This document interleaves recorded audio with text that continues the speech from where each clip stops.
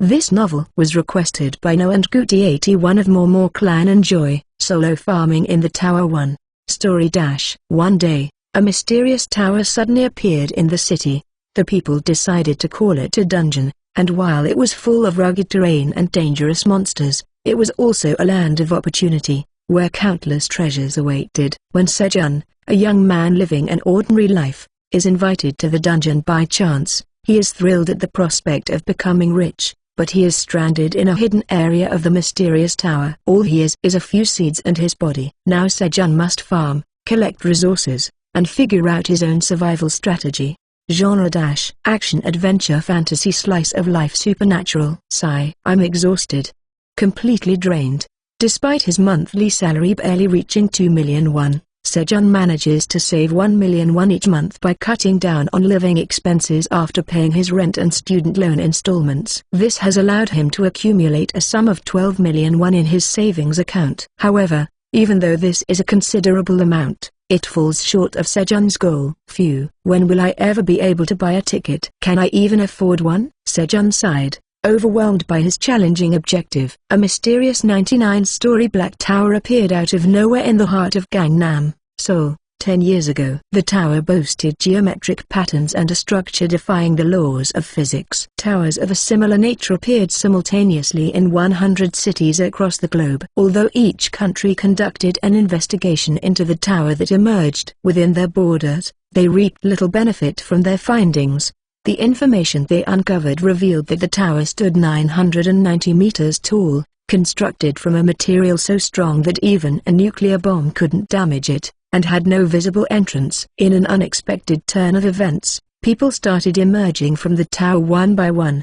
They seemed to pass through the walls of the tower naturally. Investigators swiftly identified these individuals, learning that they were people who had recently vanished. How did you enter the tower? Responding to the investigators' questions, they explained that they hadn't entered the tower but had been sucked into a black hole. When they regained consciousness, they found themselves on the first floor of the tower. Thus, information about the tower began to unfold through the accounts of those who emerged from it. The 100 towers are interconnected as a single entity. Upon entering the tower, you awaken and assume the role of either a magician or a warrior. Monsters inhabit the tower from the second floor upward, growing stronger as the floors ascend. Rewards are given for clearing each floor, with the value of rewards increasing with each level. However, there are no rewards for clearing the same floor twice. No one understood the purpose of these towers, but one thing was certain: climbing the tower generated wealth. Items obtained within the tower fetched high prices on Earth. Among the items was something called a ticket. Tickets were one of the primary sources of income for the awakened, with a high probability of obtaining one or more tickets upon clearing a floor. Those who had already awakened didn't require a ticket to enter the tower. However, ordinary people with tickets could access the tower. Once inside the tower, they would awaken and gain the qualification to ascend. Consequently, tickets were neither cheap nor easy to acquire. In Korea, for example, the Korean Awakened Association purchased tickets from hunters in bulk and resold them.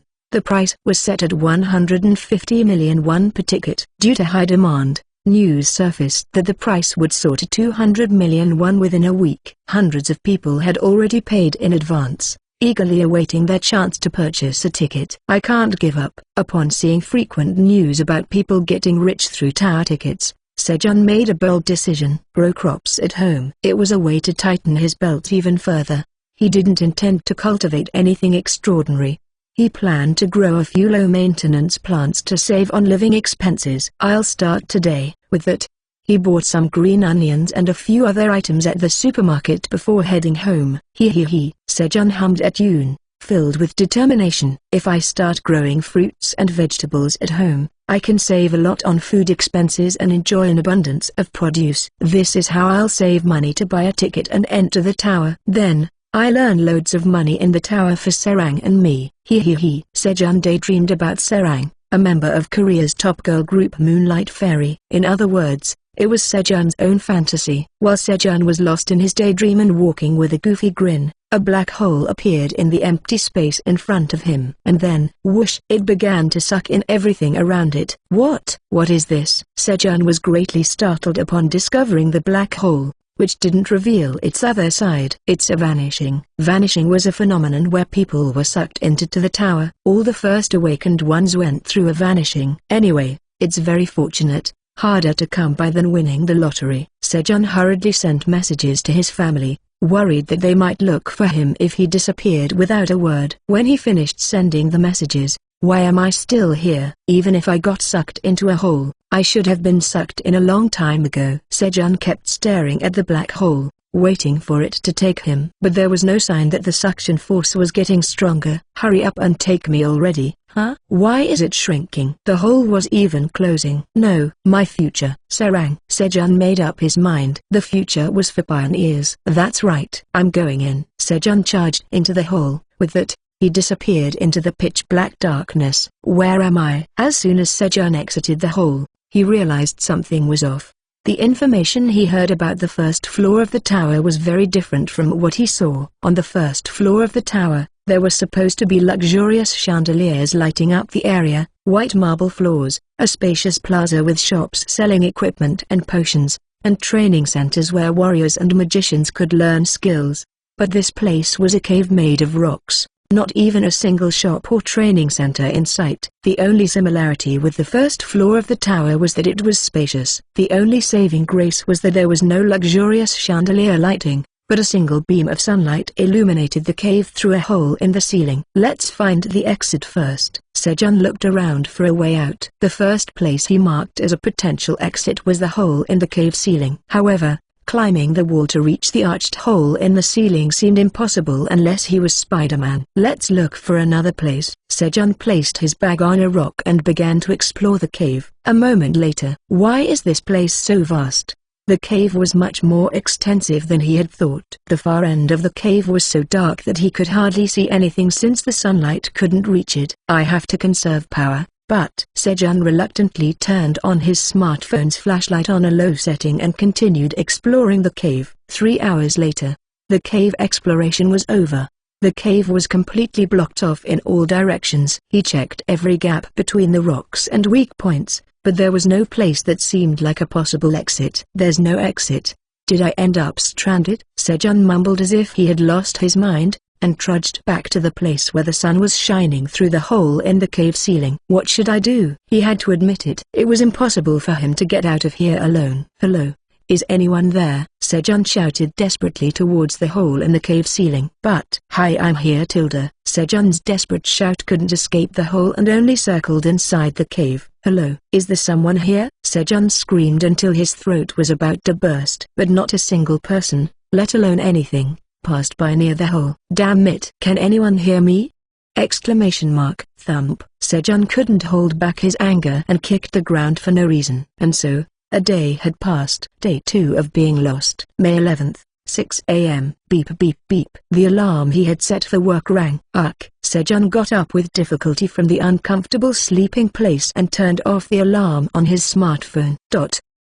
Sejun, who had just woken up, stared at the hole in the cave ceiling all day. Even after several hours had passed, no one passed by. "Is there anyone?" Sejun's shout was only reflected off the damp rocks and returned as a gloomy echo. "Ji-ah-rah-rah." Sejun's stomach grumbled. Although he was worried, he had to eat to survive. "Ugh, I'm really hungry." He realized that he hadn't eaten anything since he left work. "What should I eat?" Sejun found a flat rock to sit on and settled down. And then, rustle. He took out an apple wrapped in a plastic bag from his bag. It was a washed apple given to him by a co-worker at the office. "Thank you, Min-jun." Sejun decided that if he ever got out of here, he would repay Min-jun with sweet and sour pork. It's not that Min-jun liked sweet and sour pork, but Sejun was craving it with black bean noodles right now. So, Sejun resolved to treat Min-jun to sweet and sour pork and ripped open the plastic packaging to take a big bite of the apple. Crunch. The sweet and sour juice of the apple filled his mouth. "It's so delicious." As his appetite returned, his hunger became uncontrollable. Crunch, crunch. Sejun was devouring the apple as if he was possessed.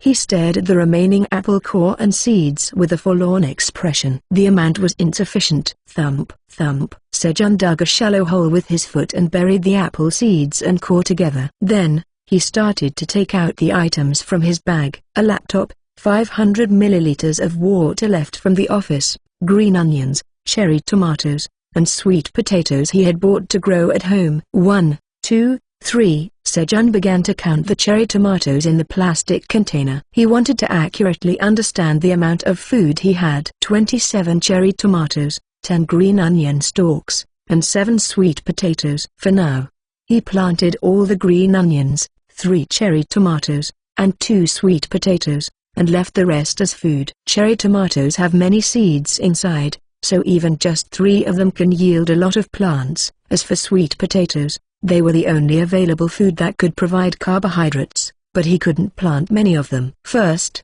let's fill up my stomach. Sejun washed the sweet potato and 5 cherry tomatoes in the small pond.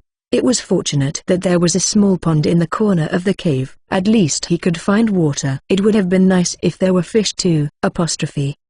There were no creatures the size of tadpoles in the pond. Sejun realized there were no insects or small animals like mice in the cave either. Sejun would normally be scared by insects or mice, but now that there were none, it felt strange. He had seen many scenes in movies where people ate insects or mice when there was no food. Really, if the food runs out, I might have to eat something like that. Of course, it would be best to escape this place before the food runs out. As he chewed the sweet potato, the crisp sound made his scattered thoughts disappear. Now was the time to focus on the sweet potato. Yum yum. It was delicious. The more he chewed, the sweeter it became. He always boiled or roasted sweet potatoes, but he thought it was fine to eat them raw sometimes. Now, let's get to work. After finishing 1 sweet potato and 5 cherry tomatoes, Sejun picked up a green onion. And then, he broke off about 1/3 of the green leafy part from the root of the onion, placed it separately on the ground. I'll eat it later, although it wouldn't taste good.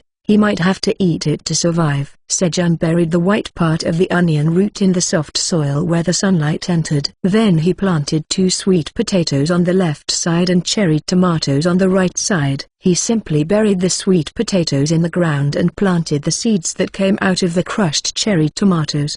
He sucked the tomato juice off his hands and went to the pond. He filled a 500 milliliters water bottle with pond water and watered the crops he had just planted. When the work was finished, Sejun lay down on a rock, looking at the ceiling, and waited for someone to pass by. He tried to minimize energy consumption due to the lack of food and occasionally shouted, "Is anyone here?" But no one passed by. Beep beep, beep beep. May 12th. 6 a.m. Day 3 of being lost. Thud. Sleeping on the floor made my body so stiff.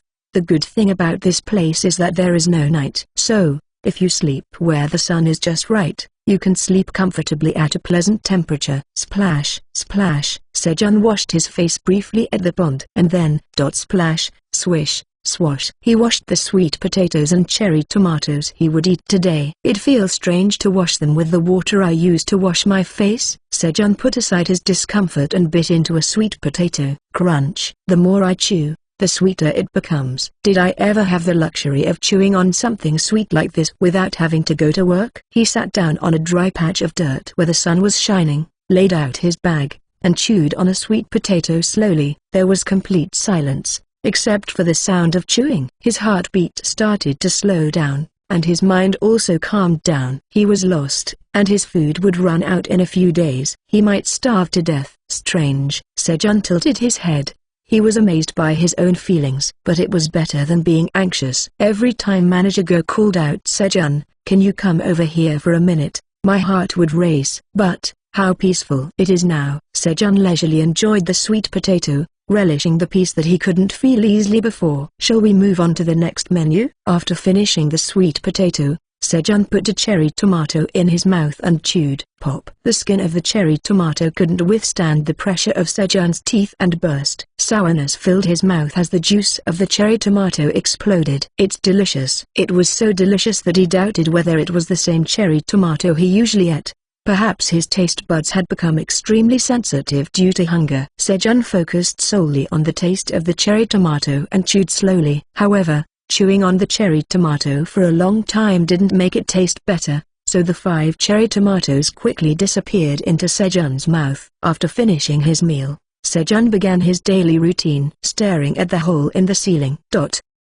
Sejun stared blankly at the hole in the ceiling. "I'm bored." Of course. He occasionally shouted, "Is anyone here?"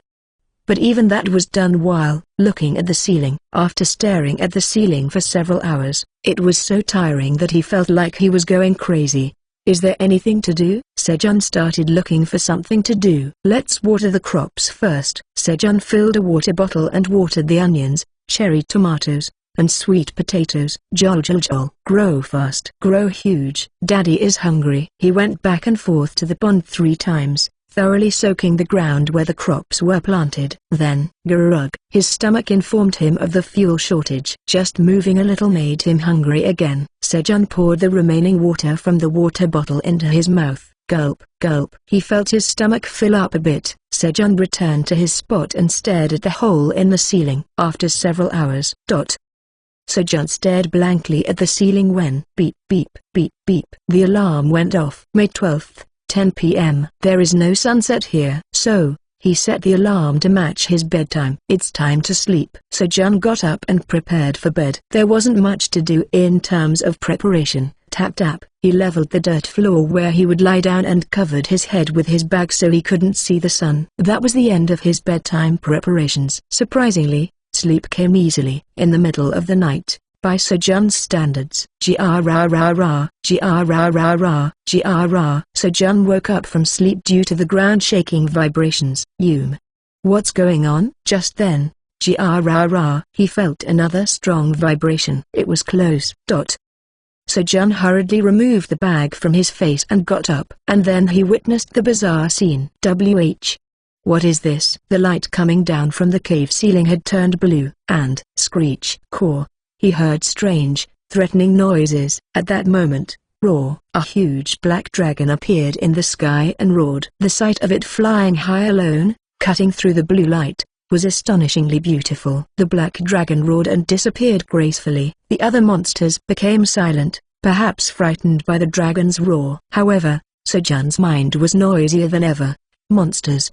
This can't be happening. Sejun thought something was wrong. He believed that this place was somewhere on the first floor of the tower. He wanted to believe that the light illuminating the cave all day was the chandelier lighting of the first floor of the tower. But there were no monsters on the first floor. In other words, Sejun was not on the first floor of the tower. Moreover, the blue moon, where the sun turns blue. Every floor has sunlight all day long, but on each floor, there is a periodic time when the sun turns blue. Hunters call this phenomenon the blue moon. During the blue moon, monsters become more aggressive and powerful, so hunters avoid the floors where the blue moon occurs. The blue moon is a phenomenon that occurs only on the 10th floor and above. This meant that Sejun was on the 10th floor or above. There was still a chance he could be rescued. However, there's a catch. That was the dragon. After the tower appeared 10 years ago, the Phoenix Guild, the most powerful force on Earth, recently achieved the feat of clearing the 37th floor. From the 31st to the 37th floor, guilds were keeping each other in check, so they didn't release any information. But below the 30th floor, quite a few clear videos were uploaded to YouTube for money or publicity. According to the known information, skeletons appear on floors 210, goblins on 1120, orcs on 2030, and from the 31st floor onwards, spider monsters appear, although no videos were released. This was credible information, as multiple hunters had mentioned it in interviews. None of them mentioned dragons. They hadn't even heard of lizard-like monsters appearing in the tower. Which floor is this? Sejun clutched his head and wailed. He might have been stranded on a floor that even the top hunters had not reached. Why is this happening to me? Sejun looked at the hole in the ceiling with a heavy heart, bathed in blue light. However, his purpose had changed. Previously, he had looked up hoping someone would pass by, but now he hoped that no one would. After seeing the dragon, Sejun realized that there were monsters in this place. Beep beep, beep beep. May 13th, 6 a.m. The alarm went off. Sejun greeted the 4th day with sleepless eyes after standing guard all night. Fortunately, the blue moon turned back to its usual yellowish light around 4 a.m., 5 hours later. Sejun's head drooped as he stood guard. Then he fell into a deep sleep. It was understandable, as he had been keeping watch, staring at the ceiling since yesterday. Water. As soon as he woke up, Sejun felt a burning thirst. He fumbled for the water bottle he had placed beside him. And then, gulp, gulp. He drank the water in one shot. Phew. Now I feel alive. His thirst quenched, Hunger set in. He went to the pond and quickly washed his face, as well as 5 sweet potatoes and cherry tomatoes. Sejun chewed on a sweet potato while looking at the hole in the ceiling. Even if I don't know where I am, if it's above the 41st floor, the chances of someone coming are almost 0%. That meant he had to survive on his own. Sejun looked at the field where he had planted crops. Should I water them? Thinking that he had to survive on his own made the crops seem more precious. He watered them. You guys have to be strong. Sweet potatoes, grow huge. Tomatoes, bear lots of fruit. Green onion. Just grow big and strong. He watered the plants and spoke kindly to them. He had heard on the news that playing music for plants could help them grow, so he thought a few kind words wouldn't hurt. After watering the plants, Sejun sat down and stared at the hole in the ceiling again. However, boredom quickly set in. Should I eat this? Sejun saw the green onion leaves he had pulled off when planting the roots on the first day. Ugh! It's spicy. As soon as he put the green onion leaves in his mouth and chewed, a spicy taste filled his mouth, accompanied by the strong scent of green onions. The taste had become more concentrated after drying in the sun for a couple of days. Sejun continued to chew without swallowing. There's sweetness in green onion too. As he kept chewing, the spiciness faded, and the hidden sweetness of the green onions gradually emerged. Great! He chewed on the green onion and managed to endure drowsy afternoon hours. And then, beep beep, beep beep. May 13th. 10 p.m. The 4th night of the ordeal had come. Will I be okay tonight? Sejun couldn't fall asleep easily. The monsters had been active at dawn because of the blue moon. However, that didn't mean they were friendly when it wasn't a blue moon. Sejun decided to prepare a sleeping place where there was no light. It would be cold, but nothing was more important than his life. Since he didn't have to sleep under the sun, he folded his bag and used it as a pillow. And then, as soon as Sejun laid his head on the bag, he fell asleep snoring. While Sejun was asleep, the scallions with their roots in the ground began to grow in earnest. Beep beep, beep beep. The alarm went off. May 14th, 6 o'clock a.m. The 5th day of survival began. Sejun's eyes opened wide. Ugh! Why do I feel so light? Sejun stretched out refreshingly. He always felt heavy when waking up, but today his body felt extremely light. In addition, he thought it would be cold sleeping without the sun, but it wasn't cold. Is it because the fatigue from working at the company has been relieved? Sejun thought it was strange and went to the pond. Splash, splash. He washed his face and picked out the sweet potatoes and cherry tomatoes to eat today. When he picked up the sweet potatoes and cherry tomatoes for today, half of the food in the plastic container had disappeared. There wasn't much food left. Should I start eating only half from today? Sejun washed the picked sweet potatoes and cherry tomatoes while pondering. Pop, pop, and snap. He cut the sweet potato in half and put half of it and 3 cherry tomatoes back into the plastic container. He was already running out of food, and the thought of having to cut back even more was disheartening. Sigh. Sejun sighed and moved to his usual spot with flat rocks well lit by the sun and sat down. However, something felt off. He was in the shade. What's this? The scallion, which had grown to Sejun's height, was blocking the sun that should have always been shining. There was no significant difference when he looked at it while watering it yesterday, and there was no change before going to bed. The scallions had grown tremendously overnight. When did it grow like this? As Sejun approached and examined it closely, the white part where the scallion roots were had grown to the thickness of a wrist. Sejun grabbed and tore off one of the new scallion leaves. What? The scallion leaves appeared fragile as they fluttered in the wind, yet they were surprisingly tough. Sejun put in effort and tore off the leaf. What? Why is it like this all of a sudden? It seemed that the appearance or plants changed depending on the climate and habitat. How will it taste?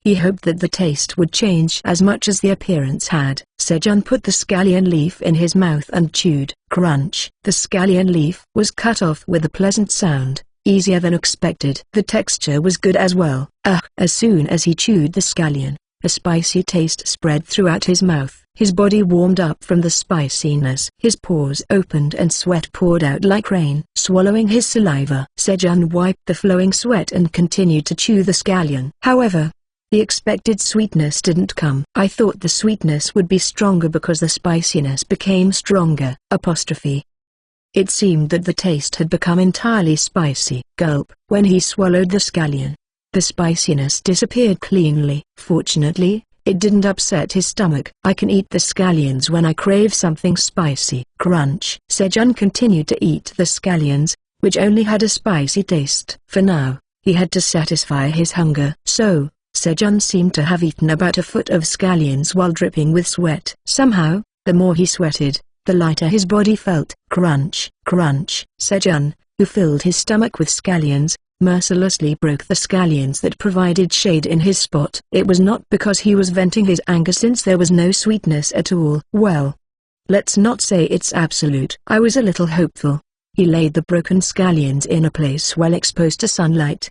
Today, he started his work a little late because of the scallions, but it didn't matter. The work was drip, drip, drip, briefly watering the crops and staring blankly at the hole in the ceiling. Still, something had appeared to relieve his boredom. When he stared blankly at the ceiling for a while, the scallions had grown significantly in the meantime. Do scallions usually grow this fast?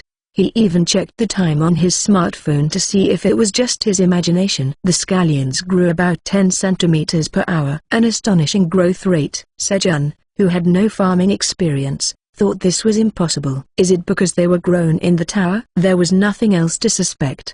They were just scallions that he had bought from the market. If the seeds had truly been scallions that grew 10 centimeters per hour, they would have been called golden scallions. But there's no growth from these guys. Sejun glanced at the spots where he had planted cherry tomatoes and sweet potatoes next to the scallions. If the soil was the reason for the scallions' miraculous growth, then other things would grow well too. However, there was no change in the ground. Is this soil only suitable for growing scallions? With a suspicious mind, he looked more closely. Upon closer inspection, the soil where the sweet potatoes were planted remained the same, but the soil where the cherry tomatoes were planted seemed slightly bulging. Sejun lay down on the ground and stared intently at the bulging soil.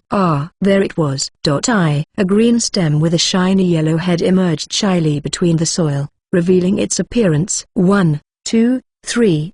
There were a total of 52 sprouts. Sejun stared at the cherry tomato sprouts for a long time.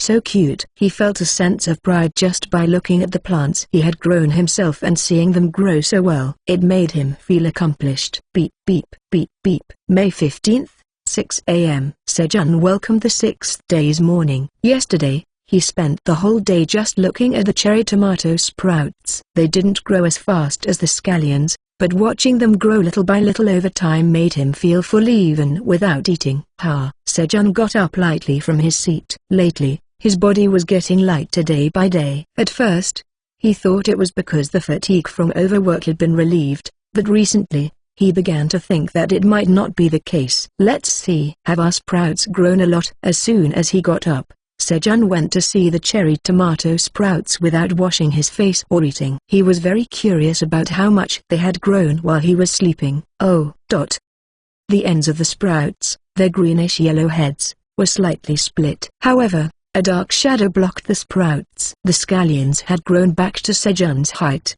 blocking the light that should have reached the cherry tomato sprouts. Crunch, crunch. Sejun mercilessly broke off the scallion leaves. Phew. After breaking all the scallions, Sejun hurried to the pond. Splash, splash.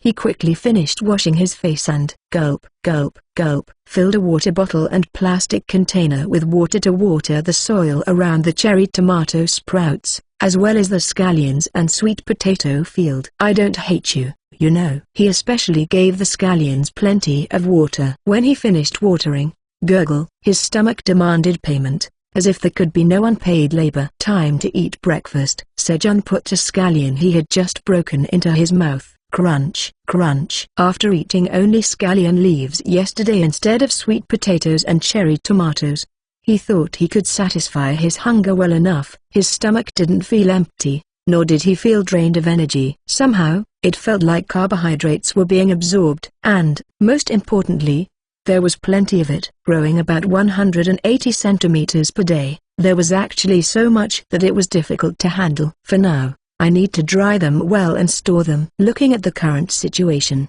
it seemed unlikely that the well-growing leeks would suddenly stop growing, but Sejun decided to prepare for the unexpected. No one can predict affairs. Who would have thought that he would be stranded in an unknown place like this? He decided to plant the remaining cherry tomatoes and sweet potatoes for more food in the future. Thud, thud. Sejun dug into the soil and planted the cherry tomatoes and sweet potatoes. And then, trickle, trickle, grow big and strong. He gave them plenty of water along with his encouragement and sat on his designated seat, a flat rock where the sun shined well. He felt a sense of accomplishment after doing something productive.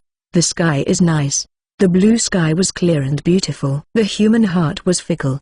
He thought to himself. Despite feeling suffocated yesterday, he found the sky to be pleasant today. Come to think of it, he had been staring at the sky for days. I never really looked at the sky for days when I was working at the company. I'm living a good life. However, that feeling was short-lived. I feel like something's missing. If only I had coffee here. He really wanted an iced Americano with an extra shot. He missed his city life. As Sejun looked at the sky, reminiscing about city life, beep, beep.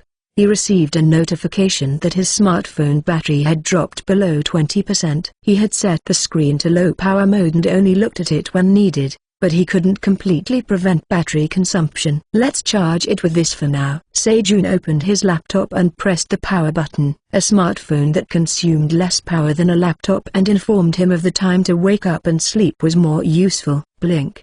The laptop screen lit up, showing an Excel window with work he had been doing. It was an estimate to send to a client, which he hadn't finished at the company and had intended to complete at home. Click. Sejun closed the Excel window without any hesitation. Of course, he didn't save anything. Although it was an estimate he had worked on for several days, he didn't feel any regret.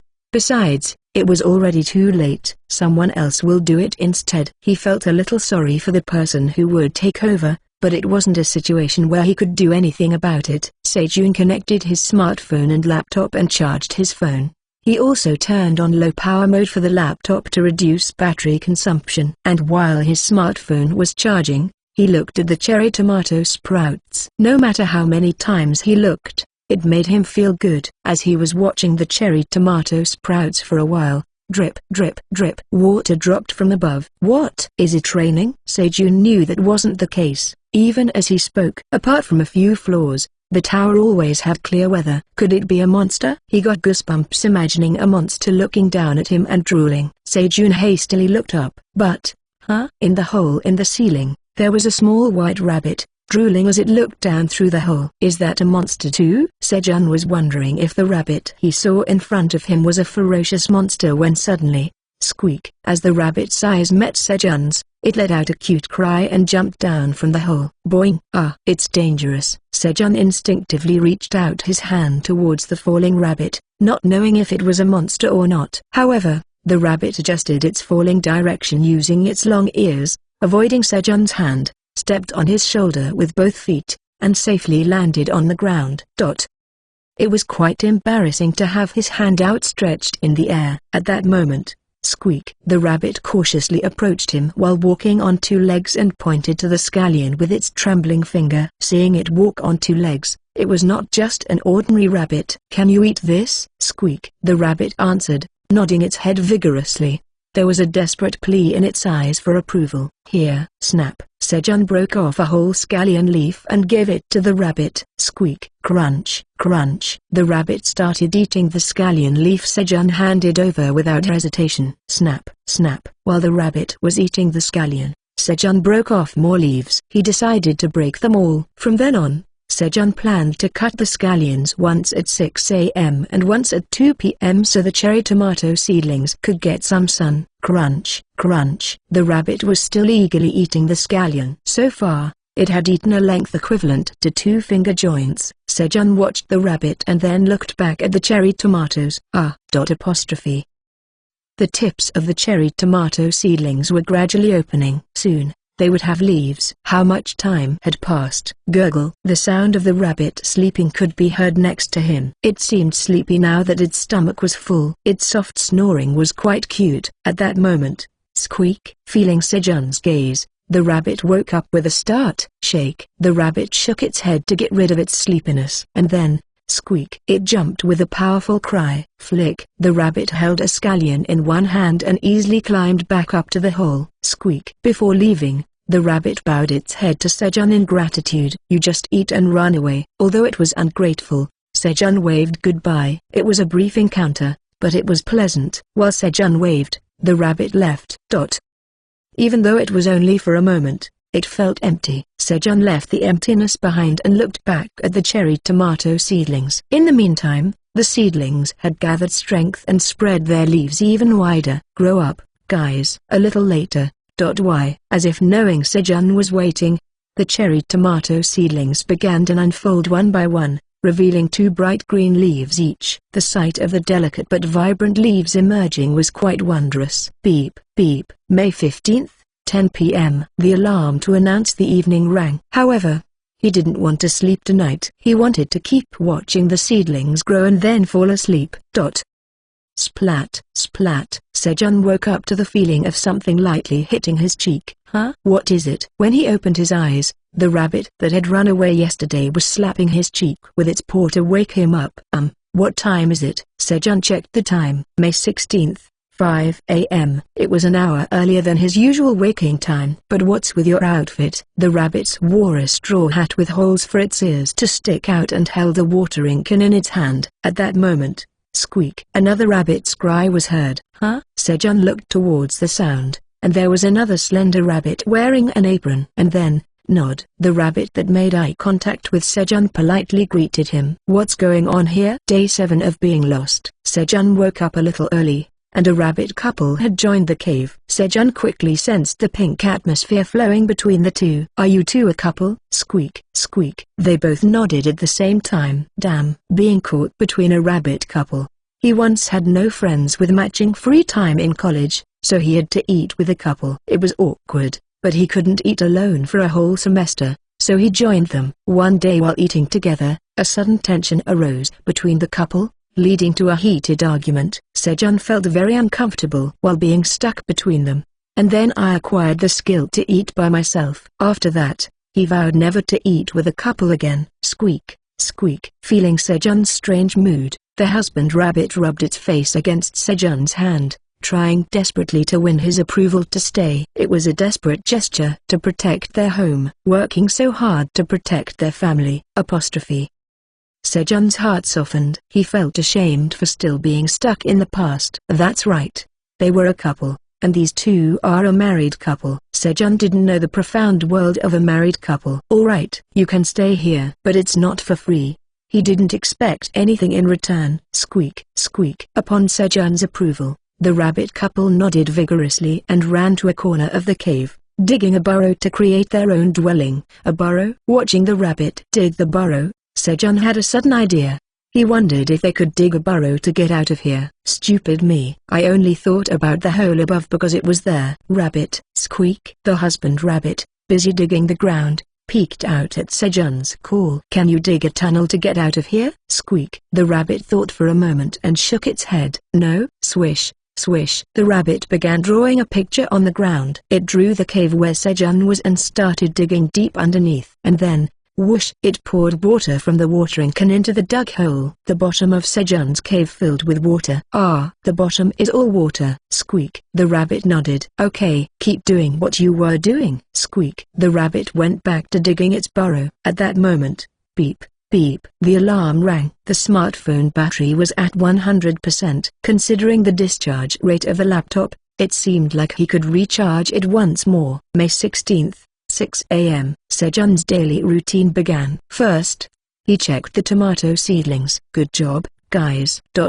Now, the green leaves were fully blossomed. There was still no news from the sweet potato field. Sejun went to the pond, washed his face, and watered the field. And then, snap, snap, he broke off some leaves so the tomato seedlings could get some sunlight. The more he broke the leaves, the thicker and the more split the stems became, producing more leaves. At first, there were about 3 leaves per plant, but now there were 8. Will it become chore to break these later? Sejun dried the torn leaves in the sunlight. The leaves that were already in the sun had now hardened, almost moisture-free. Crunch. Sejun finished his morning work while eating the freshly torn leaves. Now, after 8 hours, He just had to break the leaves once more and water them to finish the day's work. Sejun, who had finished his work, sat in his designated seat and stared blankly at the sky. How long had he been staring at the sky? Oh-ook, boo-oo, boo-oo, huh? What's this noise? Sejun looked in the direction where the noise came from. It was the sound coming from the rabbit couple's burrow. The sound stopped abruptly. What was that? Just as Sejun was about to stare at the sky again and zone out. Oh-ook,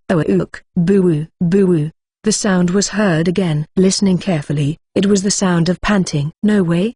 These guys. As soon as the rabbit couple made their home, they began breeding activities. Afterward, the breeding activities continued several more times. A few hours later, at 2 p.m., Sejun got up to do his afternoon work. At that time, the rabbit couple came out of the burrow happily together, and quickly started doing the farm work Sejun was about to do. Peep peep, swoosh. The husband rabbit hummed while watering the crops with a watering can. And VZZ, snip snip. The wife rabbit accompanied her husband's song by cutting the leaves with scissors. The husband sang and the wife followed. It reminded him of the phrase husband sings, wife follows. However, what bothered Sejun was something else. What are those things? It turned out that the watering can held by the husband rabbit and the apron worn by the wife rabbit were items. Water kept coming out of the watering can non-stop, and the apron seemed to have a space magic on it. As the wife rabbit took out farming tools like scissors or shovels whenever she needed them, he was a bit envious. They had such equipment. He had to dig and tear with his hands and carry water. Watching the rabbits work made time pass quickly. But soon, he got bored. At that moment, he saw the light passing through the pet bottle, refracting and concentrating into a strong light. Seeing that, an idea came to mind. He remembered a scene from a TV show where survival experts used pet bottles filled with water to start a fire. Should I try to start a fire? It seemed like the well-dried leaves would burn well. Alright, Sejun got up and collected the well-dried leaves. And then, swoosh, swoosh. He tore the leaves thinly to gather them well in the center, so the fire could catch easily. And Sejun began to focus the light on the dried green onion leaves using the pet bottle filled with water like a magnifying glass. Squeak, squeak. When Sejun stayed still in the same position for more than 20 minutes, the rabbit couple approached him. They seemed curious about what the farm owner was doing. About 10 minutes passed, and the rabbits started dozing off, seemingly bored. At that moment, smoke started to rise from the finely torn pile of green onion leaves. An ember was created. It's working. Sejun concentrated even more on shining the light from the pet bottle on the ember. The ember grew stronger, and the smoke became thicker. Woo, woo. Sejun carefully blew air into the finely torn leaves containing the ember. The rabbit couple woke up from the sound of the blowing and looked at Sejun. And then, squeak, squeak. They were astonished to see the smoking green onion leaves. After blowing for a while, the fire started and flames burst out. He, I did it. Squeak, squeak. The rabbit couple looked at Sejun with admiring eyes. They didn't have any items that could start a fire among their belongings. The first thing Sejun did when the fire started was to roast green onions to eat. He just wanted to fill his stomach with something warm.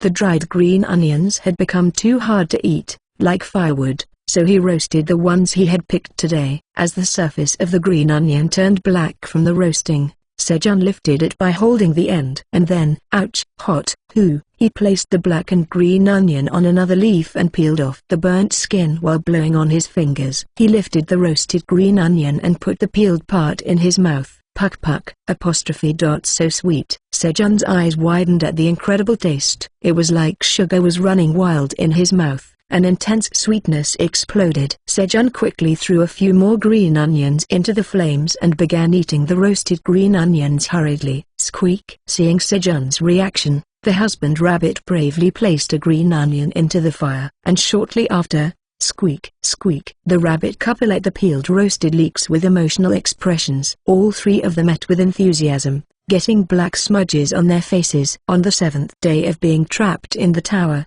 Sejun went to sleep after filling his stomach with warm food for the first time. Beep beep beep beep. May 19th, 6 a.m. On the 10th day of the disaster. Alright, Sejun got up energetically today as well. Squeak, squeak. The rabbit couple, who had woken up first, greeted Sejun. "Yeah, good morning." Splish splash, splish splash. Sejun went to the pond to wash his face and sat down in his spot. Squeak. The wife rabbit brought the roasted green onion. "Thanks," Sejun said as he received the food. Tilda munch gulp. Tilda munch gulp. While eating the roasted green onions, Sejun looked at the field where the crops were planted. The green onions had already been harvested, and the ground was damp. The rabbits, who had woken up early, had already finished their work. On top of that, the wife rabbit had prepared a meal. It was so nice that they took care of it themselves. However, there was even less to do in a place where there was already little to do. "I need to move around a bit." Today, he decided to transplant the cherry tomatoes that he had put off. It was time to transplant them because if they grew too close together, they wouldn't be able to absorb nutrients properly. Sejun dug the soil with his hands, made a place to transplant the cherry tomatoes, and with a small spoon-sized shovel, the husband rabbit carefully scooped and moved one by one. They also moved the 6 new sprouts they had planted later. A total of 58 sprouts were planted in 6 rows of 10 each. Seeing the neatly planted sprouts in a row brought a sense of pride. Sejun was proud of doing even small things these days. As soon as Sejun finished transplanting the cherry tomatoes, he started a new task, making torches. He wove several leaves together to make a handle and wrapped the end with finely torn dried leaves hundreds of times. Dried green onion leaves seemed to be suitable for torches as they maintained the fire for a long time. The green onion leaves burned for so long that there was no need to manage the fire separately. At first, it would have been tedious to continue, but now he found pleasure in using his will, body, and effort to create something essential to his life. After investing several hours, he made a torch and an alarm rang to notify it was time to sleep. May 20th, 6 a.m. On the 11th day of the disaster, the morning dawned. "All right, beep, beep, right, good morning." As soon as he got up, he greeted the rabbit couple and went to the pond to wash his face. The pond was brighter than yesterday. Sejun, who had always been uncomfortable with the darkness when washing his face, installed a torch by the pond first. "Nice." He. Sejun looked at the burning torch and brought his face closer to the pond to wash his face. At that moment, splash! A fish suddenly jumped out of the pond and tried to bite Sejun's face. Ugh! Sejun hurriedly leaned back. The fishy smell of water from the fish's body brushed past his nose.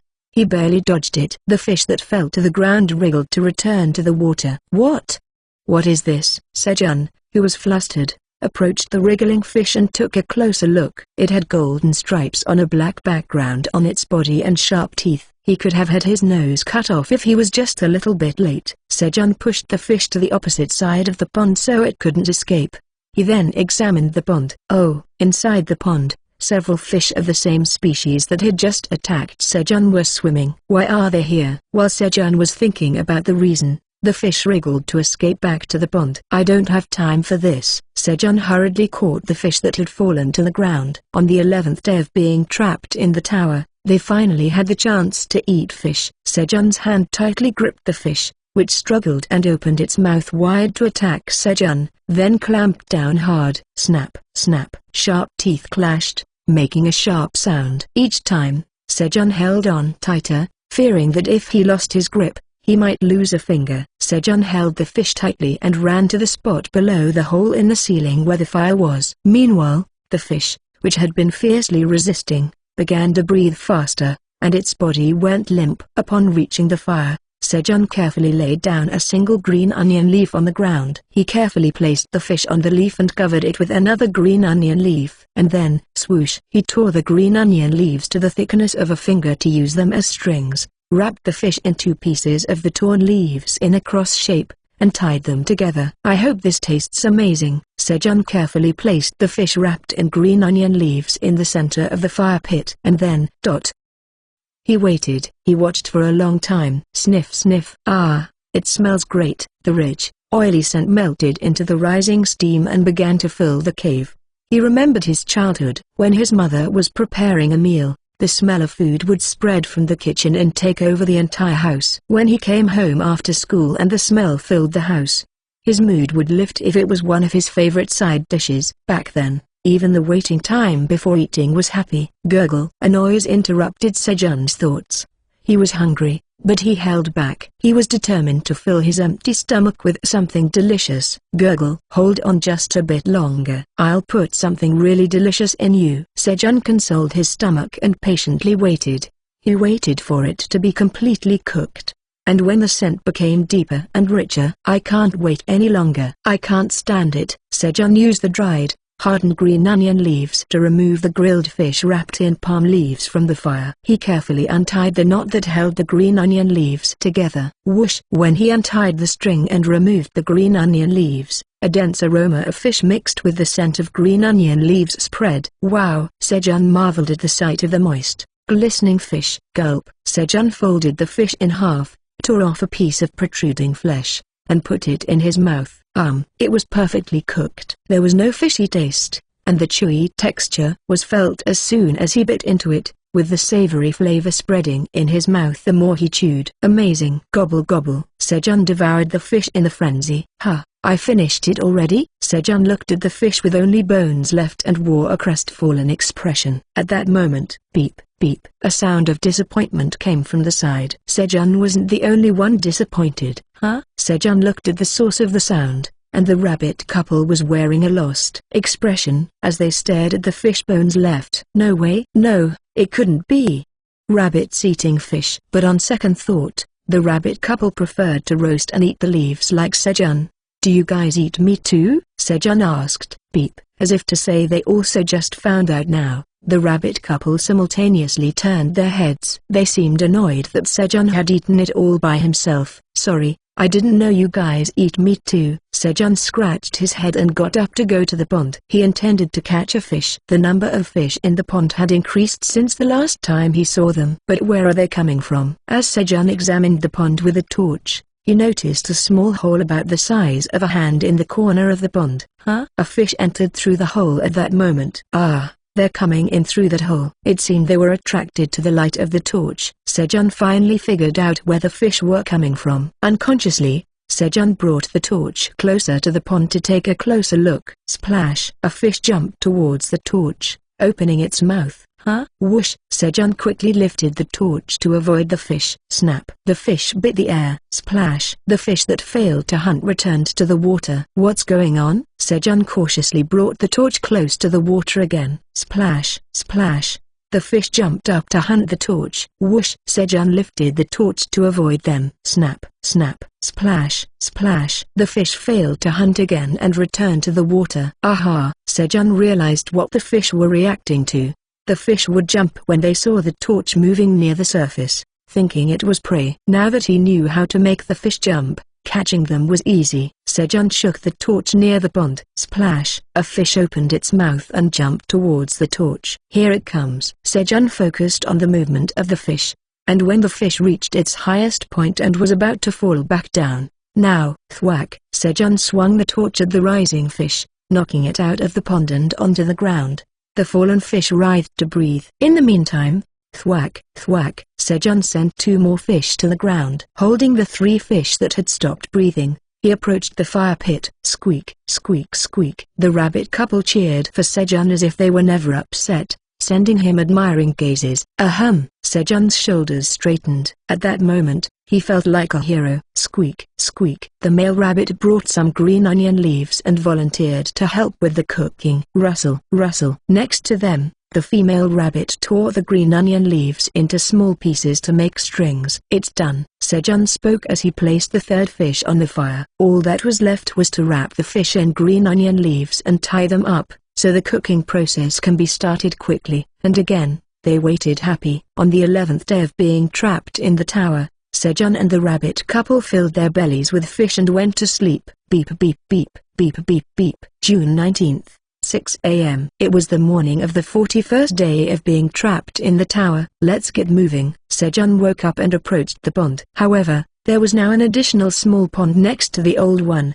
which hadn't been there before. In order to avoid the fish's attacks, a small faucet-like water stream was connected next to the pond. Sejun washed his face and fetched water from there. Splish, splash. Sejun washed his face and went to the field. In the field, centered around Sejun's designated rock, there were green onions in the front, cherry tomatoes that had grown to the height of Sejun's knees on the left, and sprouts of sweet potatoes on their right. Finally, the long-awaited sweet potato sprouts appeared. All the crops Sejun had planted on the first day of the crisis had safely taken root at the top. I'm proud. A lot had happened in the meantime. On the 32nd day of being trapped in the tower, a blue moon appeared again. With that, Sejun realized that the blue moon cycle on the floor he was on was 30 days. And a few days ago, in their burrow, Mrs. Rabbit gave birth to 6 babies, and the family grew. Beep, beep. As the energetic cries of the baby rabbits came from inside the burrow, Daddy Rabbit busily started watering the green onion leaves. I have to prepare breakfast. Seeing the busy rabbit couple, Sejun wanted to help them. Snap, snap. He broke off 10 green onion leaves and put them on the fire, and the rest were laid on the ground to dry. Then he approached the pond and waved the torch from side to side over the water. Splash, splash. The fish that jumped up to hunt the torchlight. Sejun swung the torch towards them. Thump. Today, luckily, it was a one-hit kill. Flutter, flutter. He covered 2 fish with green onion leaves, tied them with stems, and put them on the fire. In the meantime, he took out the well-cooked green onions and ate them. It's comforting to have something warm inside. After eating the cooked green onions, Sejun watered the crops and spent some time staring blankly. Sniff, sniff. A delicious smell began to spread. Tap, tap. Sejun began to cut the strings that tied the fish wrapped in leaves as he took them out of the fire. Just then, the husband rabbit came out of the burrow, wobbling. Rabbit. Sejun called the daddy rabbit. Beep. The husband rabbit seemed to be tired from parenting. His response lacked energy. Share this with your wife. Beep. The moved husband rabbit hurriedly took the fish and went into the burrow. However, beep, beep. As the baby rabbits woke up, the rabbit couple could only eat the fish after a while. Beep, beep, beep, beep. June 19th, 5:00 a.m. On the 50th day of the crisis, the smartphone rang the alarm for the last time and died. Fortunately, the rabbits woke up precisely at 5 a.m. and went to bed at 7 p.m. It seemed that there would be no change of the time difference due to the continuous daylight if they followed the rabbit's daily rhythm. You did well. Sejun put the dead smartphone in his bag with the already dead laptop. At that time, beep, beep. The rabbit couple, who seemed to have become familiar with parenting by now, came out of the burrow and greeted him. Good morning. Swoosh, swish, swish. While the husband rabbit watered the crops with a watering can and the wife rabbit cut the green onion leaves. Thump, thump. Sejun caught fish from the pond. Then holding the caught fish, he went to the fire and wrapped the fish in leaves and put them in the fire. The wife rabbit took out the roasted green onions, beautifully arranged them on the leaves, and handed them to Sejun before going back into the burrow with her husband. They went inside to prepare breakfast for their babies. Munch, munch. As he satisfied his hunger by eating the green onion, Sejun noticed a small yellow flower blooming at the end of a cherry tomato branch. He remembered what he had read on the internet. If there were no bees or wind, pollination wouldn't happen. There was a gentle breeze in the cave, but Sejun decided to make sure pollination took place by carefully rubbing the flower with the fishbone. Please work, please work. Sejun pollinated the flower with his earnest heart. Let's get moving. As soon as Sejun got up, he approached the rock wall of the cave, and, swoosh, he used a fishbone to etch a line on the rock wall. Next to it, there were 2 vertical lines and 10 lines above. It had been 61 days since getting trapped in the tower. He had been recording their date like this since the smartphone battery died. It's already been 61 days. Just as Sejun's mood began to sink, the cave became noisy. Beep, beep, baby. As morning came, the baby rabbits came out of the burrow one after another, following their parents. Beep, beep. The rabbit couple greeted Sejun in the morning and asked for help. All right, let's go. Lately, Sejun occasionally looked after the baby rabbits. It wasn't a big deal, just making sure they didn't go anywhere dangerous. While Sejun watched the baby rabbits, the husband rabbit watered the field, and the wife rabbit cut the leaves to prepare breakfast. The baby rabbits stayed quiet when given food, so the meal was peaceful. After the meal, the rabbit couple went back into the burrow with their babies. Sejun washed his face and went to the cherry tomato field. The cherry tomato field had become a flower garden with more and more flowers blooming, and Sejun lightly shook the branches with cherry tomato flowers. Please work, please work. Since there were now too many flowers to pollinate one by one, He lightly shook the branches and recited the pollination spell. That's when, a tiny green cherry tomato, smaller than a bean, appeared between the fallen petals. On the 61st day of being trapped in the tower, the green cherry tomato finally ripened. It was the day before the blue moon. Looking at the newly transplanted cherry tomatoes, Sejun also looked at the other cherry tomato trees with a curious mind, wondering if they were any different. There they are. The space is now occupied by 5 cherry tomato. Sejun felt pleased, thinking about the many more cherry tomato that would grow in the future. He laughed with delight, imagining cherry tomatoes filling the entire field. His mood was too good for such a small thing. In the afternoon, the inside of the cave became busy. Beep, beep. The rabbit couple began to block the entrance to their burrow. Sejun realized that the blue moon was about to start by watching the rabbit's behavior. Sejun hurriedly moved to prepare for the monsters that would come. He put out the fire, buried or moved anything that had a smell, and tried his best to erase the scent. And a few hours later, the sunlight turned blue, and Sejun faced his third blue moon. Roar, screech. The roars of the monsters could be heard. No matter how many times I hear it, I can't get used to it. Every time he heard the roars, his heart throbbed, and goosebumps rose all over his body. He thought this blue moon would pass without any problem. However, thud, thud. One monster started to roam above the cave where Sejun was, and, sniff, sniff. The red-furred monster began to seriously sniff the scent towards the hole in the ground. Oh no! Did it notice something? Sejun unknowingly held his breath and just hoped the monster would go away. But, sniff, sniff. The monster continued to sniff. How long had it been sniffing? Screech. When a monster's roar was heard from afar, roar, thud, thud. The red-furred monster roared and ran towards the sound. Slap, slap. Sejun woke up from the husband rabbit's slaps. Beep. The husband rabbit looked at Sejun with a worried expression. When did I fall asleep? Did he faint? He had heard that there were cases of fainting when hearing the roar of a stronger monster. Tremble. Ugh. Why is it so cold? His body had been tense when he fainted. Moreover, the temperature was much lower at the end of the cave.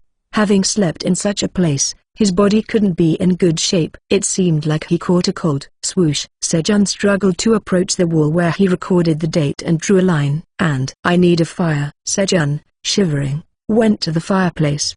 He needed to light the fire again. Tremble. With trembling hands, Sejun held a water bottle, directed sunlight towards the dry leaves, and created a spark. 30 minutes later, phew, phew, crackle. Sejun barely managed to create a spark, lit the fire, and crouched down at the fireplace to roast a green onion. And gobble gobble.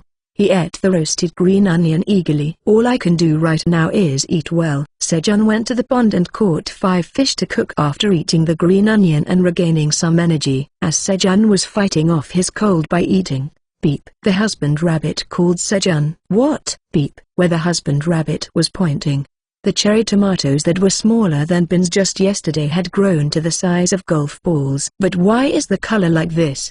The cherry tomato was bluish. Is it ripe? It couldn't have ripened overnight. But since it was so big, Sejun touched the cherry tomato. Tap. The cherry tomato fell off easily as if it was completely ripe. Wow! While Sejun was marveling at the huge blue cherry tomato, you have achieved the feat of harvesting fruit containing the energy of the blue moon. Transparent blue letters appeared on a window in front of him. What's this? It's a message window. The tower's manager watches your amazing feat. The tower's manager examines you closely. The tower's manager frowns. Why is he frowning all of a sudden? The tower's manager realizes you are an uninvited guest. The tower's manager wants to hide his mistake. What? A mistake? A mistake? So my coming here was a mistake? Then send me back. The tower's manager considers killing you to destroy the evidence. Excuse me, I don't have to leave. You said I achieved some feats, right? Please spare me. The tower's manager awakens you. You have awakened. Oh, finally, I have awakened. I decided to forgive him for wanting to kill me. Until now, survival had been the priority, but the reason Sejun came to the tower was to awaken. Now I don't have to buy 150 million ticket to awaken. Now, just climb the tower. The tower's manager assigns you a job. You have become a tower farmer. Farmer? Job trait. You won't get minor illnesses. Job trait. You'll be friendly with nature. Job trait. You'll gain experience when harvesting crops. Status window. It can't be. There must be something wrong. Sejun wanted to believe desperately. Sejun called the status window with all his heart. But Park Sejun LV. 1. Talent. Mediocre all-rounder. Stats. Strength 1, Stamina 1, Agility 1, Magic 1. Job, Tao Farmer F. Skills, none. This is my status window. Talent determines base stats and stat increases when leveling up. However, Sejun's talent is mediocre all-rounder, which means just average. There wasn't a single glimpse of hope in the status window. Indeed, lotteries are better when you don't scratch them. That way, you can at least daydream. Sigh. I'm a mediocre all-rounder. And my job is a farmer. What's your job? Tower farmer. It was embarrassing to even think about answering someone with his job. Should I just go back to farming? It seemed difficult to make big money in the tower even if he managed to survive here. Goodbye, Sarang. It seems destiny doesn't allow us to be more than a star and fan. Sejun decided to remain as Sarang's fan, holding back tears. Then he looked at the blue cherry tomato in his hand. Magic cherry tomato imbued the energy of the blue moon. A cherry tomato grown in the tower, it is delicious as it has absorbed enough nutrients. The energy of the blue moon enhances its flavor even more. Upon consumption, magic power permanently increases by 0.05. Cultivator, Tao Farmer Park Sejun. Expiration date, 30 days. Grade, E. It was an item that, albeit slightly, raised one's stats. Maybe I can make some money by selling this later. Just as Sejun began to have new hopes, a quest has been generated. A quest? Quest. Offer the fruit containing Blue Moon's energy to the tower's manager. Reward, 1 job skill. If refused, death. What? Just ask for it. Don't make it seem like there's a choice. It wasn't a quest, it was a threat.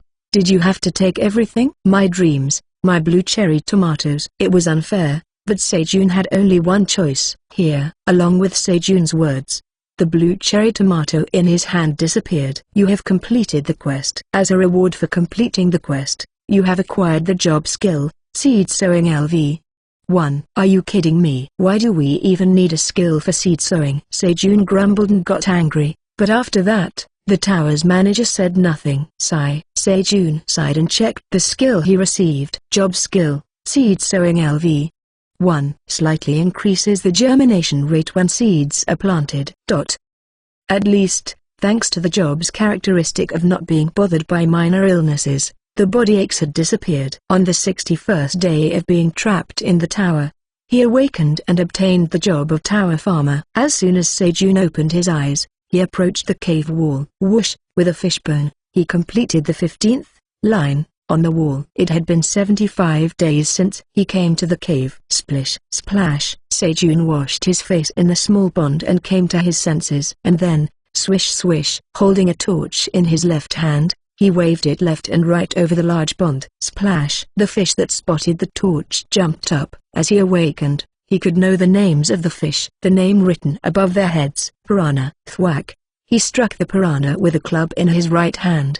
The club was made by tying several layers of dried scallion leaves with a rope. Thwack, thwack. The piranhas struck by the club flapped vigorously on the ground. In this way, Sejun caught 5 piranhas. The number of piranhas he had to catch increased due to the baby rabbits. A moment later, you have defeated a piranha. You have acquired 2 experience points.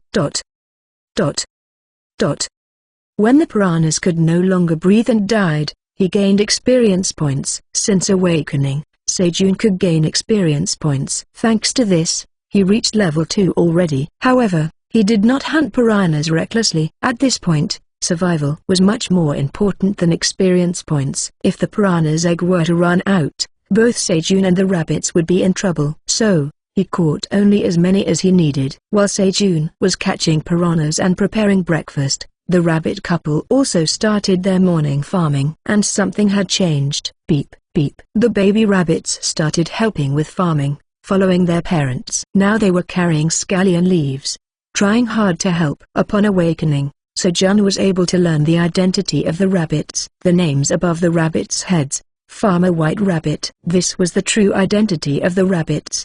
He didn't know what had happened to them, but they seemed to have lost their farm, wandered around, and settled here after finding the field Sejun had created. At that moment, A delicious aroma began to fill the air. Before he knew it, the piranha dish was ready. "Let's eat to breakfast." The hungry baby rabbits quickly dropped the scallion leaves they were carrying and ran over. After eating their fill, the baby rabbits went back to their burrow to take a nap. They were still young and needed a lot of sleep. "Alright, let's start harvesting then." Squeak, ski. At Sejun's words, the rabbit couple made a serious expression. Today was a very important day. "Let's see." Sejun went to the cherry tomato field and examined the ripe red cherry tomatoes. "Good, they're ripe." Pop. Sejun picked a ripe cherry tomato. "You have obtained a well-ripened magical cherry tomato. Your occupation experience increases slightly. You have gained 10 experience points." Magical cherry tomato. Magical cherry tomato. A cherry tomato grown inside the tower. It is delicious and full of nutrients. When consumed, it breaks down 10 grams of body fat and increases mana by 0.1 for 10 minutes. The effect stacks up to 10 times within an hour. When consumed by an unawakened person, it breaks down 10 grams of body fat and revitalizes the body. Cultivator, Tao Farmer Park Sejun. Expiration date, 30 days. Grade, E. Wow. This time, it was an item as well. Moreover, just by eating the magical cherry tomato, it could increase mana up to 1. Thunk, thunk. Sejun began to harvest the cherry tomatoes diligently. When he accidentally picked an unripe cherry tomato, "You have obtained an unripe cherry tomato. Your occupation experience does not increase. You have gained 7 experience points." The experience points were reduced, and the occupation experience did not increase. Moreover, the cherry tomato turned into a regular cherry tomato instead of an item. After that, Sejun carefully harvested the cherry tomatoes, and "You have obtained a well-ripened magical cherry tomato. Your occupation experience increases slightly. You have gained 10 experience points. Dot. Dot. Dot.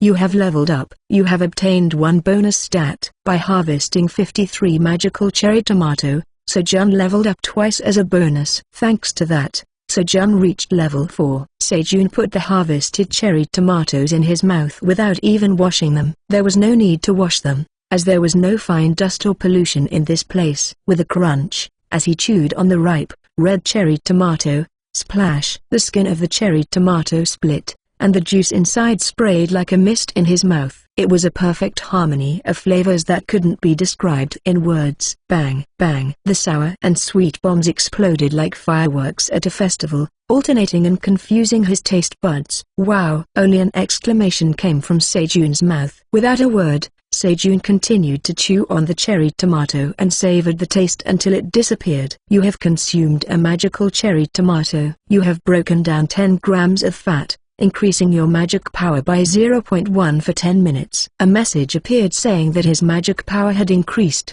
but it didn't matter. Sejun put another cherry tomato in his mouth and continued the feast. Squeak! Seeing Sejun's reaction to the cherry tomatoes, the husband rabbit picked up a cherry tomato, tilting his head. "Is it that delicious?" The cherry tomato was quite big for the rabbit, so it couldn't put it in its mouth in one bite like Sejun. Gulp. So, the rabbit bit into the cherry tomato. Then, the juice began to overflow through the hole in the skin. "What a waste of food!" Slurp. The husband rabbit, flustered, sucked the cherry tomato juice so it wouldn't spill. Wasting food was a sin.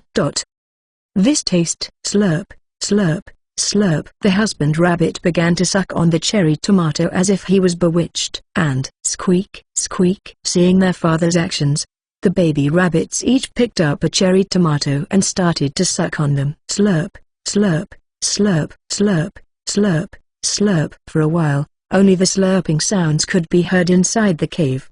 The group committed a grave sin by eating cherry tomatoes excluding the wife rabbit. This sin was particularly concentrated on the husband rabbit. Squeak squeak. The husband rabbit rubbed his body against his sulking wife rabbit as she prepared dinner, trying to be affectionate. However, the wife rabbit completely ignored her husband's charm and turned her head away. Squeak. The husband rabbit looked at Sejun with a sad expression, asking for help. Hang in there. Sejun, who had never seen a good outcome when getting involved in a couple's quarrel, clenched his fist and showed a fighting pose, refusing to help the husband rabbit. A pleasant mealtime. Lunch consisted of piranha, cherry tomatoes, and grilled green onions. Even though there was only one more menu item, the meal felt much richer. The wife rabbit placed a variety of food on each leaf plate and placed it at everyone's seat. Squeak! The husband rabbit protested quietly to his wife when he saw only grilled green onions on his plate. Squeak! Although he couldn't understand them, it seemed like she said, "Just eat it." In the end, the husband rabbit failed to calm his wife's anger. Squeak! Poor guy. Sejun secretly gave some of his food to the heartbroken husband rabbit. Squeak! The husband rabbit sent a grateful glance to Sejun and quietly disappeared. And while tearing the flesh stained with piranha thorns in the corner of the cave, Squeak! The husband rabbit met the eyes of his wife rabbit, who approached thinking he was crying. As a couple, they communicated with their eyes. "Where did you get that?" "From Sejun." The husband rabbit pointed at Sejun with his eyes. "Traitor, how could you expose that?" Shortly after, he didn't know what had happened, but the two rabbits were arguing and causing a scene, glaring at each other. Indeed, Sejun learned once again the lesson that one should not intervene in a couple's fight. After having lunch, Sejun started picking cherry tomatoes again. Fully ripe cherry tomatoes appeared in a few hours. "You have acquired well-ripened magical cherry tomatoes. Your job experience increases slightly. You gain 10 experience points." He picked 67 cherry tomatoes in the afternoon. He harvested a little more than in the morning. He leveled up once more to level 5. For the bonus stats, he raised his strength and stamina by 2 each. Strength and stamina are most important for farming. The harvested cherry tomatoes were stored in a storage room he made in a cool corner of the cave. The storage room was made by digging a pit in a cool corner of the cave and laying leaves densely so that dirt wouldn't enter. Sejun transferred the cherry tomatoes into a plastic container and Squeak! The father rabbit moved 2 cherry tomatoes, carrying them on his side. And then, Squeak! Squeak! The baby rabbits, looking at their father with admiring eyes, carried 1 cherry tomato each and moved them to the storage room. 1, 2, 3. 105. The total harvested cherry tomatoes were 120, but after eating 15, there were 105 left. Seeing the stack of cherry tomatoes, a sense of pride surged again. He. As Sejun chuckled and returned to his spot. Squeak! Squeak! The rabbit couple were pushing the playful young rabbits into their burrow to prepare for the night. Well, another day's work done. Watching the rabbits, Sejun also prepared for bed. Pat pat. He gathered dirt to make a pillow and, thump, thump. He pounded the dirt to make a sleeping spot and laid sun-dried leaves on the floor to prevent dirt from coming up. It was a somewhat ergonomic dirt bed with 75 days of know-how. "Ah, this is nice." When he lay down on the leaves, he could feel the warmth from the sun-dried leaves. Another well-lived day. Park Sejun, as he praised himself and tried to wrap up his day, a quest has been issued. Quest: offer 100 harvested magic cherry tomatoes to the tower manager. Reward: 1 job skill. If refused, death. Sejun angrily sat up. What do they expect me to eat, and at least give a decent reward? Sejun had no expectations for the reward after receiving the seed sowing job skill. But he couldn't refuse either. "I can't die here." Sejun offered the magical cherry tomatoes with tears, reluctantly. "You have completed the quest." The tower manager is satisfied. As a reward for completing the quest, you have acquired the job skill, harvesting LV. 1. Seriously? Why do I need a skill for harvesting? As expected, there was no answer. He didn't bother to check the skill. Even if there was a slight increase in something, it would only make him angrier. "It's only me who loses by getting angry." Sejun calmed himself down and lay down again. He closed his eyes, planning to sleep, but within a second, snores, Sejun fell asleep. No. My tomatoes. Even in his dreams, Sejun tried his best to protect the cherry tomatoes. Yawn, swoosh. Sejun, who had just woken up, drew another stick on the cave wall. In front of it, there were 16 line marks. Day 82 of being trapped in the tower had begun. There was a lot to do this morning. He had to harvest cherry tomatoes from the 8 cherry tomato trees he planted later and water the cherry tomato trees he harvested earlier, especially since he needed to gain experience. Cherry tomato harvesting was solely Sejun's responsibility. Snap. Sejun picked a slightly green cherry tomato. You have harvested a slightly unripe magic cherry tomato. The effect of harvesting LV. 1 turns the fruit into its optimal state. Harvesting LV 1 proficiency slightly increases. Job experience slightly increases. You have gained 10 experience points. The harvesting skill was more useful than he thought. The skill had the effect of turning slightly unripe or overripe fruits into their optimal state when harvested. Also, the proficiency increased with each harvest. Thanks to the skill, he could harvest crops in their best condition, and even if he harvested underripe cherry tomatoes, he could still gain normal job experience. The harvest was quick since there were only 8 trees. He harvested 50 cherry tomatoes from the trees. Guys, let's eat some cherry tomatoes. Squeak, squeak. At Sejun's words, the baby rabbits who were watering the cherry tomato trees rushed over. The baby rabbits, who were already a month and a half old, had grown a lot thanks to eating well, and now they were as tall as the husband rabbit's shoulder. Pop, slurp,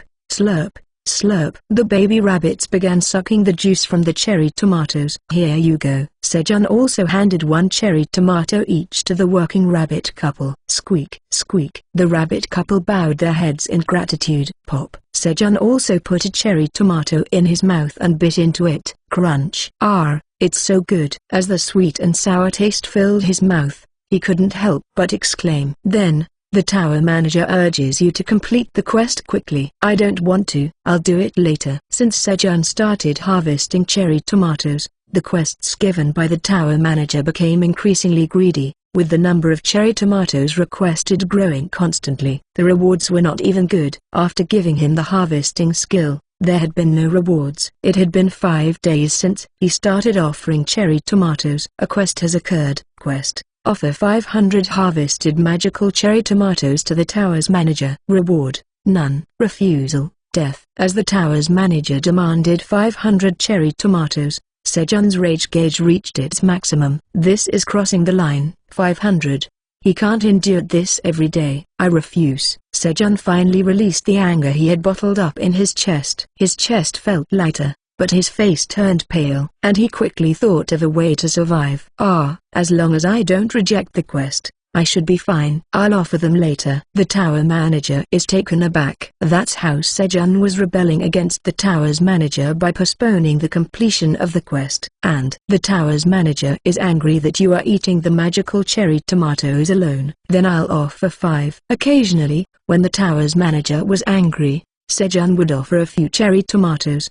The manager was still the tower's manager, after all, and it wouldn't do to be too hated. The tower's manager will let it go this time. Sejun was engaged in this push and pull with the tower's manager. Day 91 of the disaster. The 4th blue moon was approaching. Peek. The rabbit couple pushed their babies into the cave and covered the entrance with dirt to prepare for the blue moon. Sejun also put out the fire and cleared away smelly things to prepare for the blue moon. And this time, he prepared earplugs made from rolled up leaves and magical cherry tomatoes to avoid passing out. He had heard that having a higher magic power could withstand the monster's roar, so in case a situation like last time occurred, he prepared the magical cherry tomatoes to slightly increase his magic power. It would be best if nothing like last time happens. As Sejun was thinking that, the sunlight turned blue. The blue moon had begun. Soon after, the roars of monsters excited by the blue moon could be heard from afar. Don't come here. Don't come here. An hour had passed like that, with Sejun silently praying in his heart. A mysterious phenomenon appeared before Sejun's eyes. A blue aura began to form on one of the cherry tomato plants. It was the energy of the blue moon. The energy of the blue moon slowly moved along the stem to the cherry tomatoes and was absorbed by them. And then, wow! The cherry tomatoes turned blue. The sight of the blue moon's energy being contained in the cherry tomatoes was mysterious and beautiful. Sejun witnessed the entire process of the blue moon's energy being absorbed by the cherry tomatoes for the first time. I want to harvest them quickly. Sejun was eagerly waiting for the blue moon to end. At that moment, he saw the blue energy moving in the sweet potato vines as well. SSSSS. The power of the blue moon that had settled on the sweet potato stem went along the stem and into the ground. Was there a sweet potato there? All the sweet potatoes planted this time were for seedlings. The plan was to cut the sweet potato shoots when they grow to a certain extent and transplant them. In this way, Sweet potatoes could be infinitely reproduced. Although it was farming learned from the internet, there had been no failures so far. I didn't even expect sweet potatoes. Sejun unknowingly drooled at the thought of eating sweet potatoes. Should I eat it raw, or grilled? Can I steam it? Sejun stayed awake until the dawn of the 92nd day of the ordeal, thinking about how to eat the sweet potatoes. Following his daily routine, he first drew a line on the wall and then moved to the sweet potato field. And then, Sejun carefully began to dig around the ground where the energy of the blue moon had flowed. Oh! He had barely dug a bit of dirt with his hands, and already the head of a blue sweet potato appeared. Sejun tried to calm his excited hands, even more carefully removing the dirt around the sweet potato as if he were exploring an archaeological artifact. Soon, Sejun carefully lifted a fist-sized blue sweet potato from the ground. You have harvested a power sweet potato imbued with the energy of the blue moon. Your job experience increases significantly. Harvesting LV. 1 proficiency increases greatly. Harvesting LV. 1 proficiency is filled, and the level increases. You have gained 50 experience points. The job experience and skill proficiency, which had barely increased, rose greatly. On top of that, the skill level also increased. However, none of that was important to Sejun right now. Sejun looked at the sweet potato in his hand. Power sweet potato imbued with the energy of the blue moon. A sweet potato grown inside the tower. It is delicious with plenty of nutrients. The taste has been further enhanced by the energy of the blue moon. Permanently increases strength by 0.05 upon consumption. Grower, Tao Pharma Park Sejun. Shelf life, 30 days. Grade E. The content said that it was already delicious but now even more so. Sejun went to the cherry tomato field and also harvested the blue cherry tomatoes imbued with the energy of the blue moon. You have harvested magical cherry tomatoes imbued with the energy of the blue moon. Your job experience increases significantly. Harvesting LV. 2 proficiency increases quite a bit. You have gained 50 experience points. Perhaps because the harvesting skill had just leveled up. The skill proficiency increase was smaller than before. With a blue sweet potato in his right hand and a blue cherry tomato in his left, he felt like he had the world in his hands. At that moment, an additional quest has been triggered. A message that ruined Sejun's mood appeared. I knew it. The threat of the extortionist disguised as a quest, always coveting Sejun's crops, had begun. Quest: offer the blue moon energy infused power sweet potato to the tower's manager. Reward: none. If refused, death. Quest: offer the blue moon energy infused magical cherry tomato to the tower's manager. Reward: none. If refused, death. 2 quests appeared at the same time. Is it more serious this time? Sejun could tell from the exclamation marks how eager the tower's manager was. What should I do? Refusing could offend the tower's manager and put Sejun in real danger. However, this time, Sejun didn't want to give in. So, he decided to complete the remaining quests first to appease the tower's manager. I offer the remaining magical cherry tomatoes. The quest has been completed. Sejun completed the quest to offer 500 magical cherry tomatoes. The tower's manager is delighted with the basket full of magical cherry tomatoes. The tower's manager grumbles about what's going on. The manager tried to hide their excitement, but their feelings were exposed through the messages. The administrator's personality turned out to be simpler than expected. Sejun decided not to yield today since the manager seemed to be in a good mood. I'll give you this next time. Sejun accepted both quests and put them on hold.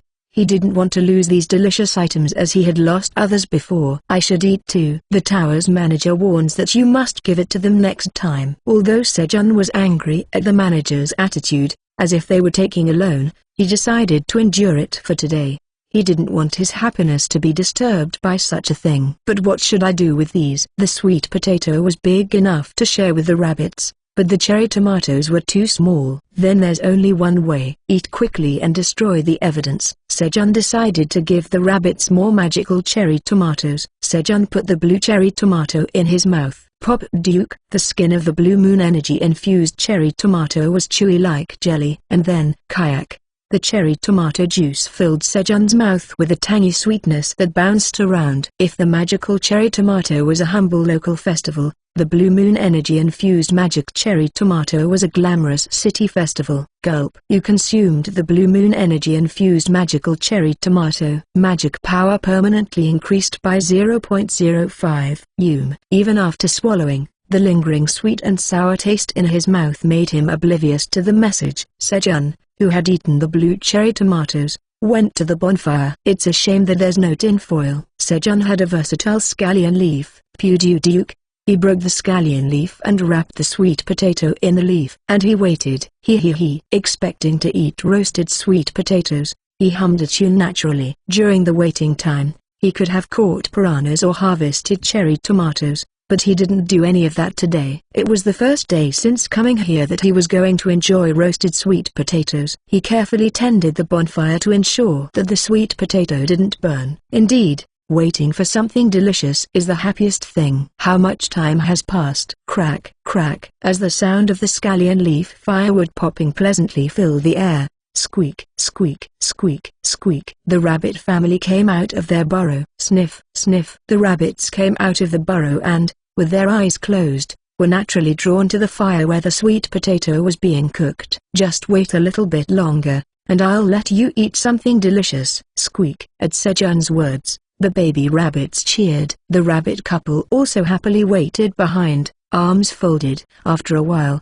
the smell of roasted sweet potatoes began to fill the air. Squeak, squeak. The baby rabbits started to get anxious, wondering if the sweet potatoes were burning. But Sejun didn't panic. Timing was important from here on out. If he took the sweet potatoes out too early, only the surface would be cooked. If he took them out too late, the surface would be completely burnt. Sejun carefully observed and waited for the smell to ripen. And then, now is the time. Sejun quickly took the sweet potato wrapped in the leaf from the fire. Shush, shush. He peeled off the burnt leaf. A sweet potato with a slightly burnt skin appeared. Gulp. Sejun carefully stabbed the sweet potato with a fishbone. Thud. The fishbone smoothly went through the center of the sweet potato. It's perfect. Sejun grinned and moved the roasted sweet potato onto a clean leaf using the fishbone like chopsticks. Then, he cut the leaf into smaller pieces and began to peel the sweet potato while holding the end. Ouch, it's hot. His hand was hot from peeling,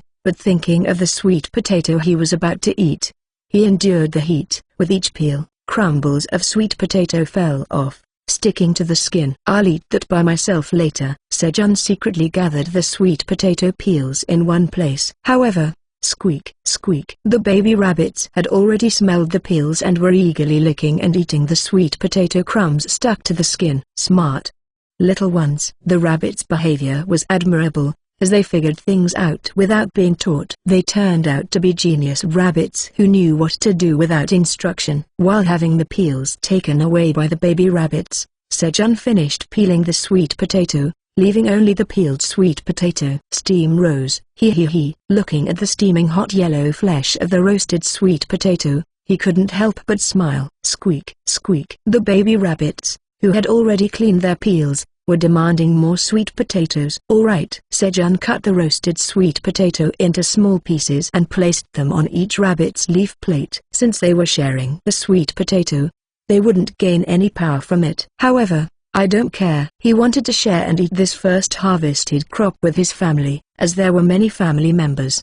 The amount of sweet potato each of them received was not much. At that moment, no, squeak. As the baby rabbits tried to eat the roasted sweet potato in front of them, Sejun stopped them, and they looked confused. Let's eat together. Bring your parents over. Squeak. At Sejun's words, the baby rabbits hurriedly went and brought the rabbit couple as if carrying them. Finally, everyone sat down in front of their leaf plates. Let's eat. Squeak, spit, squeak, spit, squeak, spit. The rabbits put the roasted sweet potatoes in their mouths and spat them out in a hurry. It seemed that they didn't realize that the sweet potatoes were still hot, probably because there was no steam. You need to cool them down. Hoo-hoo. Sejun showed them how to blow on the roasted sweet potatoes to cool them down. Hoo-hoo, hoo-hoo. Puff puff. The rabbits also followed Sejun and blew on the sweet potatoes to cool them down. Shall we try eating now? Squeak. Sejun took a big bite of the roasted sweet potato, and the sweet taste with the hot steam spread throughout his mouth. As expected, the inside of the sweet potato was still hot. However, Sejun had a special skill. Huff, huff. Sejun rolled the sweet potato in his mouth, cooling it down with the air inside. Of course, the downside was that it looked a bit unappealing. Sejun carefully chewed the cooled down sweet potato. Squishy. The soft sweet potato crumbled even before Sejun could bite into it. And finally, the long-awaited sweetness exploded. It felt like a burst of sunshine in his mouth. It's delicious. Of course, it would have been nice to have a collaboration with milk and kimchi, but it wasn't lacking without them. The late Apple CEO also said, "Simple is best." Rather, without any other distractions, Sejun could focus on the pure sweetness of the sweet potato. The sweet potato confidently competed with just its sweetness, but it was never boring or tiring. It is a good competitor to five-star cuisines. Sejun ate the sweet potato down to the peel without realizing it. "I won't tolerate any disrespect towards sweet potatoes as a mere root vegetable. Sweet potatoes are good competitors." Sejun got up from his seat with random thoughts in his head. At that moment, gurgle, his stomach made a noise. Why? He felt like he had eaten a lot, but his stomach was acting as if it was empty. Upon reflection, all he had eaten for breakfast was one cherry tomato and a bit of roasted sweet potato. It was natural to be hungry. Squeak, squeak. The baby rabbits began to whine with hunger. Plop plop. The rabbit couple quickly broke some leaves and roasted them on the fire, preparing breakfast. And then, "Just wait a little bit." Sejun went to the storage and got cherry tomatoes to give one to each baby rabbit and ran to the pond to catch piranhas. Chomp chomp, chomp chomp. Thanks to the cherry tomatoes,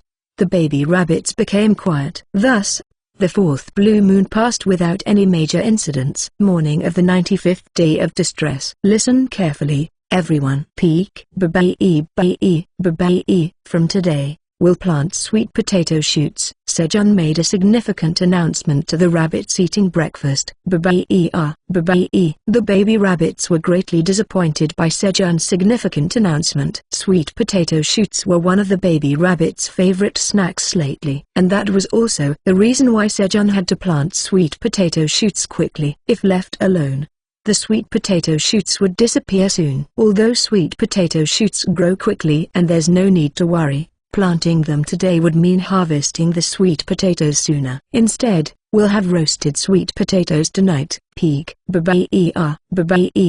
All the rabbits were excited about the roasted sweet potatoes. Shoop. Sejun also checked the soil around the planted sweet potatoes and found that the sweet potatoes were spaced apart. Of course, they didn't harvest them immediately. There was a looter targeting the sweet potatoes. Watching carefully, he found out about it on the day of the fourth blue moon lunch. Sejun wanted to eat cherry tomatoes differently than usual. That's when he remembered grilling oranges or pineapples on TV, so he decided to grill cherry tomatoes. Cherry tomatoes will work, right? Even if it doesn't, it won't be inedible. Sejun made a skewer with dried straw and started grilling 3 cherry tomatoes on it. The tower manager watches with great interest what you're cooking today. A sudden message appeared. Huh?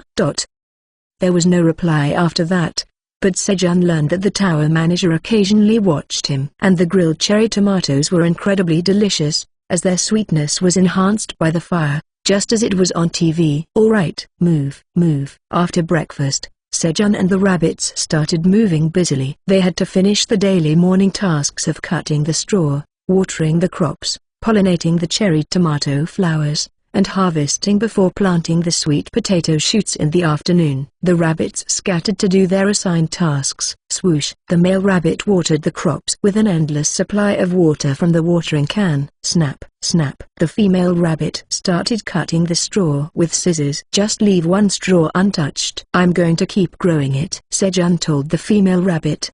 He was planning to let the green onion flower bloom and collect its seeds. Peek. The female rabbit nodded at Sejun's words. Until now, there was no need to collect seeds as the green onions grew well, but the roots did not become items when harvested. Sejun thought it was because they hadn't planted seeds, so he decided to grow green onions from seeds. Peek. The baby rabbits played by hanging on the cherry tomato tree and climbing it diligently. It looked like they were playing, but it was work in its own way. When the baby rabbits climbed the tree, the cherry tomato flowers shook, and the pollen naturally scattered, allowing pollination to occur. The rabbits worked in their respective positions while Sejun harvested cherry tomatoes. Pluck, pluck. You have harvested well-ripened magical cherry tomatoes. Your harvesting LV 2 skill proficiency has increased slightly. Your job experience points have increased slightly. You have gained 10 experience points. Dot. Dot. Dot. You have leveled up. You have gained 1 bonus stat point. Sejun had reached level 8 before he knew it. Not only did he feel full just from gaining experience points, but his level also increased.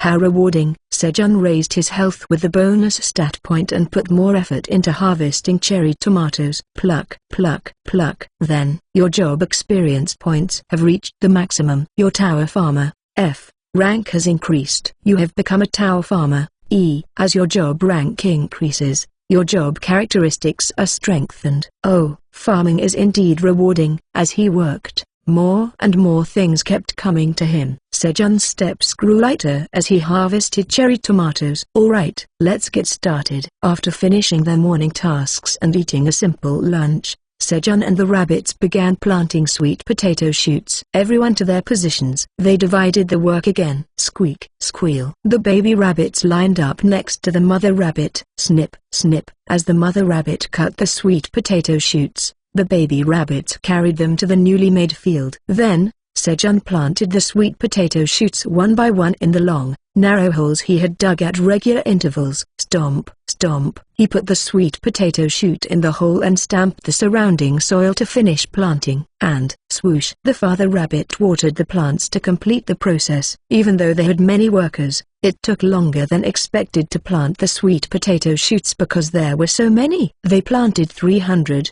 But still had a third of the shoots left. Let's take a break. At Sejun's command, the rabbits began to sip juice from cold cherry tomatoes that had been dipped in a small pond. I'm jealous. Crunch, crunch. Sejun chewed on a cold cherry tomato, enviously watching the rabbits drink the cherry tomato juice like a beverage. Phew. Taking a break while watching the rabbits, Sejun got up from his spot and approached the sweet potato field where the shoots had been cut. Then, pat, pat, he started digging up sweet potatoes, brushing away the soil with his hands. It would have been nice to have a hoe. He regretted not having any farming tools. You have harvested power sweet potatoes. Your job experience points have increased slightly. Your harvesting LV 2 skill proficiency has increased slightly. You have gained 10 experience points. Dot.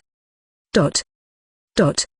Wow, there are so many. Sejun looked proudly at the harvested sweet potatoes. In total, he had harvested 15 sweet potatoes. For each sweet potato planted, he harvested about 5 sweet potatoes. Although the number was small, the potatoes were thick. Sejun examined one sweet potato. Power sweet potato. A sweet potato grown inside the tower. It's delicious and full of nutrients. Upon consumption, it breaks down 10 grams of fat in the body and increases strength by 0.1 for 10 minutes. A maximum of 10 effects can be applied within 1 hour. When an unawakened being consumes it, it breaks down 10 grams of fat and promotes bowel movement. Cultivator, Tower Farmer Park Sejun. Expiration date, 30 days. Grade, E. If I could take this outside, my mum would love it. Sejun often saw his mother struggling to go to the bathroom due to constipation. He briefly thought of his home and moved the sweet potatoes. He had to hide them before the plunderer saw them. In a cool corner of the cave,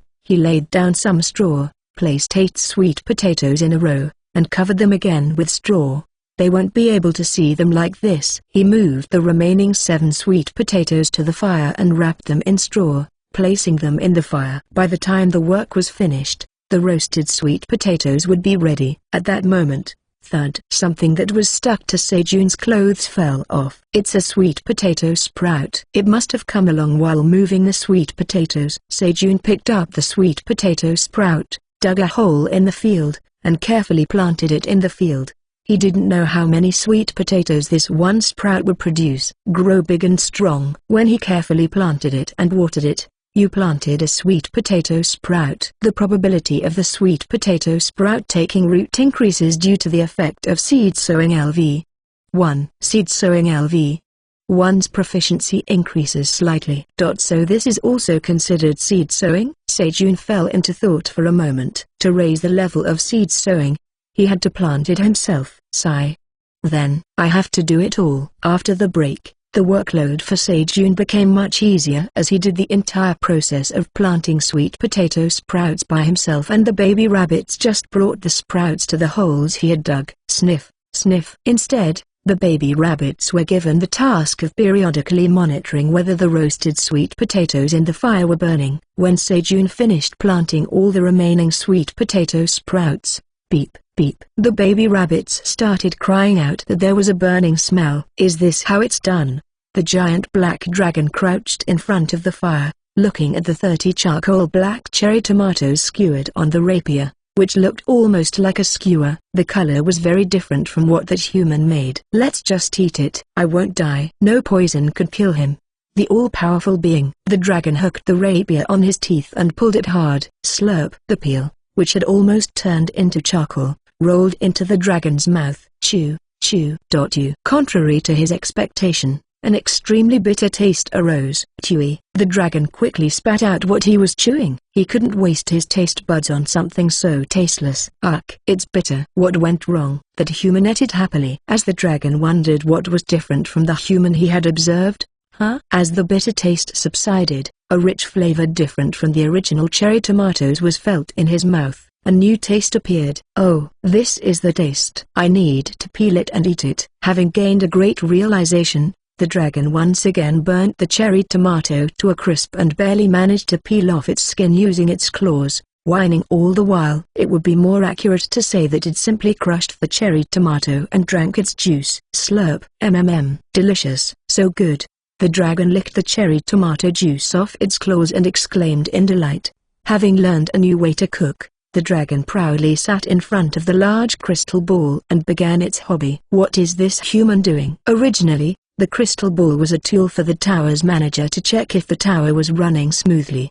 But now it was being used for entertainment purposes. The scene in the crystal ball began to show a cave where Sejun and the rabbits were eating dinner. Are these guys eating roasted sweet potatoes without considering the great black dragon, Alin Pradani? Black dragon Alin Pradani was excited.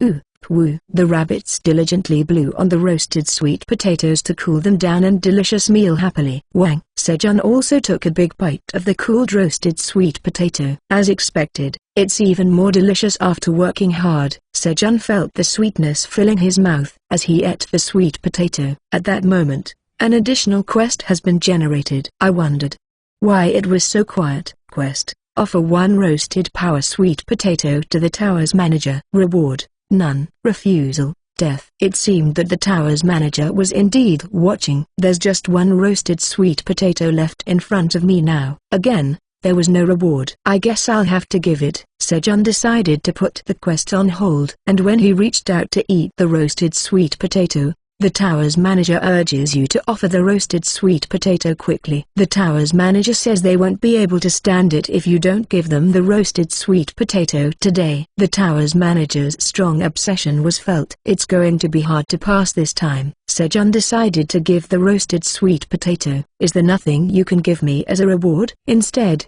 he changed direction and asked for a legitimate reward since he had to give it anyway. The tower's manager is flustered. Flustered? Why would asking for a reward be flustering? Then, the tower's manager changes the quest.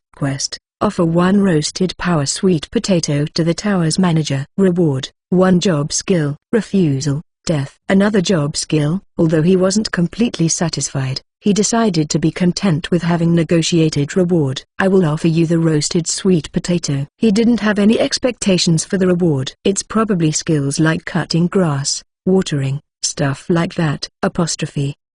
You have completed the quest. As a reward for completing the quest, you have acquired the job skill, Seed Shop LV1. Seed Shop. A shop is a place to sell items. Sejun, who has lived in a capitalist society, is very familiar with it. He felt excited inside. Sejun quickly checked the skill. Job skill, Seed Shop LV1. When used, the skill is activated, and you can purchase items from the seed shop once every 30 days. Purchasing something, although it's only once every 30 days, Sejun was happy just to be able to shop. Finally, on the 95th day of the ordeal, he could shop. Seed Shop. Sejun used the Seed Shop skill. Seed Shop LV 1 is activated. We will check your transaction history at the seed shop. Transaction history? There is no transaction history in your seed shop. Of course, there isn't. There's no history since he never made a transaction. We will provide a new member offer for you. Congratulations on becoming a new member.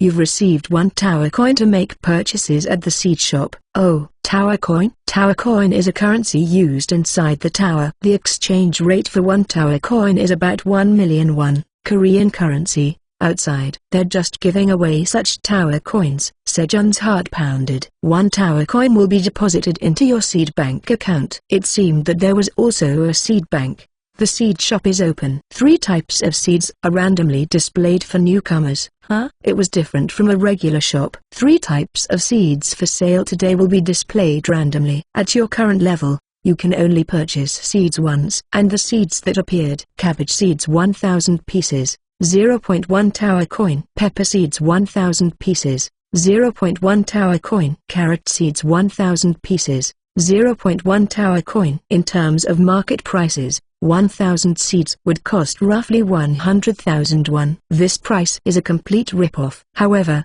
there is no other way to get them except here. It's unfair. Maybe I should leave. Sejun muttered and looked at which seeds to buy. Since he could not make a purchase for 30 days after this, Sejun's gaze was cautious. I'll pass on the cabbage. There wasn't much to do with just cabbage. The chili peppers are not that great either. He wanted something spicy. However, it seemed that the taste would not come out with just pepper. Then is it a carrot? At least carrots have a sweet taste, so they can be eaten raw or roasted. At that time, squeak, skie, skier, skek. The rabbit's eyes focused on Sejun at the mention of the word carrot. Huh? Why? Do you want carrots? Squeak, skie, skier, skek. The rabbits reacted strongly to Sejun's words. It's amusing. Their eyes were round and staring, which was cute. The rabbit's eyes grew bigger, watching Sejun's mouth. Rot, squeak, skie, skier, skek. The rabbits got excited again. What is this? This magical word? If they had heard the carrot alarm outside, the rabbits might have died of excitement. Carrot, carrot, thud. After doing it a few more times, Sejun eventually got kicked by Father Rabbit and stopped. Then, to quickly calm the rabbits down, he hurriedly bought carrot seeds. You have purchased 1,000 carrot seeds. 0.1 tower coin is withdrawn from Park Sejun's account at the seed bank. 1 seed shop loyalty point has been accumulated. Seed shop loyalty points can be used to raise Park Sejun's customer level. 100 points are needed to raise to the next level. Thank you for using the seed shop. You can use seed shop LV1 again after 30 days. The tower's administrator is satisfied with your purchase. Why are you satisfied? There was a reason. They gave him a decent skill. In front of Sejun, who was fuming, a small leather pouch filled with carrot seeds appeared. The pouch was very luxurious. What's this? The pouch seemed more expensive than the seeds. Although it was late in the evening, the rabbits, who always strictly adhered to bedtime, stayed up all night planting carrots. The rabbit's desire for carrots was tremendous. Sejun had to stay up all night as well. Planting carrots was his responsibility. However, planting 1,000 carrot seeds was a rewarding day as the level of his seed sowing skill increased. On the 102nd day of being trapped in the tower, the day was passing by peacefully. The baby rabbits would repeatedly go to the wide carrot field to watch the carrot sprouts eagerly, only to be disappointed that they hadn't sprouted yet after finishing their chores. Cute little ones. Sejun smiled as he watched the baby rabbits from his designated seat. Then he heard a buzzing sound from above. Huh? A bee? A bee the size of a fist was hovering around the hole in the cave ceiling. The plump bee looked cute, but venomous honeybee. It was a monster. Its name also looked quite dangerous. Beak. Bee. The rabbit couple discovered the bee,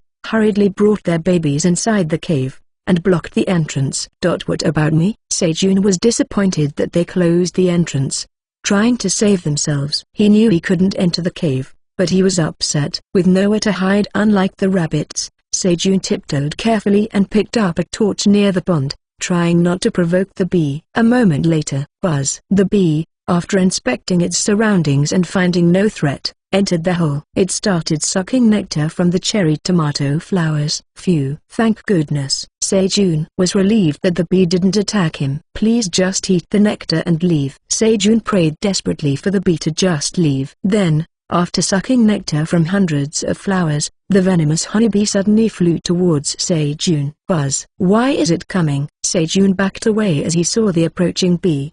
But this place was a closed cave. Thump! Soon, his back hit the wall. Buzz! The bee approached Sejun, who had no more room to retreat. The distance between Sejun and the bee was getting closer. Now, it was almost 2 meters apart. Sejun was so tense that he couldn't breathe properly. I can't die like this. Sejun timed when to swing the torch. Just then, why-eeing. The bee moved up and down 3 times in front of Sejun and quickly flew to the hole in the ceiling. Phew, thud. As the tension was released, Sejun's legs lost strength and he slumped down. A few minutes must have passed. Peek! The husband rabbit cautiously opened the hole and looked around. And then, peek! Upon finding Sejun with his eyes closed and lying down, the husband rabbit hurriedly rushed over. At that moment, Sejun opened his eyes and screamed, startling the husband rabbit. Peek! The husband rabbit screamed in surprise. He. It was a bee that abandoned me. P.E. At Sejun's words, the husband rabbit had a sorry expression. I know, dude. As the head of the family, you should protect your family. Sejun stroked the husband rabbit's head. And then, thud. He lightly slapped the back of the husband rabbit's head. Peek! The husband rabbit touched the back of his head, looking confused. Didn't you just forgive me? But what you did was still wrong. Sejun was too narrow-minded to forgive easily. And so, the poisonous honeybee incident came to an end. The poisonous honeybee was very happy lately. Up until recently, eating was something the poisonous honeybee had to do reluctantly in order to survive. Poisonous honeybees usually hunt with their peers, hunting monsters with their venomous stingers and eating their flesh. While the other poisonous honeybees enjoyed eating the flesh, this meal was a real ordeal for the honeybee. It's tasteless. There was no appetite, but it ate just to avoid dying. One day, while hunting with its peers as usual, and eating the tasteless flesh of a monster, a sweet scent came wafting from somewhere. What's this smell? I want to eat it. Upon smelling it, the honeybee's appetite came to life for the first time. Why-eeing. Following the scent, the poisonous honeybee arrived at a hole in the ground. There was a yellow flower beneath the hole, and a sweet scent came from it. However, there were beings guarding the place. The honeybee was sad that the place had an owner, but as it was about to leave, the owner of the cave gave way. Thank you. Thanks to the cave owner's consideration, the poisonous honeybee had its first delicious meal. And as a sign of gratitude to the owner who provided the delicious meal, the honeybee returned home. The next day, why-eeing. I'm back again. The poisonous honeybee came back to eat honey. On the 102nd day of being trapped in the tower, the family gained a new member. On the 113th day of being trapped in the tower, carrot sprouts began to appear one by one since yesterday. Squeak! Boing! Yesterday, the rabbits were so excited about the carrot sprouts that Sejun had to work alone. Around lunchtime, Buzz, the poison honeybee, arrived inside the cave. Creak! Welcome! Rub rub! The poison honeybee perched on Sejun's shoulder and rubbed its body against Sejun's cheek, showing affection. It was the bee's way of clocking in. At first, Sejun was a little scared of the poison honeybee, but the more he looked at it, the cuter and more affectionate it seemed. Buzz. After clocking in with Sejun, the poison honeybee flew to the cherry tomato flowers and began to suck nectar. Having the poison honeybee frequent the cave had a benefit. Sejun no longer had to pollinate the cherry tomato flowers separately. In other words, we are. The baby rabbits in charge of pollinating the cherry tomato flowers were thrilled. These days, the baby rabbits ran around the cave playing. Sejun watched them with envy. Isn't there anyone to take over my work? Lately, Sejun's workload had been increasing. Unlike the baby rabbits, he had to personally harvest and sow seeds to increase his skill proficiency. Yesterday, he extracted seeds from 50 magical cherry tomatoes and planted them in the ground.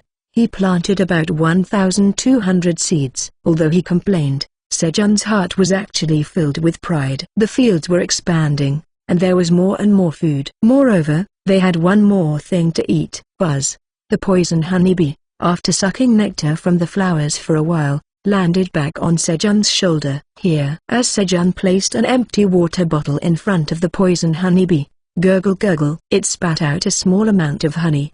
The poison honeybee started spitting out honey 2 days ago. It spat a thick liquid on Sejun's roasted green onion that he was eating, and at the time, Sejun was shocked, thinking it was poison. However, sniff sniff. Seeing the rabbits sniffing the liquid that had fallen from Sejun's green onion, Sejun became curious and sniffed it himself. And he tasted it.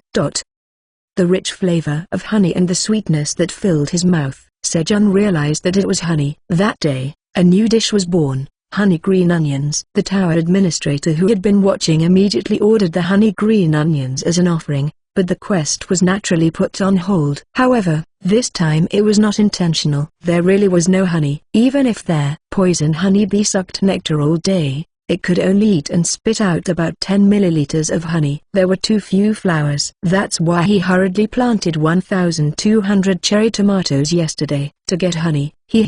In just a few months, I'll be eating honey like Winnie the Pooh. While Sejun imagined the future flower garden, Buzz, the poison honeybee, having spat out the honey, went back to suck more nectar. A hard-working creature. Very impressive. On the 113th day of being trapped in the tower, a day filled with sweet honey. TL notes. Changes: Tower manager - greater than tower administrator. The black dragon Ellen Brittany found the sweet potatoes hidden in a corner of Sejun's cave. After persistent persuasion, she received 3 sweet potatoes and some leaves from the human as a quest and began to roast them on the fire. Making roasted sweet potatoes seemed incredibly easy viewed through the crystal ball, as all you had to do was wrap them in leaves and put them on the fire. There's no way I, the great black dragon, can't do what a human can. Ellen was confident of success. However, the first roasted sweet potato was completely burned, turning into charcoal that couldn't be eaten and had to be thrown away. The second one was taken out too quickly,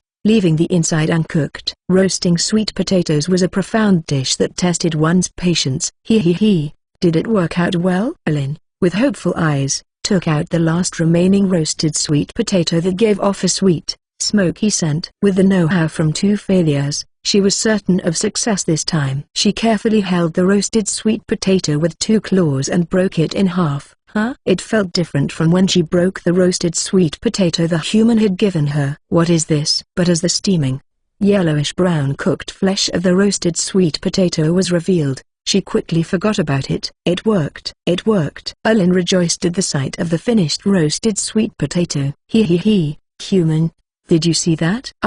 Black Dragon Ellen Brittany, made this roasted sweet potato. Ellen looked proudly at the roasted sweet potato. And then, she peeled the skin off and put half of the roasted sweet potato in her mouth. It seemed like it would taste better if she bit into it like a human, but she was a black dragon. She couldn't allow herself to imitate a human's appearance, as it would lower her dignity. Crunch. What? This wasn't the right texture. Her teeth should have sunk in without any resistance. But she felt a subtle resistance. It wasn't the moist, chewy, and soft texture that the human had offered. Moreover, it was sweet but didn't have the more concentrated sweetness of the first roasted sweet potato she had eaten. How could this be? My fire is stronger and better. Why is mine less tasty? The great black dragon couldn't believe that she was worse at roasting sweet potatoes than a human. A dragon like me can't control fire better than a human. Ellen was frustrated. My pride is hurt. Ellen was upset again today. Since I'm annoyed, let's see what the human is doing. Ellen began watching Sejun's cave through the crystal ball. Squeak, ski. Sejun woke up to the sounds of the busy rabbit couple. Alright. As soon as Sejun got up, he went to the wall where he recorded the dates. And then, swoosh, he drew a line on the wall with a fishbone, completing the character dot. On the wall, there were 2 lines with 10 characters each, and below that, a third line with 4 completed characters. 120th day of being stranded. Almost 4 months have passed. Sejun glanced at the wall once and went to the pond to wash his face and eat breakfast. Then he began his morning farming. Tap, tap. You have harvested a well-ripened magical cherry tomato. Your job experience increases very slightly. Your harvesting LV2 skill proficiency increases very slightly. You gain 10 experience points. Whoosh, whoosh, yip, yip. As Sejun harvested the cherry tomatoes, the baby rabbits ran to him with pitiful expressions. Hey, if you think making such a pitiful face will make me give you cherry tomatoes, you're sadly mistaken. Yip, yip, yip. Uncle, are you crazy? The baby rabbits, unable to understand Sejun's words, tilted their heads and started to back away. Sejun's isolated sense of humor failed to evolve with the world and developed independently, like the Galapagos Islands. Or perhaps it was devolving. If you rub your face against my cheek, I'll give you some. As the baby rabbits tried to run away, Sejun hurriedly told them the main point. Yip, yip. The baby rabbits sighed with a resentful expression. It felt as if their affection for Sejun was decreasing in real time. I'm sorry. I didn't know it was such a big deal. Uncle was just joking. Here. Just as Sejun was about to hand over the harvested cherry tomatoes, hop, hop. One of the baby rabbits jumped once on the ground and once on Sejun's knee before climbing onto his shoulder. This rabbit was particularly fond of Sejun. And then, rub, rub. The baby rabbit rubbed its face against Sejun's cheek. The soft touch of the rabbit's fur felt pleasant. Oh, you get two. Sejun gave 2 cherry tomatoes to the rabbit who listened to him. The other baby rabbits got 1 each. Yip, yip. The baby rabbits who only got 1 cherry tomato protested, but Sejun didn't give them any more. He. This is what happens when you disappoint your uncle. At Sejun's words, the baby rabbits huffed and went to a cool spot in the cave to eat their cherry tomatoes. When Sejun finished harvesting the cherry tomatoes, he took a short break and prepared grilled piranhas for lunch. Then, the tower administrator is furious with you. Again, why? Sejun casually dismissed the message from the tower administrator, who seemed to be angry for no reason. At first, he thought it was a big deal and always got nervous, but now that the tower administrator had been angry several times, he just let it slide. Is it some kind of anger management issue? When it was time for lunch, buzz, buzz, the poison honeybee came to work, sucking nectar as usual. Welcome. Rub, rub. The poison honeybee landed on Sejun's shoulder as he was watering the carrot field and rubbed its body against his face to mark its attendance. And then, buzz, buzz. It flew to the flowers to suck nectar. However, it went to the green onion field, not the cherry tomato field. The green onion, which had been left uncut to bloom, finally bloomed. The poison honeybee ate the nectar from the green onion flowers first, then moved to the cherry tomato flowers. I have to pick the green onion flowers today. It was about time to get the green onion seeds. After finishing lunch, Sejun pulled out the green onion with blooming flowers as soon as the poison honeybee finished sucking nectar and left. The green onion that bloomed had fulfilled its role and would die soon, so it had to be harvested and eaten quickly.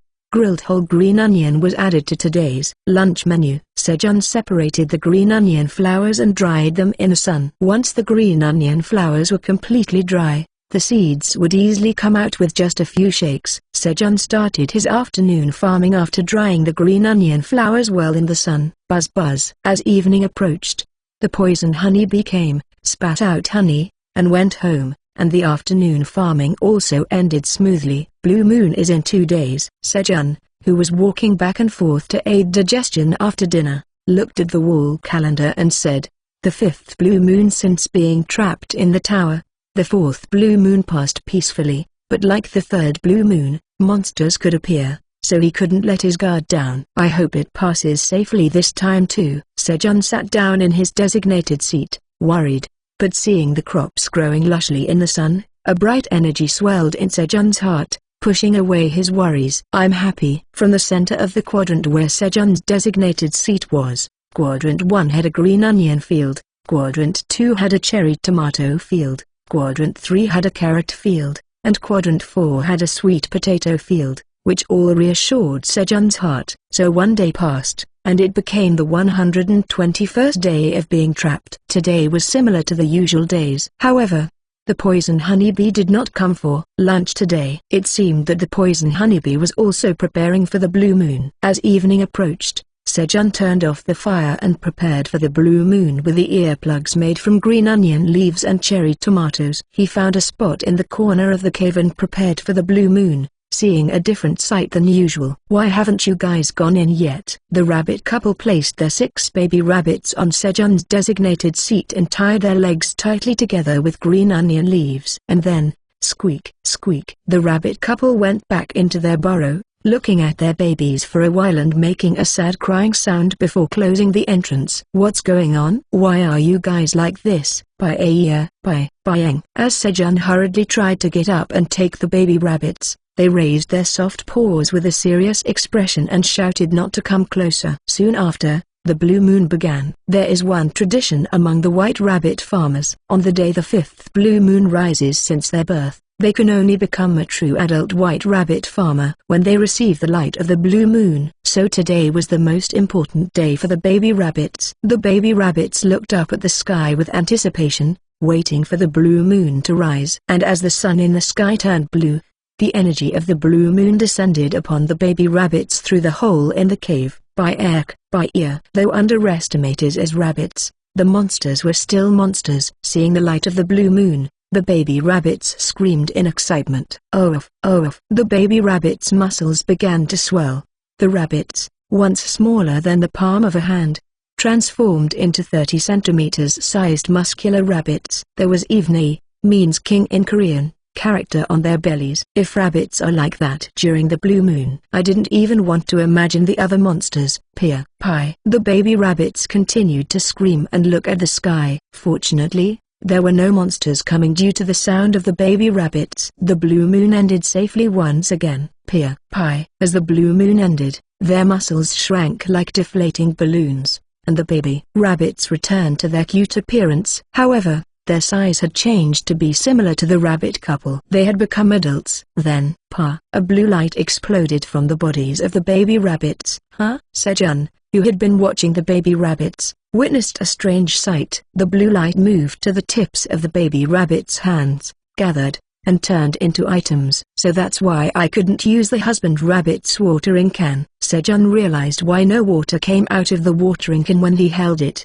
The farmer rabbits seemed to have their own exclusive items. The items gradually took shape and turned into a shovel, a sickle, a shovel, a watering can, and a cart. And was it a hammer since it was made of iron? Suddenly, an item from a different genre appeared. Looking closely, only the one holding the hammer had turned black in color, and the name written above its head too. Warrior Black Rabbit. Warrior Black Rabbit. Pyang, jump, rub rub rub. The warrior Black Rabbit climbed onto Sejun's shoulder, thinking Sejun had called him, and acted affectionately. He was the one who received 2 cherry tomatoes from Sejun. When morning came, the adult rabbits no longer played. They each used their own farming tools to help with farming. The rabbit with the watering can helped the husband rabbit water the crops, and the rabbit with the sickle helped the wife rabbit cut the leaves of the green onions. The rabbit that got a cart as an item carried the cut green onions leaves and moved the harvested crops to the storage shed, and the 2 rabbits with shovels expanded the field to plant more seeds. Their skills were still inexperienced, but since the farming tools were items, they were a great help in farming. And the black rabbit without a farming tool helped Sejun with hunting. Splash! When Sejun shook a torch near the pond, a piranha jumped up. Now, Beer! At Sejun's signal, the black rabbit, who had been waiting, jumped up to smack the piranha with the hammer. However, the timing was off. The black rabbit's body collided with the piranha before it could swing the hammer. Thud! But luckily, the black rabbit and the piranha fell out of the water together with a body slam. Jump! The black rabbit hurriedly got up as soon as it fell to the ground, and, it ran to the struggling piranha and struck it with the hammer. Bang! Bang! Bang! Although it was unknown why the hammer made a rubber mallet sound, the effect was certain. The piranha was dead, but it was crushed to the point of being inedible. The black rabbit looked at Sejun proudly, with a victorious expression and the hammer on its shoulder. How about me? But don't look at me, look over there. Peek. Mother rabbit approached, seeing the piranha that should have been eaten for a meal turned into a mess. Peek. Pie. The black rabbit had to endure about an hour of nagging from Mother Rabbit, as the newly grown-up rabbits became accustomed to their respective equipment. 30 days have passed since your purchase at the seed shop. Seed shop LV1 is reactivated. On the 125th day of being trapped in the tower, the seed shop opened again. Seed shop is now open. Today, 3 types of seeds for sale will be randomly displayed. At your current level, you can only purchase seeds once. List of seeds appeared in front of Sejun. Watermelon seeds x 10 to 5 tower coins. Sweet pumpkin seeds x 50 to 1 tower coin. Glutinous corn seeds x 200 to 0.5 tower coins. The prices of these seeds were very different from the ones that were sold last time. Sejun had only 0.9 tower coins, and the only thing he could afford was glutinous corn seeds. If it's this expensive, I won't be able to buy anything next time. But there was no way to make more money here. Hunters had 3 ways to earn tower coins in the tower. There might be other methods, but Sejun didn't know them. The first way to earn tower coins was to clear floors and receive clear rewards. The amount earned at once was large,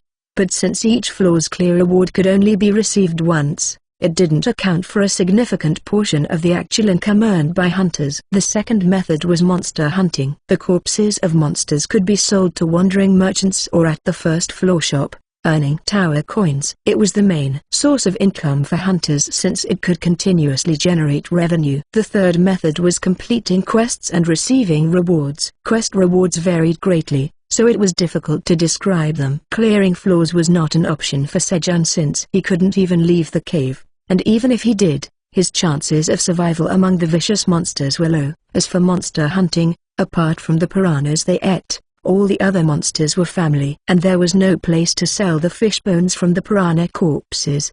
But it seemed unlikely they could be sold anyway. Crunch, crunch. Lately, the rabbits had been enjoying sun-dried piranha fish bones as a snack. Sejun had tried them too. The crunchy texture was good, and the more he chewed, the richer the flavor, so he kept reaching for more. Thus, the last method left for Sejun to earn tower coins was almost extortion-level quests from the tower administrator. So, after the seed shop transaction, he demanded tower coins as a quest completion reward from the tower administrator. The tower administrator says they don't know what that is, but they'll give it to you when they grow up. He got a weird response. The tower administrator doesn't know what tower coins are? How could that be? And saying they'll give it when they grows up. How old are you? Sejun calmed his excitement and asked. The tower administrator says that's a secret. Then how many years will it take for you to grow up? The tower administrator says about 300 years. Are you kidding? So should I record all the tower coins I'll receive from now on and pass them down through generations until my great-great-great-great-grandchild gets them? And I'm not even in a situation where I can have descendants now. When Sejun angrily sputtered, the tower administrator ran away again. They disappeared when faced with difficult answers. So, Sejun gave up on earning tower coins in this place. Phew. Just thinking about it makes me angry again. Sejun calmed down and looked back at the seeds in the seed store. The only thing he could buy was the corn. Well, corn isn't bad either. It's delicious whether you steam or grill it. Plus, you can grind it into flour and make something like bread. Slurp. Sejun's mouth watered just by imagining eating steamed corn. Knowing the taste was indeed more tempting. Alright.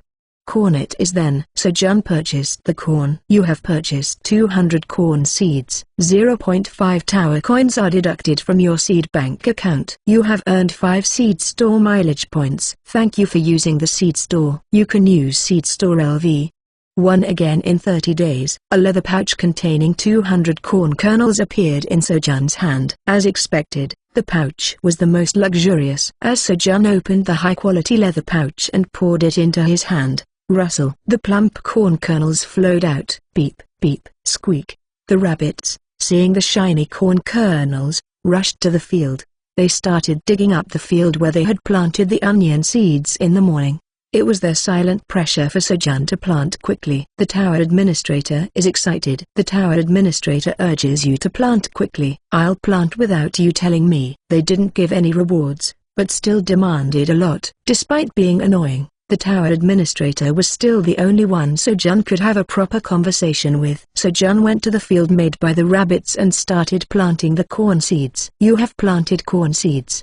The effect of seed sowing LV2 increases the likelihood of the corn seeds taking root. Seed sowing LV2's proficiency increases very slightly. It was a task he had done thousands of times before, and since there were few corn seeds, planting was done quickly. Shiwa, the father rabbit with the water hose and the child rabbit each took care of a row, watering them carefully, finishing planting the corn before bedtime. Thanks to that, they were able to sleep at the proper time without an all-that-nighter. Day 128. While Sejun and the white rabbits were doing their morning work after breakfast, bang, bang, bang. The black rabbit was practicing by hitting the cave wall with a hammer. The wall remained intact no matter how much it was hit. He wasn't sure if it was helpful, but the Black Rabbit's efforts to help the family were adorable. As everyone was doing their own tasks, Buzz, the poison honeybee, came to work. It was earlier than usual, and the poison honeybee had been spending more and more time here lately. Rubbing. Welcome. The poison honeybee rubbed its body on Sejun's face, who was harvesting cherry tomatoes, marking its attendance, and then sat on the flower to start sucking nectar. How much time had passed? Beep. The wife rabbit started preparing lunch by putting dry green onion leaves on the fire. Black Rabbit. Bang. At Sejun's call, the Black Rabbit came running. It's hunting time. Bang. The Black Rabbit shouted excitedly, holding his hammer, and ran to the pond. Bang, bang. Taking a hunting stance in front of the pond, the Black Rabbit urged Sejun to hurry up. He seemed eager to show the results of his training. All right. Sejun hurried to the pond at the Black Rabbit's enthusiasm, holding a torch and shaking it over the water. Splash. The piranha sensed the movement and immediately jumped up. Leap. Bang. The Black Rabbit's hammer, honed through training, struck the piranha's body cleanly, sending it flying out of the water. And then, chack, he even managed to land perfectly outside the pond using the recoil. At first, he had to save the rabbit from falling into the water several times. Sejun was quite proud. Clap, clap, clap. Sejun applauded and praised the Black Rabbit. Bang. The rabbit, pleased with Sejun's praise, took his stance again. The Black Rabbit's passion was burning. Thanks to the Black Rabbit's burning passion, they had a very hearty grilled fish lunch. Everyone ate more than usual, but there were still 5 grilled fish left. Beep, beep, beep. The rabbits, seemingly unable to eat any more, lay down on the floor with their bellies swollen. Ah, I'm full. Sejun could not eat any more and put down the grilled fish he was eating. Just then, drip, drip, drip, water droplets fell from Sejun's hand. What? Could it be a monster? Sejun hurriedly looked up. Huh? A cat? On the hole in the cave ceiling, a yellow-colored cat, TL note, cheese-colored C image at the end, was drooling while staring intently at the grilled fish. Beep, beep. The rabbits hurriedly fled into the burrow. Leap, leap, bang. The Black Rabbit, a warrior, climbed onto Sejun's shoulder and prepared to attack the cat. And then, Buzz, the poison bee, also prepared for battle by pulling out a sharp stinger from its tail. Ah, don't misunderstand, everyone. I'm not a despicable cat who came to steal food. The cat, whose attention had been on the grilled fish, hurriedly regained its senses and waved its front paws, shouting. Then why are you here? By any chance, are you customer Park Sejun? Yeah, I'm Park Sejun. Why? Bounce. Twirl, twirl, twirl. Chack. The cat jumped down from the hole, made 3 spins in midair, and landed gracefully. And then, hello. My name is Theo, the wandering merchant. Theo knelt on one knee and placed one hand on his chest as he introduced himself. A wandering merchant? Sejun looked at Theo curiously. He had heard that people occasionally met wandering merchants while climbing the tower, but he had never heard of a cat wandering merchant. Yes, I heard that a new member has joined the seed shop, so I came to greet you and do business as well. While talking to Sejun, Theo kept glancing at the grilled fish. As he got closer to the grilled fish, the strong smell of the fish distracted Theo's mind. Hang in there, Theo. Don't lose your sanity. Theo tried to shake his head to regain his composure, but, gurgle, his body was honest. Ah, I'm sorry. Theo quickly apologized to Sejun. How could he commit such a faux pas in front of a potential customer he would be dealing with in the future? It's fine. If you haven't eaten, do you want to eat this grilled fish? It's okay. We have leftovers anyway. You can eat it. Well,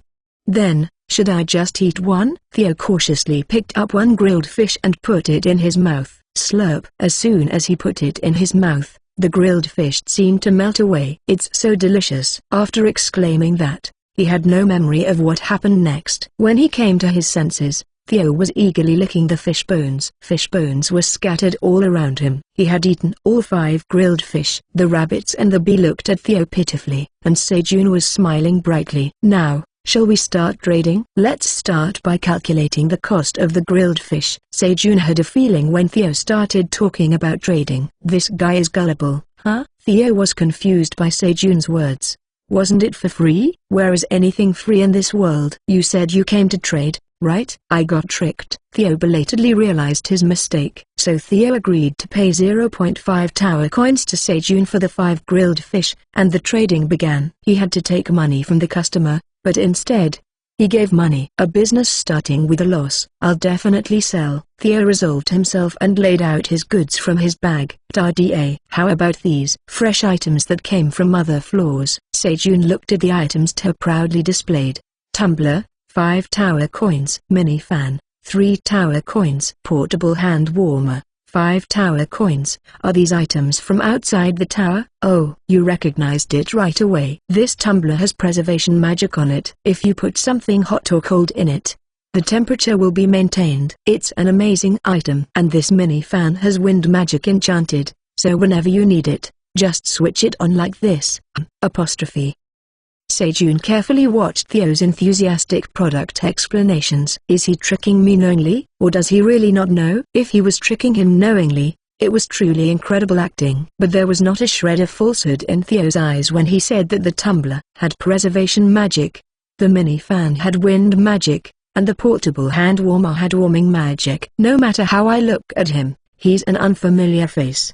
He thought he was gullible, but he was actually an incredibly huge sucker. Sejun was really lucky. It's not easy to meet someone like this. Using this fool, he felt like he could earn tower coins. Gullible. I mean, Theo, do you want to work together? Sejun proposed a partnership to Theo. Theo is from the 75th floor, one of the neutral zones in the tower. For a long time, Theo had been infatuated with Grania Village's most beautiful woman, Meryl. Theo, confess your love. You can do it. That's right. The brave ones get the beauty. Confess. Confess. Encouraged by the support of his friend En, the son of the wealthiest family in the village, Theo confesses his hidden love. Meryl, I like you. Would you go out with me? However, Humphrey, know your place. How dare you look down on me? That's right. Theo, know your place. I'm sorry, but Meryl and I are actually dating. Kekik. En kissed Meryl's lips, laughing at Theo. Kekik. Theo, look at that dumbfounded face. Pew ha ha ha. How can he show his face around Grania Village now? The smiles Meryl had given him a few days ago and the encouragement from his friends,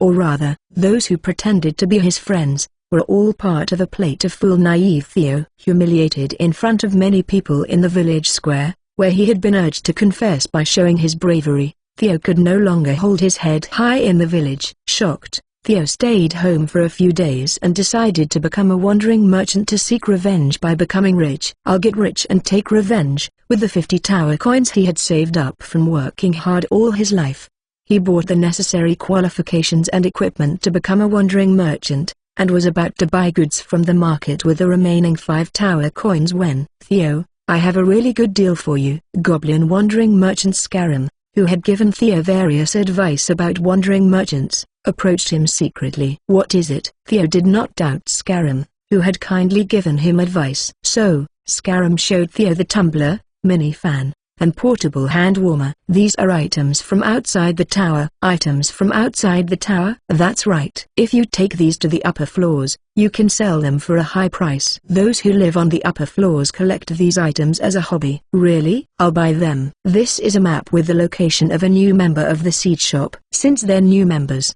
you might be able to get a good price if you're lucky. Theo went up the tower following the map, trusting only Scarum's words. However, since he had given almost all of his money to Scarum for the items, he couldn't afford enough food. That's why Theo, starving, found his way to where Sejun was. Huh? You want to work together? Yes, and all the items you brought are garbage. Sejun first shook Theo's mentality with a harsh truth. What? Garbage? That can't be. Theo was agitated by Sejun's words. It was understandable since he had spent all his money on the items.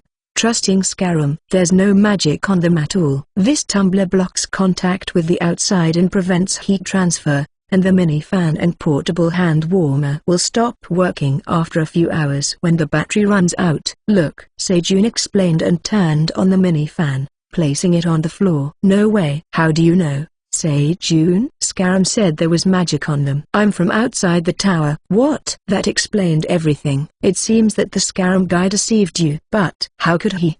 He was so kind to me. While the shocked Theo was mumbling to himself, denying reality. Squeak. Beep. Meow. The white rabbits started farming. Splish. Whack. Bam. Sejun and the black rabbit caught piranhas and made grilled fish. Meanwhile, The mini-fan stopped working not even an hour after being turned on. Whoa. Scarum is a bad goblin jerk. Why do I always fall for this? What do I do now? Theo started to cry, sobbing loudly. His sadness even brought out the Grania dialect he had practiced to hide for so long. Theo, calm down. Let's talk about our future plans while eating grilled fish. Sniffle. Gulp. You're going to make me eat and then ask for money, aren't you? Sniffle. I'm not that stupid. Theo swallowed his saliva looking at the grilled fish but didn't let his guard down. He was naive, but he wasn't a fool to be tricked by the same method again. And Sejun had no intention of taking money here either. No, I'll let you have what you ate earlier for free. Having shaken his mentality, it was now time to comfort him. Sejun had bigger plans in mind. Really? Yes. Now, listen carefully to my story while eating. Sejun started talking about their partnership, offering grilled fish to Theo's front paw. Okay. Yum yum. Theo absent-mindedly ate the grilled fish while listening to Sejun's words. When he finished the last piece of grilled fish, press, his left paw had stamped the contract. Squeak. His paw print was clearly visible as he lifted his paw from the contract. The contract read, Lifetime Distribution Contract. Why is this here? Why was the contract that should have been in his bag in front of him? Theo hurriedly read the contract. Purpose and content of the contract. The purpose of this contract is for Party A and Party B to cooperate mutually and promote the sale of Party A's agricultural products, thus obtaining benefits for both parties. From now on, Party B will sell the agricultural products provided by Party A for life and bring in the sales revenue. Compensation. Party A will provide Party B with 25 grilled fish per week or an equivalent amount as a weekly salary. Party A will give Party B 3 to 5% of the sales revenue as an incentive. Special provisions. Party B may terminate the contract if the total sales amount within 1 month of the initial transaction is less than 5 tower coins. Party B must sell agricultural products for an amount equal to or greater than the price set by Party A. Party B cannot establish additional trade partners without Party A's permission. When trading, the Grania dialect must be used. Party A, Park Sejun. Party B, Theo. At the bottom of the contract, Sejun's stamp and Theo's paw print were placed side by side. Special Provision 1 was designed to make Theo sign the contract by providing an escape route. Special Provisions 2 and 3 were intended to prevent Theo, a big sucker, from being fooled again. And Special Provision 4 was added because Sejun was confident that people from Earth would love Theo's dialect. What's this? Let's do our best from now on, Representative Theo. Sejun stroked Theo's head. It's not in effect yet. There's Special Provision 1, right?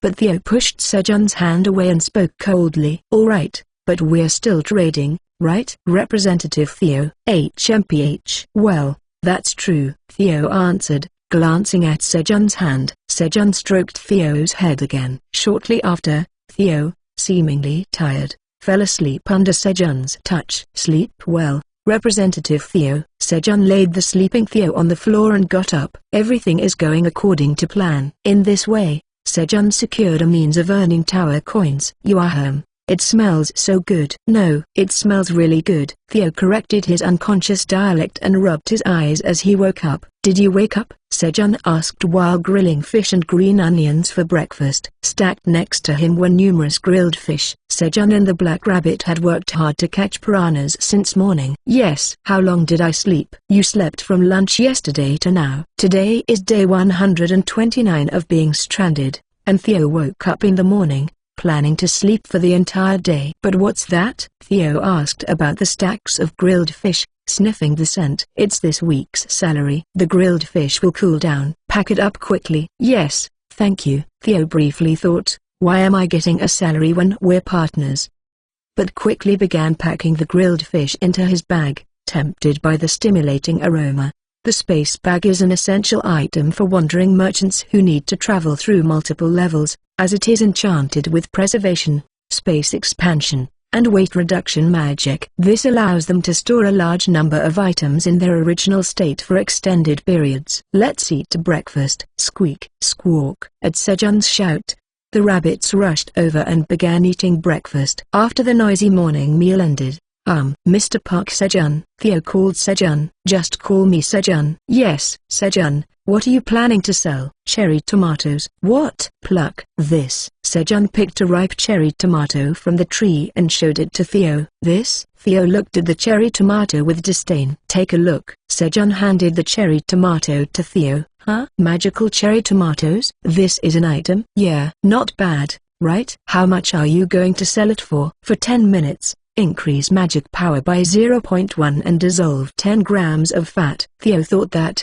considering the item's options, he could get around 0.01 tower coins each if it was well received by the awakened people in the tower. One cherry tomato for 10,000 won. That's quite a high price. However, 0.05 tower coin each. Sejun called out a price 5 times higher than Theo's estimate. What? At Sejun's words, Theo looked at the cherry tomato in his hand with a "will this sell?" expression. Sejun was confident that his cherry tomatoes would sell at a high price. These cherry tomatoes were not meant for the awakened ones. Although magical cherry tomatoes provided fat dissolution and magic power increase to the awakened ones, the effects were not significant. Their bodies were already somewhat optimized through awakening, so the effects were not substantial. However, for the non-awakened people outside the tower, cherry tomatoes that instantly dissolve 10 grams of fat and invigorate the body without side effects, and also have top-notch taste, were undoubtedly marketable products. Considering the initial scarcity, Sejun even thought he could get 0.1 tower coin each. Sejun believed in Earth's dieters. They would respond. Alright. It's a contract anyway. Theo thought it was rather fortunate. If the total sales amount doesn't reach 5 tower coins through this deal, he can nullify the contract and just receive the grilled fish. How many will you take? About 1,000? Sejun pointed to a storage room he had made in the corner of the cave. Cherry tomatoes were piled up there. Sejun and the rabbits helped Theo fill his space bag with cherry tomatoes. Then,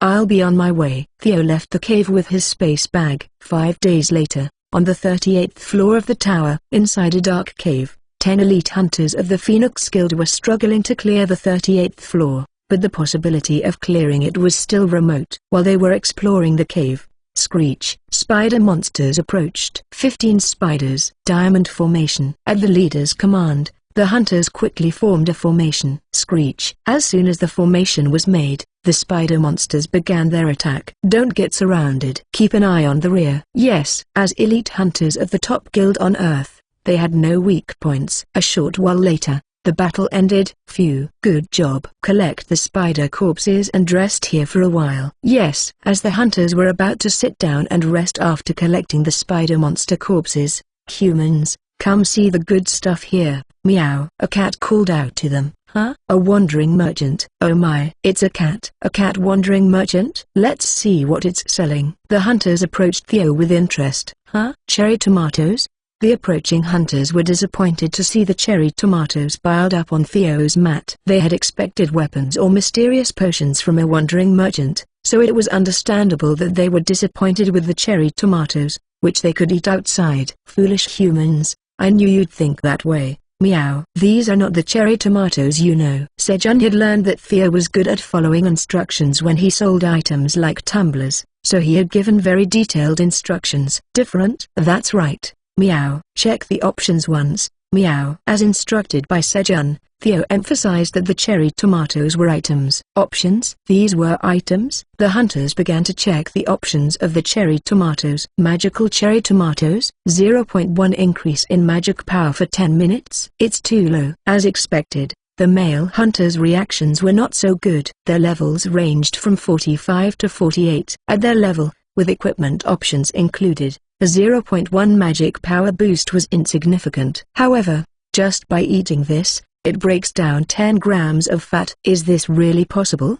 The female hunters' reactions were different. They immediately recognized the true value of the product. Countless women wanted to maintain their figures while eating delicious food outside. And, above all, the options written on the items do not lie. How much is this? Jessica, one of the female hunters, excitedly asked for the price of the cherry tomatoes. As soon as she saw them, she thought of her younger sister Anna. Anna had undergone gastric bypass surgery due to morbid obesity, but her weight had risen to 120 kilograms again since last year due to depression and binge eating. The magical cherry tomatoes felt like a ray of hope to Jessica, who had been worried about Anna's health lately. Each magical cherry tomato is 0.05 tower coins. Meow. What? The other hunters were surprised by Theo's words. The price of one cherry tomato was outrageously expensive. I'll buy half of what's here. Huh? Really? Meow. Half is 500. Meow. Theo was surprised by Jessica's words. 500 meant 25 tower coins. It far exceeded the 5 tower coins in sales from the contract. That meant Theo would have to sell Sejun's crops forever. Yeah, I'll buy 500. Here's 25 tower coins. Jessica handed over the money. Compared to the cost she had already spent on Anna's treatment, it wasn't a huge amount. Why don't you think about it again? Meow. Human, you're making an impulse purchase. Meow. Theo tried to dissuade Jessica from buying, not accepting her money, in an attempt to break the lifelong contract. However, it backfired. She's buying 500, and he's trying to dissuade her. Isn't there something wrong about this? How many should I buy to give to my girlfriend? Seeing Theo's reluctant attitude to sell, the hunters became even more curious. I'll take 100. I want 50. Me too. 50. The hunters began to competitively buy the cherry tomatoes. Although the price of one cherry tomato was expensive, it wasn't a lot of money for elite hunters like them. The amount of tower coins could be earned in just a few days of hunting. They were willing to pay enough to satisfy their curiosity. As soon as their break was over, the hunters went back to hunting spider monsters. How can this be? Theo sobbed as he looked at the empty mat. Wow! It's sold out. Meow. The first ever sellout in cat life. The legend of Theo, the cat wandering merchant, was beginning. Day 134 of being stranded. Alright, Sejun woke up energetically again today. Every time he leveled up, he increased his strength and stamina with bonus stats. His body condition was already good, but now he was full of energy every morning. On top of that, the farmer's job trait of not getting sick was surprisingly good. Swoosh. Sejun went to the wall and drew a line on it as he started his day. Beep, beep, bruh, bang. The white rabbits and the black rabbit woke up and greeted Sejun in the morning. Right. Good morning. The rabbits who greeted him each began their own tasks. Sejun also washed his face in a small pond and started harvesting cherry tomatoes. Tap, tap. You have harvested a well-ripened magical cherry tomato. Your job experience has increased very slightly. The proficiency of harvesting LV2 has increased very slightly. You gain 10 experience points. While he was harvesting cherry tomatoes, you have leveled up. You have gained one bonus stat. It had been a while since he reached level 10. Sejun increased his strength with a bonus stat. He must be doing well, right? Sejun thought of Theo. He must have met the hunters by now. How many would he sell and come back? He didn't even expect to sell out. He was worried about whether the young and naive guy could sell properly. But I taught him the secret techniques. He would at least sell half, right? Sejun had taught him the secret techniques of free samples and cat cuddle service. However, Sejun never imagined that the cherry tomatoes would sell out within a few minutes before Theo even used the secret techniques. When the cherry tomatoes start selling, my name will become known, right? Sejun felt proud that his name was attached to the crops being sold. Then, buzz. A poison honeybee flew in through the hole in the cave ceiling. You're here? Rub rub. Today. The poison honeybee rubbed its body against Sejun's face, showing affection while marking its attendance. And then, buzz. It flew to the cherry tomato field to suck nectar. And after some time passed, beep. The wife rabbit began putting dried leaves on the fire. Before he knew it, it was lunchtime. Harvesting cherry tomatoes and helping the rabbits water the fields made time fly by. Bang, bang. The black rabbit, who was practicing hitting the wall with a hammer, called out to Sejun. It was the time of day when the black rabbit could be the most active, so it always looked forward to piranha hunting time. Alright, let's go. Sejun hurried to the pond and waved the torches left and right. Splash, plop, a clean hammer blow. Now, the black rabbit hunted piranhas very skillfully. When they had caught 5 piranhas, the black rabbit's body shone for a moment. Huh? Did you level up? Nod nod. The black rabbit nodded its head vigorously. Sejun had seen the white rabbits leveling up while doing farm work a few times, but this was the first time he had seen the Black Rabbit level up. "Congratulations on leveling up, bruh." The Black Rabbit looked at Sejun proudly. "Aren't I awesome?" The Black Rabbit seemed excessively excited after leveling up, which made Sejun a little worried. He wondered if it would soon try to catch piranhas in the water. In the meantime, the Black Rabbit ran to another White Rabbit and loudly announced its level up news. "Beep, beep, bruh." The White Rabbits congratulated the Black Rabbit. Thanks to that, lunch was a bit noisy. While the rabbits were chatting, Sejun quietly finished his lunch of grilled fish and roasted green onions. Lately, Sejun had developed an indulgence after lunch. Time for coffee. Sejun got up from his seat and picked up the tumbler he had placed on his designated seat with a light step. When he opened the tumbler to use as a cup after Theo left, coffee. There were 10 packs of coffee inside the tumbler. It seemed that neither the selling merchant nor Theo had opened the tumbler. It was a tremendous find. If Theo had sold coffee instead of the tumbler, Sejun would have paid for it. Sejun took the tumbler to a small pond and filled it with about a quarter of water. Tap, tap. He held the end of the canoe, coffee stick, and lightly flicked it with his index finger to remove the residue. He couldn't afford to miss a single coffee granule. After preparing the coffee, he tore the opening of the canoe coffee sachet and poured it into the tumbler. Then, shake it. Shake it. He closed the lid and shook it to dissolve the coffee granules. Click. Slurp. Sejun took a sip of the coffee. Swoosh. The bitterness of the coffee and the fishy smell of the grilled fish with the sweetness of the green onion were washed away cleanly. Ah, indeed, coffee is perfect after a meal. Although he couldn't make a hot coffee without boiling water or iced coffee without ice, the coffee made with cool pond water wasn't bad. Moreover, drip. Sejun poured a little honey he had collected in his water bottle. Ah, this is good. The harmony of bitterness and sweetness created a new flavor. The rabbits shook their heads as if they couldn't understand Sejun smiling while drinking coffee. He gave them a little coffee on the first day, and they shuddered after tasting it. The coffee with honey was the same. Rabbits' tongues seemed to be more sensitive to the bitterness of coffee. Sejun, who had properly enjoyed coffee as dessert, began his afternoon farming. Sejun hummed as he harvested cherry tomatoes and watered the fields. Just a cup of coffee at lunch made the afternoon enjoyable. He ended the day in a good mood. Squeak, squeak. The rabbits said goodbye to Sejun and went into their burrow to prepare for sleep. Good night. Sejun also said goodbye to the rabbits and went to his sleeping place, making a bed by tapping the ground. Then, buzz. The poison bee flew busily around the cave ceiling. "Are you still not leaving?" Lately, the poison bee had been coming early and leaving late, but it was the first time it hadn't returned at this time. "Go and sleep quickly, Buzz." The poison bee ignored Sejun's words and continued to fly around diligently. "Fine. I'll sleep. See you tomorrow." Snore. Sejun fell asleep as soon as his head touched the dirt pillow. Buzz.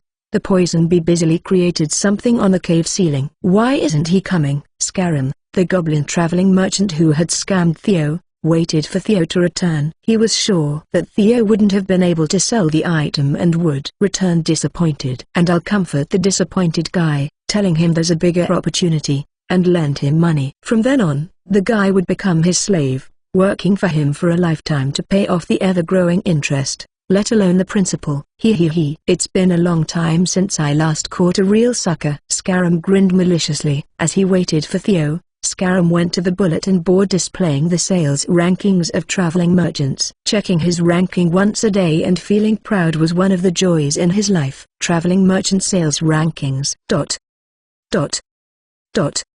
999th place, Scarum, 45.2 tower coins, 1 up. I finally made it into the top 1000. He had moved up one step from the 1000th place to the 999th. It was a ranking barely achieved by beating many rookie traveling merchants. Scarum, who had checked his ranking, began to look over the names of the merchants with higher rankings than his. Starting from the bottom, they were the ones he would eventually have to step on and surpass. At that moment, Scarum's gaze stopped as it slightly moved upwards. A name that he never expected to see in the rankings caught his eye. 982nd place, Theo, 50 tower coins, new. How could this happen? He definitely couldn't have sold it. Scarum muttered as if he couldn't understand. Buzz. Sejun woke up to the sound of the poison bee's wings. The poison bee was still busily flying around the ceiling until morning. Then, Huh? A beehive? A small beehive caught Sejun's eye. It seemed that the poison bee had been working diligently since yesterday to make this. Did you move in? Buzz. Rub, rub. In response to Sejun's question, the poison bee moved up and down 3 times and then rubbed its body against Sejun's face as if to say, please take good care of me. On the 135th day of being stranded, the poison bee became independent and moved into Sejun's cave. On the first day of eating honey in Sejun's cave, the poison bee realized that its body had started to change. After that, every time it ate honey, its body emitted a stronger scent and became slightly plumper. At first, it didn't know what the change was, but it realized what it was when the queen bee in the hive started to be wary of it a while ago. It had become capable of laying eggs. So, the poison bee decided to become independent. The place for independence was, of course, Sejun's cave, which was close to its food source. A huge number of cherry tomato flowers would bloom soon, so it seemed there would be enough food even if the number of family members increased. Buzz. To achieve this, it rubbed its body against the cave's owner every day to show its friendliness and inform him that it was not an enemy. Obtaining permission to live in the cave. Of course, Sejun would never know when he actually granted permission. Rub, rub. Today, as always, the poison bee began its day by rubbing its body against the cave's owner. And then, let's get to work. Squeak, beep, whoosh, bam. Sejun and the rabbits also began their morning, each doing their own work. About 70%. Sejun looked at the carrot sprouts that had grown up to his ankles and spoke. He didn't give up and kept watering them, waiting for the sprouts to emerge, but out of the 1,000 carrot seeds he had bought and planted from the seed store, only 700 had sprouted. As for the 1,200 cherry tomato seeds he had planted after harvesting them from the magical cherry tomatoes, the germination rate was about 10% lower than that of the carrot seeds. The germination rate was 61%. Out of the 1,200 seeds, 732 had sprouted and were growing. The germination rates of the corn seeds bought from the seed store and the sweet potato shoots he had planted himself were also around 70% and 60%, similar to those of the carrots and cherry tomatoes. Thank you for growing so well. About 1,000 of the planted plants had died, making his efforts seem useless, but when he saw the sprouts that had survived and grown, his complaints disappeared, and a smile formed on his face. At that moment, a message appeared before Sejun's eyes. A new quest has been generated. Quest: give 10 magical cherry tomatoes to the tower's administrator. Reward: none. If refused, disappointment.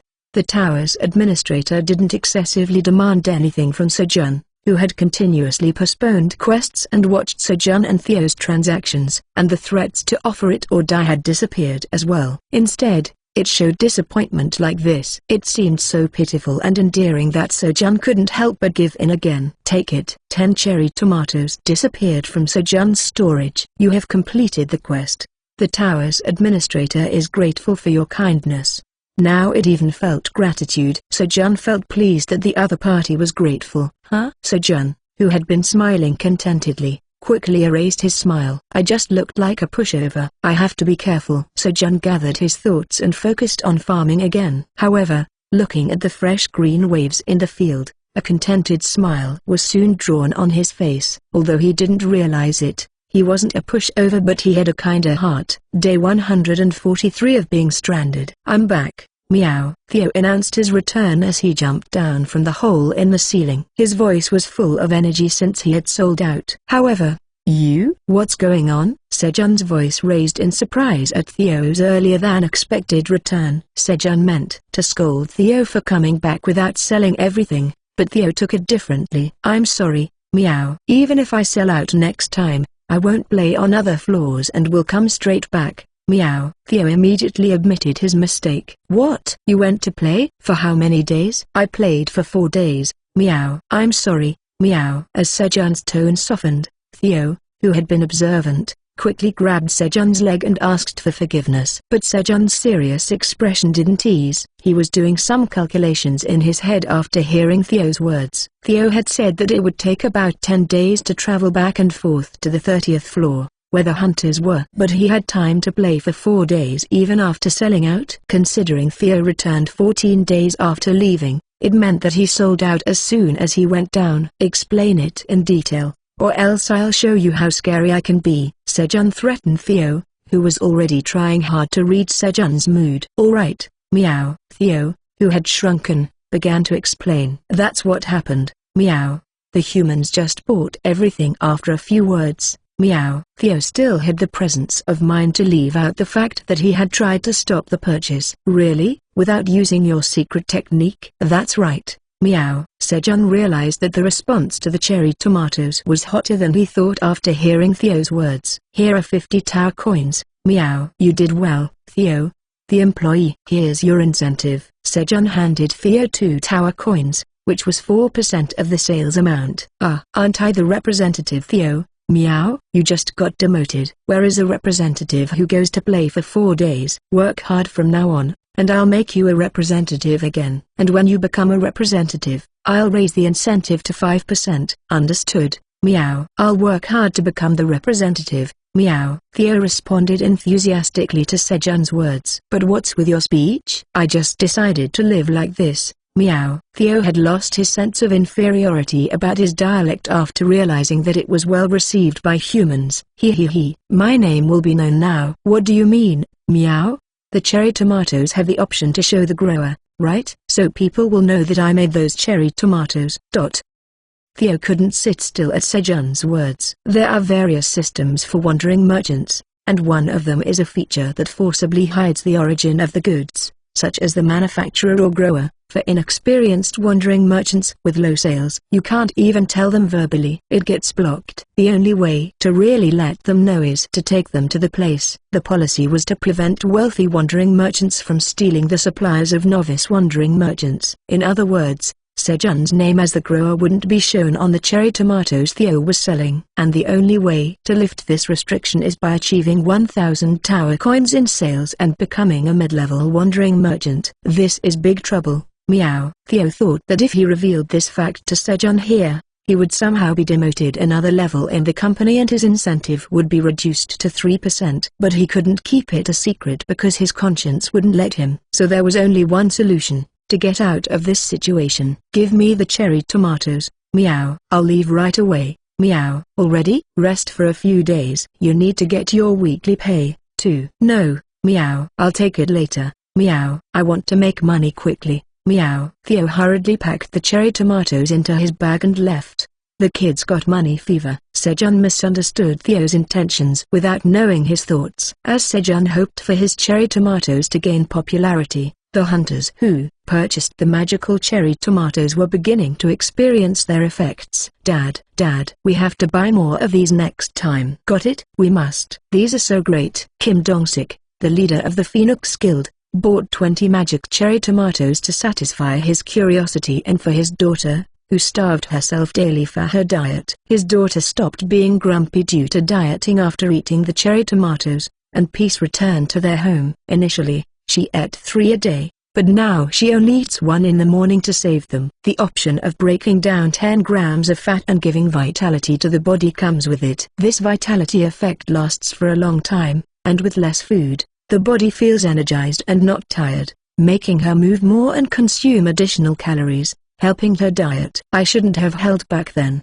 He didn't know she would like it this much. He had given in when other team members wanted to buy some and only bought 20. But seeing his daughter's reaction, he regretted not buying more. "I got it. Trust me, I'll definitely get more for you." It had been a long time since his daughter had requested something like this. Kim Dong-sik really wanted to get the magical cherry tomatoes for her. Entering the tower. In 3 days, Kim Dong-sik sent a text message to gather his teammates earlier than planned to enter the tower.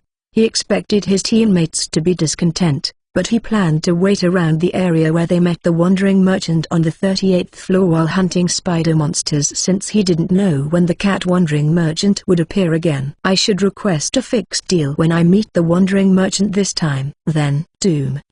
His teammates replied, "Yes, ready. Let's go today." Right now, Kim Dong-sik anticipated grumbles from his teammates, but they seemed to have been waiting and agreed to enter the tower. They even urged him to go faster. They were in a similar situation to Dong-sik. After finishing her hunt, Jessica immediately handed the magic cherry tomatoes to her younger sister, Anna. She didn't have high expectations. But, sis, where did you get these cherry tomatoes? Anna, who had eaten about 20 cherry tomatoes, excitedly pointed at the magic cherry tomatoes and asked Jessica, "Why, is there something wrong with them?"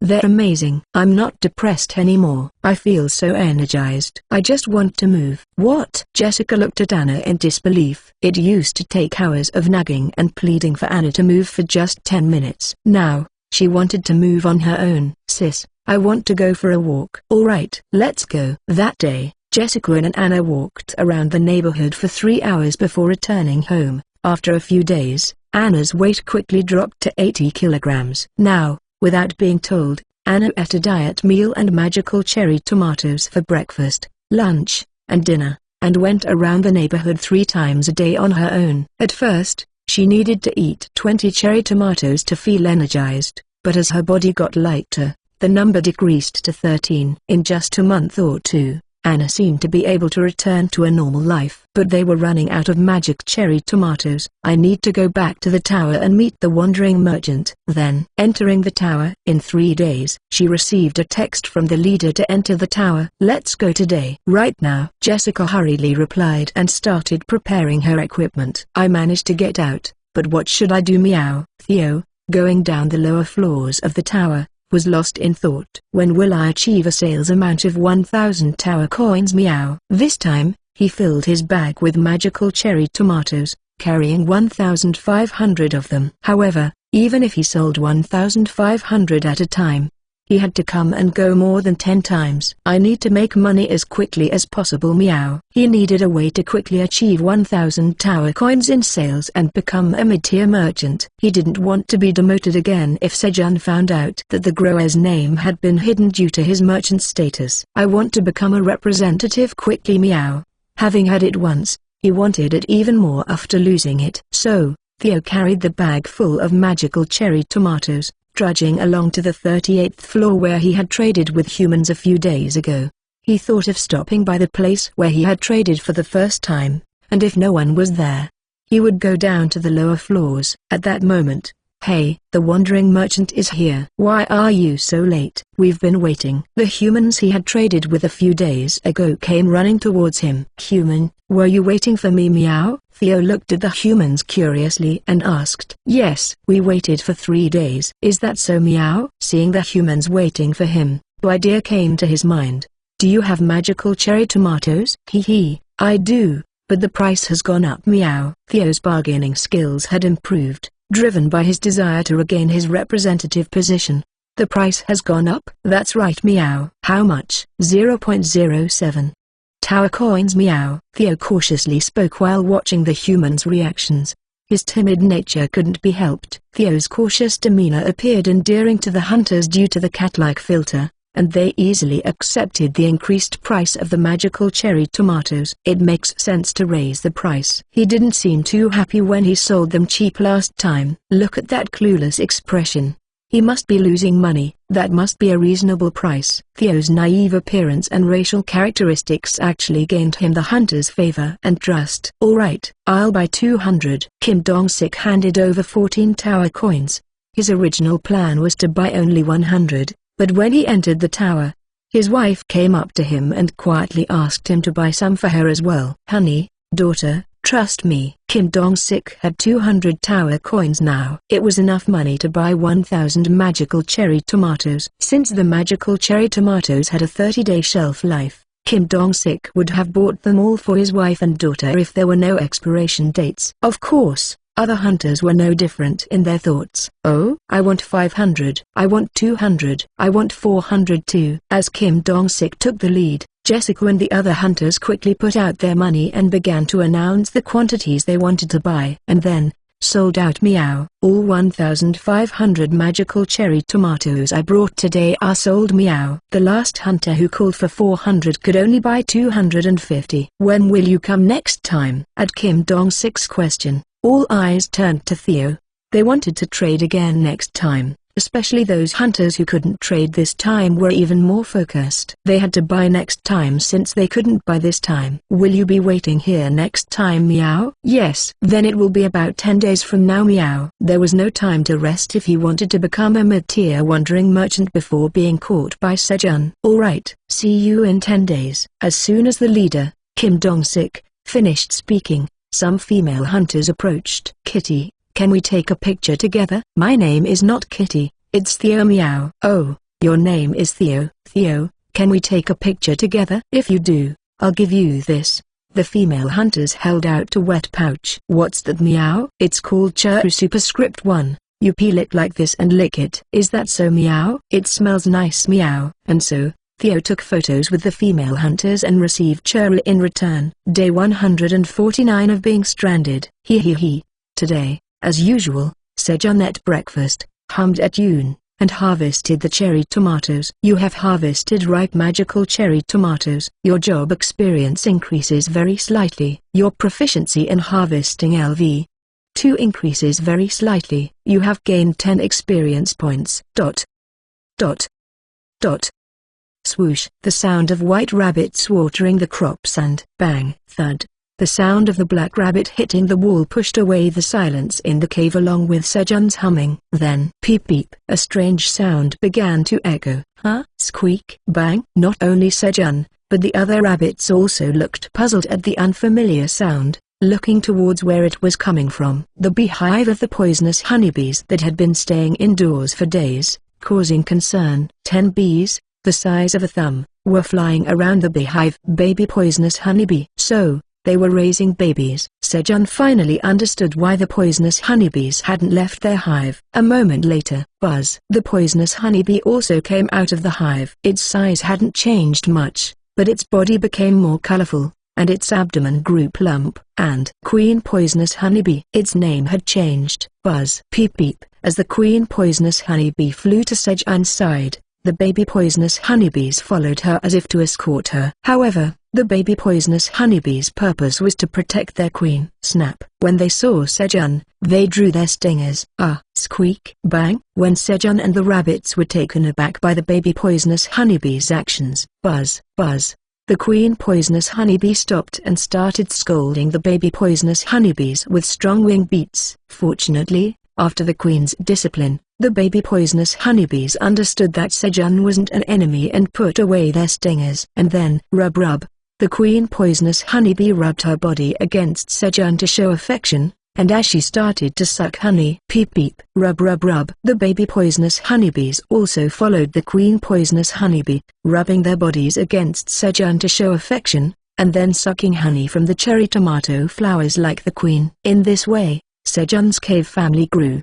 The next morning, Sejun got up energetically and walked to the cave wall where he recorded the dates. And then, swoosh, he added one stroke to complete the third line. It's already been 150 days. Sejun looked at the time etched on the wall with a newfound appreciation. Though only one more stroke had been added since yesterday, the feeling was different. In the past, each added stroke felt overwhelming, but nowadays, he felt proud of himself for living another day in this place. With each stroke, it was thanks to the thriving crops, the rabbits and bees that kept him company, and even the tower's administrator who provided some help. I'm Park Sejun and I'm living well, Sejun said, as if making a promise to himself. It wasn't just for self-consolation. Sejun really was living well. The 48 tower coins in his hand proved it. He managed to make money even while trapped in the cave with terrible conditions. When he went outside, it was worth 48 million won. It was more than what Sejun earned working at a company for a year. He made this money in just a few days and would gather another 48 tower coins in a few more days. Since he arrived here,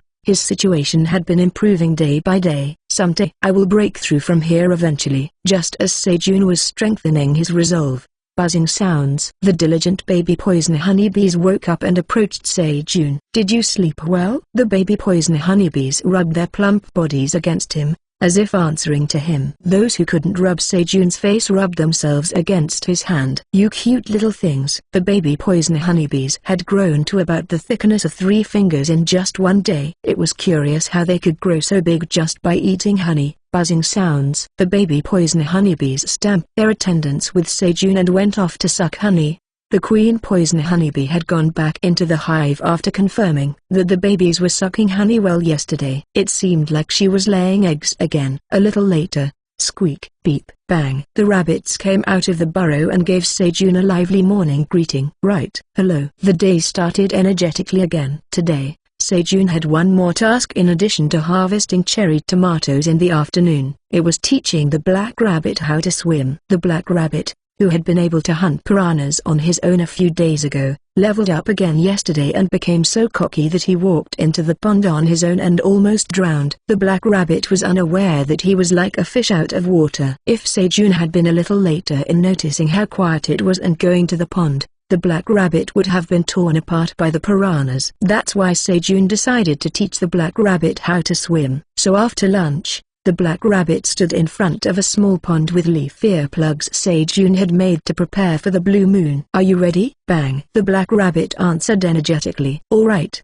let's start with kicking." Sejun gently held the black rabbit's body and immersed it halfway into the water. "Now, straighten your body and kick." Bang! Splash, splash. Following Sejun's instructions, the black rabbit kicked the water hard. "Hey, you're splashing everywhere. You should kick underwater." Bang! At Sejun's words, the black rabbit immediately corrected his kicking, and as soon as Sejun let go, paddling, the black rabbit quickly swam forward, reaching the end of the small pond in no time. "Well done. Now let's practice breathing." A little later, paddling, the black rabbit mastered Sejun's swimming class and leisurely swam around the small pond. The black rabbit, who mastered swimming in just one day, began hunting piranhas while swimming the next day. And the 6th blue moon approached. The rabbits had already gone into their burrows and closed the entrance, and the poison honeybees had also entered their hive and blocked the entrance. The little monsters seemed to avoid the blue moon in this way. The tower administrator asked for one of the crops infused with the energy of the blue moon this time. "All right." Lately,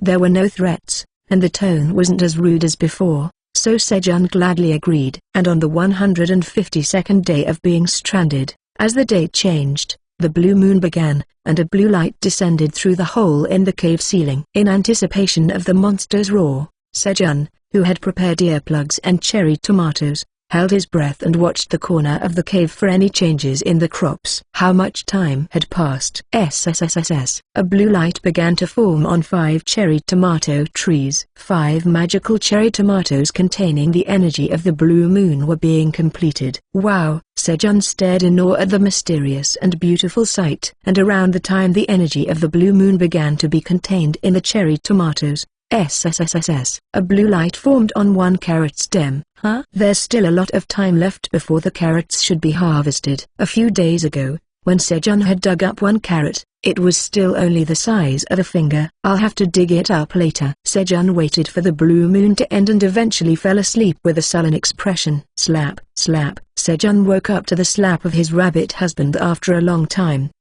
As soon as Sejun opened his eyes, beep, meow, pong. The rabbits were in chaos. "What's going on?" the black rabbit urged Sejun, who was rubbing his eyes. "Just let me write the date." Sejun drew a line on the cave wall with a piranha spine, marking the beginning of the 152nd day. And he followed the rabbits to where they led him.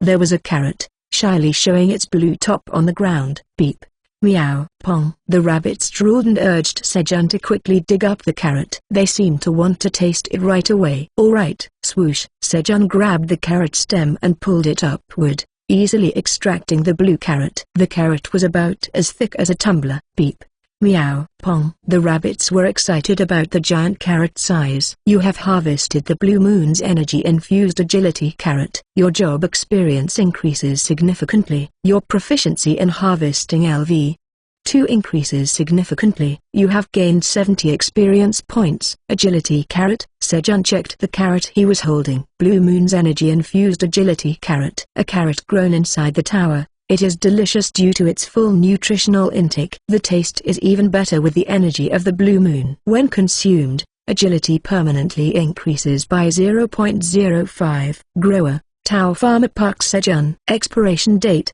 45 days. Grade, E+. The grade was E+. It seemed that he had gained 70 experience points instead of 50 due to harvesting a high-quality crop. Here, enjoy. Sejun handed the carrot to the rabbits. He was curious about the taste, but he decided to save it for later.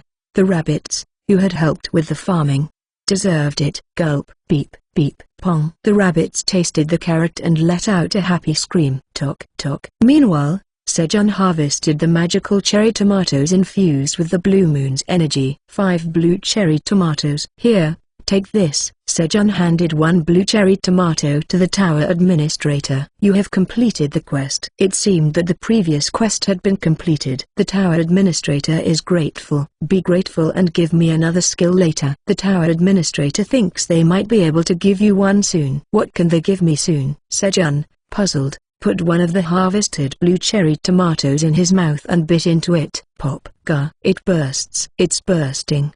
The sweet and sour taste set off fireworks in Sejun's mouth. You have consumed the blue moon's energy-infused magical cherry tomato. Magic power permanently increases by 0.05. Sejun ignored the message and focused on the taste. Pop. He put the remaining blue cherry tomatoes in his mouth one by one. The cherry tomatoes disappeared in no time. In the afternoon, I'm back. Meow. Theo, who had succeeded in selling out for the second time, returned. 1. Cheru is a type of cat food that comes in a soft tube or stick form. It is commonly used as a treat or reward for cats. After selling out and running tirelessly, Theo had arrived. However, wang, wang. The baby poison honeybees had drawn their stingers and surrounded Theo. Since Theo wasn't there when the baby poison honeybees were born, it was natural for them to regard Theo as an enemy. Please don't do this. Meow. We're on the same side. Meow. Sejun, please tell the poison honeybees not to attack. Meow. Theo wrapped his head with his front paws, crouched down, and asked Sejun for help. It's okay, we're family. Wang wang. At Sejun's words, the baby poison honeybees put their stingers away and began sucking honey from the cherry tomato flowers again. Phew. Thank you, Sejun Hyung. What? Sejun Hyung? Why? Meow. Aren't we family? Meow. You're just an employee. Where do you get off calling me that? Sejun lightly pinched Theo's cheek with both hands as an immediate punishment. Ouch. It hurts. Meow. I'm sorry. Meow. Theo screamed even though Sejun didn't pinch him hard. Sly. Sejun's hand tightened on Theo's soft cheeks. To be honest, he needed an excuse to hold onto them longer. The feeling of Theo's cheeks stretching like cheese was irresistible. He. It feels good. No, he should be angry now. Sejun barely let go of the magical cheeks that melted his heart and composed himself. He held back the corners of his mouth that were trying to rise and put on a stern face again. Theo, let's settle the accounts first. Show me the money from the cherry tomato sales. Here it is. Meow. Theo handed the money to Sejun with a firm shoulder. 75 tower coins. That's right. Meow. A confident voice. Eyes that didn't avoid Sejun's gaze, ears standing up straight. Theo was brimming with confidence. Something was suspicious. At that moment, the tower administrator reports that Theo is lying. The tower administrator reports that Theo sold each magical cherry tomato for 0.07 tower coins. The tower administrator looks forward to seeing the terrifying side of you. A timely message. The tower administrator had been watching Theo as well. A new fact came to light. Is that so? Sejun looked at Theo closely. It's not that he's embezzling. Theo's personality wouldn't allow him to act so confidently if he had embezzled money. If he had done something wrong, it would have shown on his face. Then what? No way. As Sejun was thinking about Theo's confident attitude, surprise. Meow. Since humans have been waiting for days to buy the magical cherry tomatoes, I charged an extra 0.02 tower coins each. Meow. Did I do well? Theo took out an additional 30 tower coins and said, aiming for a dramatic effect by unexpectedly taking out more money. However, here's your incentive. Sejun, who had already learned the information, was not surprised. Sejun handed 4.2 tower coins to Theo. Huh? That's it. Meow. I did well, but you won't promote me. Meow. No way with just this. Theo, work harder. Got it. Meow. Theo decided to work harder since becoming a representative was difficult. Sejun, I'm out of grilled fish. Meow. Give me my salary. Meow. Alright, Wait. Sejun approached the dark pond. When the black rabbit hunted by swimming, he turned off the torch to prevent piranhas from gathering. As Sejun approached the pond, splish, there were no piranhas in the pond, and the black rabbit was swimming alone. Instead, 10 piranhas were neatly piled up next to the pond. They were the piranhas that the black rabbit had caught while swimming. Splish. As Sejun approached the pond, the black rabbit came out of the water and shook off its body. Black rabbit, it's hunting time. Sejun held up 2 dead piranhas while talking to the black rabbit. Bang! At Sejun's words, the black rabbit stood in the pond with a serious expression and took a stance. There was a way to lure piranhas using a torch, but there was an even faster and more intense method to attract piranhas. Sejun stabbed a piranha's teeth into the body of another piranha, then pulled them out. He pressed the body of the piranha with its teeth stuck in it and dropped a few drops of blood into the pond and waited. And in less than a minute, dozens of piranhas that smelled the blood entered their pond through the hole. The pond quickly became half water, half fish. After that, as usual, Sejun shook the torch and splish, splish. Seeing the torch, the piranhas jumped, and the black rabbit quickly hunted them down with a hammer. As they were making grilled fish with the caught piranhas at the fire, chirp, chirp, chirp, a strange sound came. Sejun looked to where the sound was coming from and saw Theo busily licking something. Theo, what's that? This, meow. It's Cheru meow. Cheru? Where did you get that? I got it from humans by taking pictures with them meow. This one is tuna flavored and Theo started bragging, taking out the Cheru he had received, sorted by flavor. They were all Cheru. All of them. There was nothing for himself. Dealing with people and only bringing back Cheru. Chirp, chirp, chirp. Eating something delicious alone. Somehow, it made him angry. Cheru confiscation. Sejun confiscated all the Cheru he had taken out. Huh? Why meow? I got these by taking pictures with humans meow. When the Cheru was confiscated, Theo strongly protested with foam in his mouth. Even innocent Theo was becoming defiant. Cheru really was cat-specific drugs. However, Sejun had a legitimate right to confiscate the Cheru. That's right. You got it through a trade by taking pictures, right? That's right meow. Special provisions. 3. Party B cannot establish additional trade partners without Party A's permission. This is a clear breach of contract, Sejun said, showing the contract. Huh? Is that so meow? Yes. You secretly establish additional trade. Theo was shocked by the fact that he had to lose his Cheru. Don't be too disappointed. Let's talk about our new trading method, Representative Theo. Huh? Did I become a representative meow? I'll let you be one for an hour. If you do well in future trades, I'll give you an hour-long Representative Theo pass. Sounds good meow. Call me that again meow. Representative Theo. He. One more time meow. Representative Theo. Theo was happy to sit in the representative's seat, even if just for an hour. Theo quickly took a seat on Sejun's lap. I want to eat Cheru too meow. Alright. Sejun took out the Cheru and offered it to Theo. Chirp, chirp, chirp. Being fed was a nice perk of being a representative. As Sejun stroked Theo's head, who was completely won over, they talked about a new business using Theo's picture rights. It seemed like there would be a way to bring in things from outside the tower sooner than expected. There are 2 ways for items from outside to enter the tower. One is through vanishing. At this time, you can bring the items you are holding directly into the tower. However, you don't know when or where you will be vanished, and since you are summoned to the 1st floor, the trade is already over there. The other is when an awakened hunter enters the tower with the items. When a hunter enters the tower, they can only bring in about 1 kilogram of outside items. Tower items are excluded from the weight limit, and when they leave, they can take items without restrictions. When hunters usually enter the tower, they bring simple things like a hunter's smartphone called a hunter phone and simple instant food. Hunter phones are essential items for hunters because, in addition to the features of existing smartphones, they also had solar charging functions that took into account the always sunny environment of the tower and the ability to communicate with team members in close range. Although we can't bring much due to the weight limit, we can at least bring some simple seasonings or coffee. Do you understand? Employee Theo. Huh? What are you talking about? And why am I suddenly Employee Theo? As Sejun's hand stopped, Theo, who was dozing off while eating Cheru, asked. Your 1 hour is over. Already? Theo,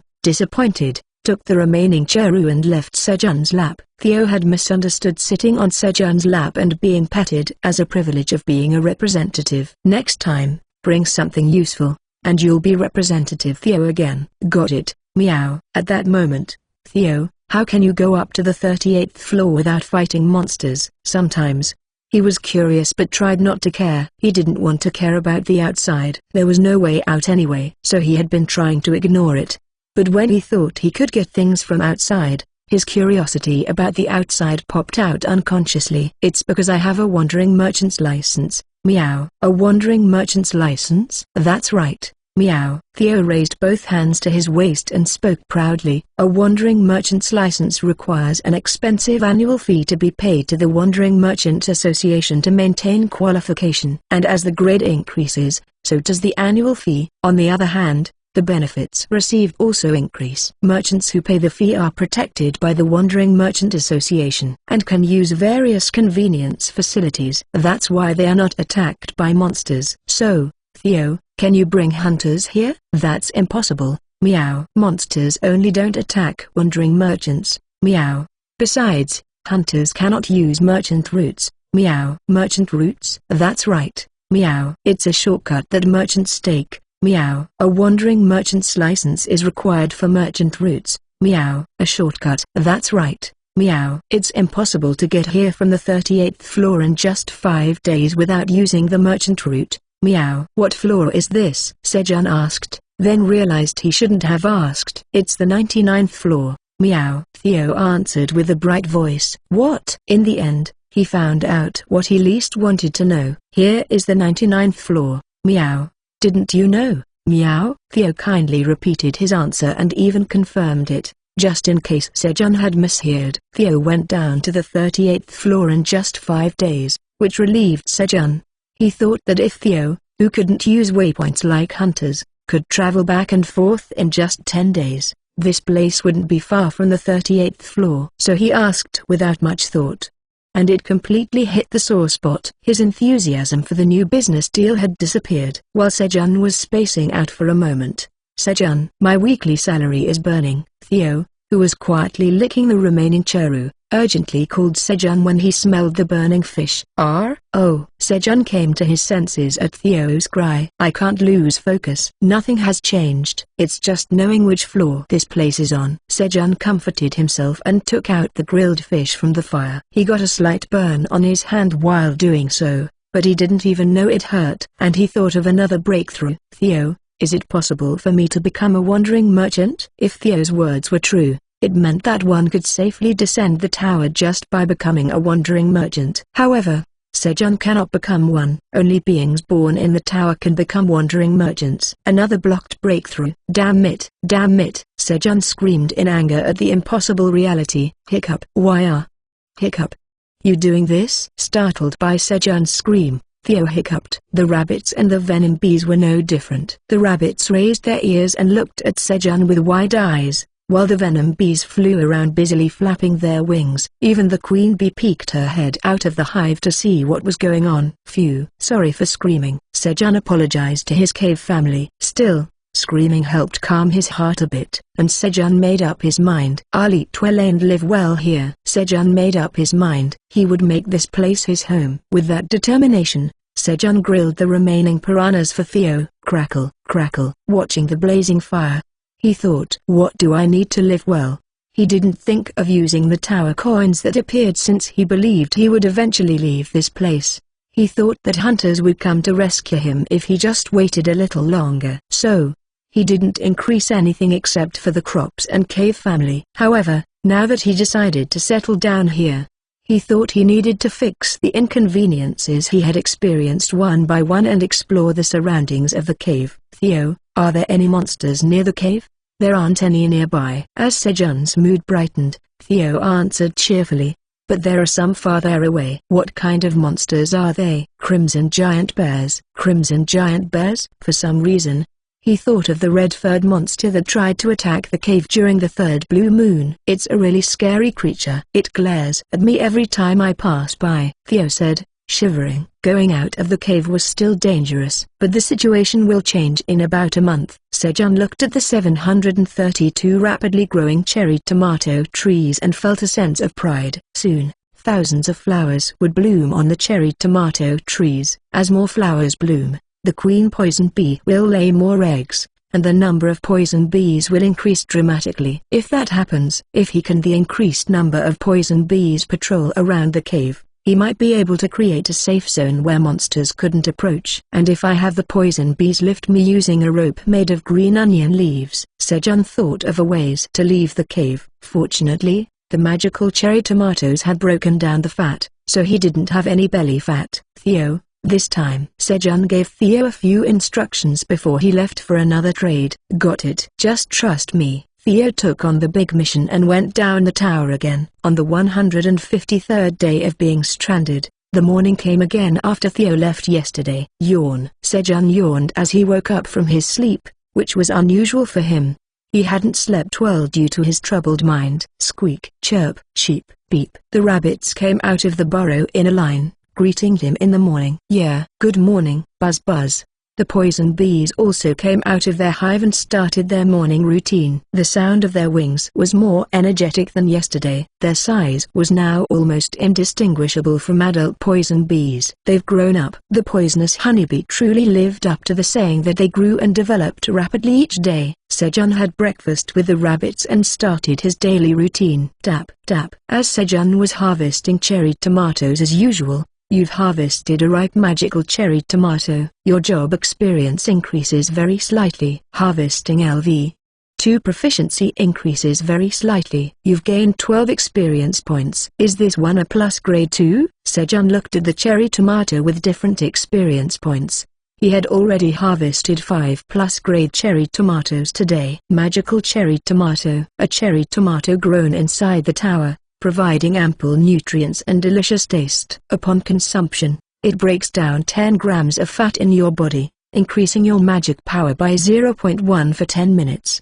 The effect can be stacked up to 10 times within an hour. When a non-awakener consumes it, it breaks down 10 grams of fat and invigorates their body. Cultivator, Tao Pharma Park Sejun. Expiration date, 45 days. Grade, E+. The only difference when a plus is added to the grade is an extended shelf life. However, if you think about it differently, the extended shelf life of crops is a significant advantage. It can be stored for a longer time. Plop. Sejun popped a cherry tomato into his mouth. Juicy. The sour and sweet juice filled his mouth.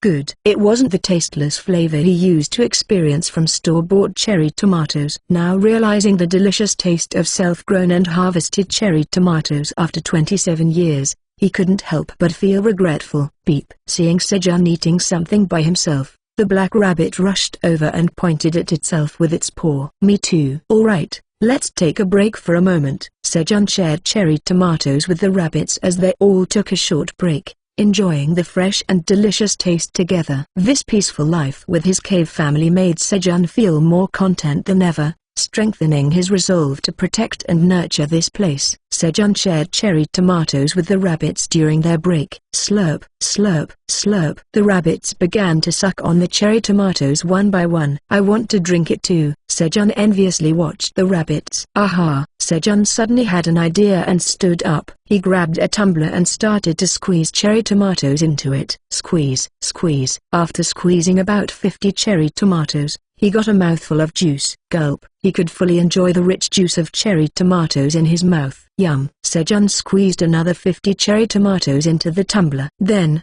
drizzle. He mixed in a drizzle of honey. He took another shot. Yum. The sour and sweet taste was enhanced with the addition of honey, which wrapped around both flavors smoothly. The honey filled the gap between the sour and sweet taste, making the transition between the two flavors smooth. It's delicious. At this moment, all his worries and concerns disappeared. Beep, peek, beep. The rabbits looked at Sejun's face and offered their cherry tomatoes to add honey. Alright. Sejun carefully dripped a drop of honey onto each cherry tomato without letting it spill. Slurp, slurp, slurp. The rabbits' eyes widened as they ate the cherry tomatoes with honey. They discovered a new flavor combination of honey and cherry tomatoes. Then, the tower's administrator, who had been watching, Send a message. A new quest has been added. Quest: serve a glass of honey-infused magical cherry tomato juice to the tower's administrator. Reward: 1 job skill. Refusal: deep disappointment. I should get back to work now. He was taking a break. Now it was time to get back to work. I'll give it to you later. The tower's administrator requests to drink together to share the experience. The tower's administrator emphasizes that the skill given as a reward for this quest is a good one. Really? The tower's administrator loudly asks you to trust them. Fine. Although he couldn't completely trust them, Sejun decided to give it a try. Sejun squeezed 100 cherry tomatoes into the tumbler and poured honey in it. The tower's administrator flaps their wings, expressing their curiosity about the taste of the juice. Do they really like it that much? Sejun realized that the tower's administrator had wings, learning one more piece of information about them. Here you go. As Sejun sent the cherry tomato juice to the tower's administrator, the juice inside the tumbler disappeared cleanly. The tower's administrator praises the juice, saying it's incredibly delicious. You have completed the quest. You have acquired a special job skill, Beekeeping LV. 1 is a quest completion reward. Special job skill, Beekeeping LV. 1 registers the user's owned poisonous honeybee hive to the skill. The maximum number of hives that can be registered in special job skill Beekeeping LV. 1 has been reached. The poisonous honeybee hive in Sejun's cave was automatically registered to his beekeeping skill. What is this? Sejun checked the details of the beekeeping skill. Special job skill, Beekeeping LV. 1. Enables beekeeping with the owned hive. The honeybees in the owned hive do not show hostility towards their owner. Specific instructions can be given to the honeybees in the owned hive. The activity range of the honeybees in the owned hive increases slightly. The queen bee's egg-laying speed increases slightly. The honey collecting speed of the bees increases slightly. The likelihood of increased humidity slightly increases. Currently owned hive, 1-1. Poisonous honeybee hive. Wow, Sejun had been worried about whether the poisonous honeybees would understand and follow his patrol order, but with this skill, he felt a bit more relieved. The skill effects were indeed subtle. However, the good thing was that many aspects were affected by the skill, and although the effects were subtle now, he had a feeling that they would grow like seeds and eventually bear significant fruit. Thank you, Sejun spoke to the tower's administrator. The tower's administrator requests that you make 1 more glass of honey-infused magical cherry tomato juice if you are grateful. I have to work now. I'll give it to you in the evening. The tower's administrator agrees and scrapes off the remaining juice stuck to the cup and puts it in their mouth. Sejun resumed harvesting cherry tomatoes. You have obtained 1 milliliter of honey from the cherry tomato flower. Beekeeping LV. 1 proficiency has slightly increased. You have obtained 1 milliliter of honey from the cherry tomato flower. Beekeeping LV.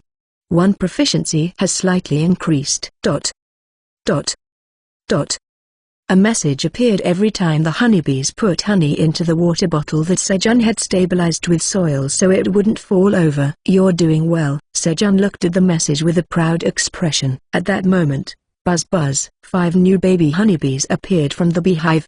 Perhaps due to the skill effect, the baby honeybees did not take out their stingers even though they were seeing Sejun for the first time. And then, whir, buzz buzz. The baby honeybees began to suck honey following the adult honeybees. As a result, the honey production increased by about 20 milliliters. Though only a little bit at a time, the situation in the cave was gradually getting better. While Sejun was watching the baby honeybees working hard to suck honey, squeak, squeal, boing, boing. Excited rabbits gathered in the carrot field and called Sejun. The reason for the rabbits to be excited in the carrot field was obvious. It was the carrots. Are they already ripe? When Sejun went to the carrot field, several carrots seemed ready to be picked as they revealed their orange bodies above the soil. Finally, it was time to harvest the carrots. Squeak, squeal, boing. The rabbits looked at Sejun, blowing out hot breaths. With intense gazes, the rabbits were saying, "We are ready. We're prepared to eat." All right. With a tug, Sejun grabbed the carrot stem and pulled it upward, and the orange carrot came out smoothly. This time, the carrot was thinner than the one harvested during the blue moon. Still, with a thickness of about 3 fingers, it was an excellent carrot. You have harvested the agility carrot. Job experience has slightly increased. Harvesting LV. 2 proficiency has very slightly increased. You have obtained 10 experience points. Sejun checked the carrot's options. Agility carrot. A carrot grown inside the tower that is delicious due to fully absorbing nutrients. Upon consumption, it breaks down 10 grams of fat in the body and increases agility by 0.1 for 10 minutes. The effect can be stacked up to 10 times within an hour. When non-awakeners consume it, it breaks down 10 grams of fat and improves eyesight. Cultivator, Tao Farmer Park Sejun. Expiration date, 30 days. Grade, E. Alright. Having checked the options, Sejun handed the carrot to the rabbits. Wiggle wiggle. The rabbits shook their heads and urged Sejun to eat. They had eaten the blue moon-infused carrots first, and they seemed to feel sorry for eating this one first as well. However, drip, drip, drip, as they drooled. Eat first. I can eat later. When Sejun urged them again, squeak, squeal, boing. The rabbits collectively bowed in gratitude and took the carrots from Sejun's hand. Was this really something to bow for? Sejun hurriedly picked more carrots and handed them out to each rabbit. Munch munch. The rabbits started eating the carrots they held in their arms eagerly. The taste of the carrots must have been delightful, as smiles never left the rabbits' faces. Sejun, too, watched the happy rabbits, rinsed a carrot in water to remove the dirt, and took a bite. Crunch. With a refreshing sound, the unique flavor of carrots spread in his mouth. And then, munch, munch. The sweetness that came out with every bite was so delicious. Boing. The black rabbit held its carrot and sat next to Sejun, pressing his plump belly against Sejun's side, as if asking, is it delicious? Yes. Sejun gave a thumbs up in response. On the 153rd day of being stranded, they were able to eat carrots every day. Day 154 of being stranded. Morning. Swoosh. Sejun got up and drew a line on the cave wall. At that moment, buzz, whiz. The sound of wings from behind. The poisonous honeybees were already up and sucking honey. They had been collecting honey diligently lately, as it seemed like the poisonous honeybee queen had started laying eggs again. As Sejun was watching the poisonous honeybees, beep, squeak, bang. The rabbits energetically greeted him and lined up out of the burrow. In their hands, each held a carrot that they had left unfinished from yesterday's meal. The carrots were about the same size as the rabbits, so the rabbits had eaten half of a carrot until they were full yesterday. It was amazing how they could fit that much in their stomachs. However, as the rabbits looked at the remaining carrots, they felt a sense of regret that they wouldn't be able to eat them all at once. They carried the carrots back to their burrow and brought them out again in the morning. The size of the carrots they brought out seemed to have decreased significantly since they went in, so they must have eaten them at night as well. Hop, hop. The rabbits that came out of the burrow rubbed their eyes and began to finish off the remaining carrots from yesterday. Is it really that good? When Sejun looked at the black rabbit as if scolding it. Bang. The black rabbit nodded its head towards Sejun. Thanks to that, Sejun was swept up in the atmosphere and had a simple breakfast of cherry tomatoes and carrots before starting his morning farm work. Sejun had a lot to do today, from harvesting cherry tomatoes to harvesting carrots. But today, the poisonous honeybees and rabbits were busier than Sejun. The poisonous honeybees became busier as the distance they had to travel increased due to the blooming flowers in the newly planted cherry tomato field, and the rabbit couple sent their children out of the cave. Beep, squeak.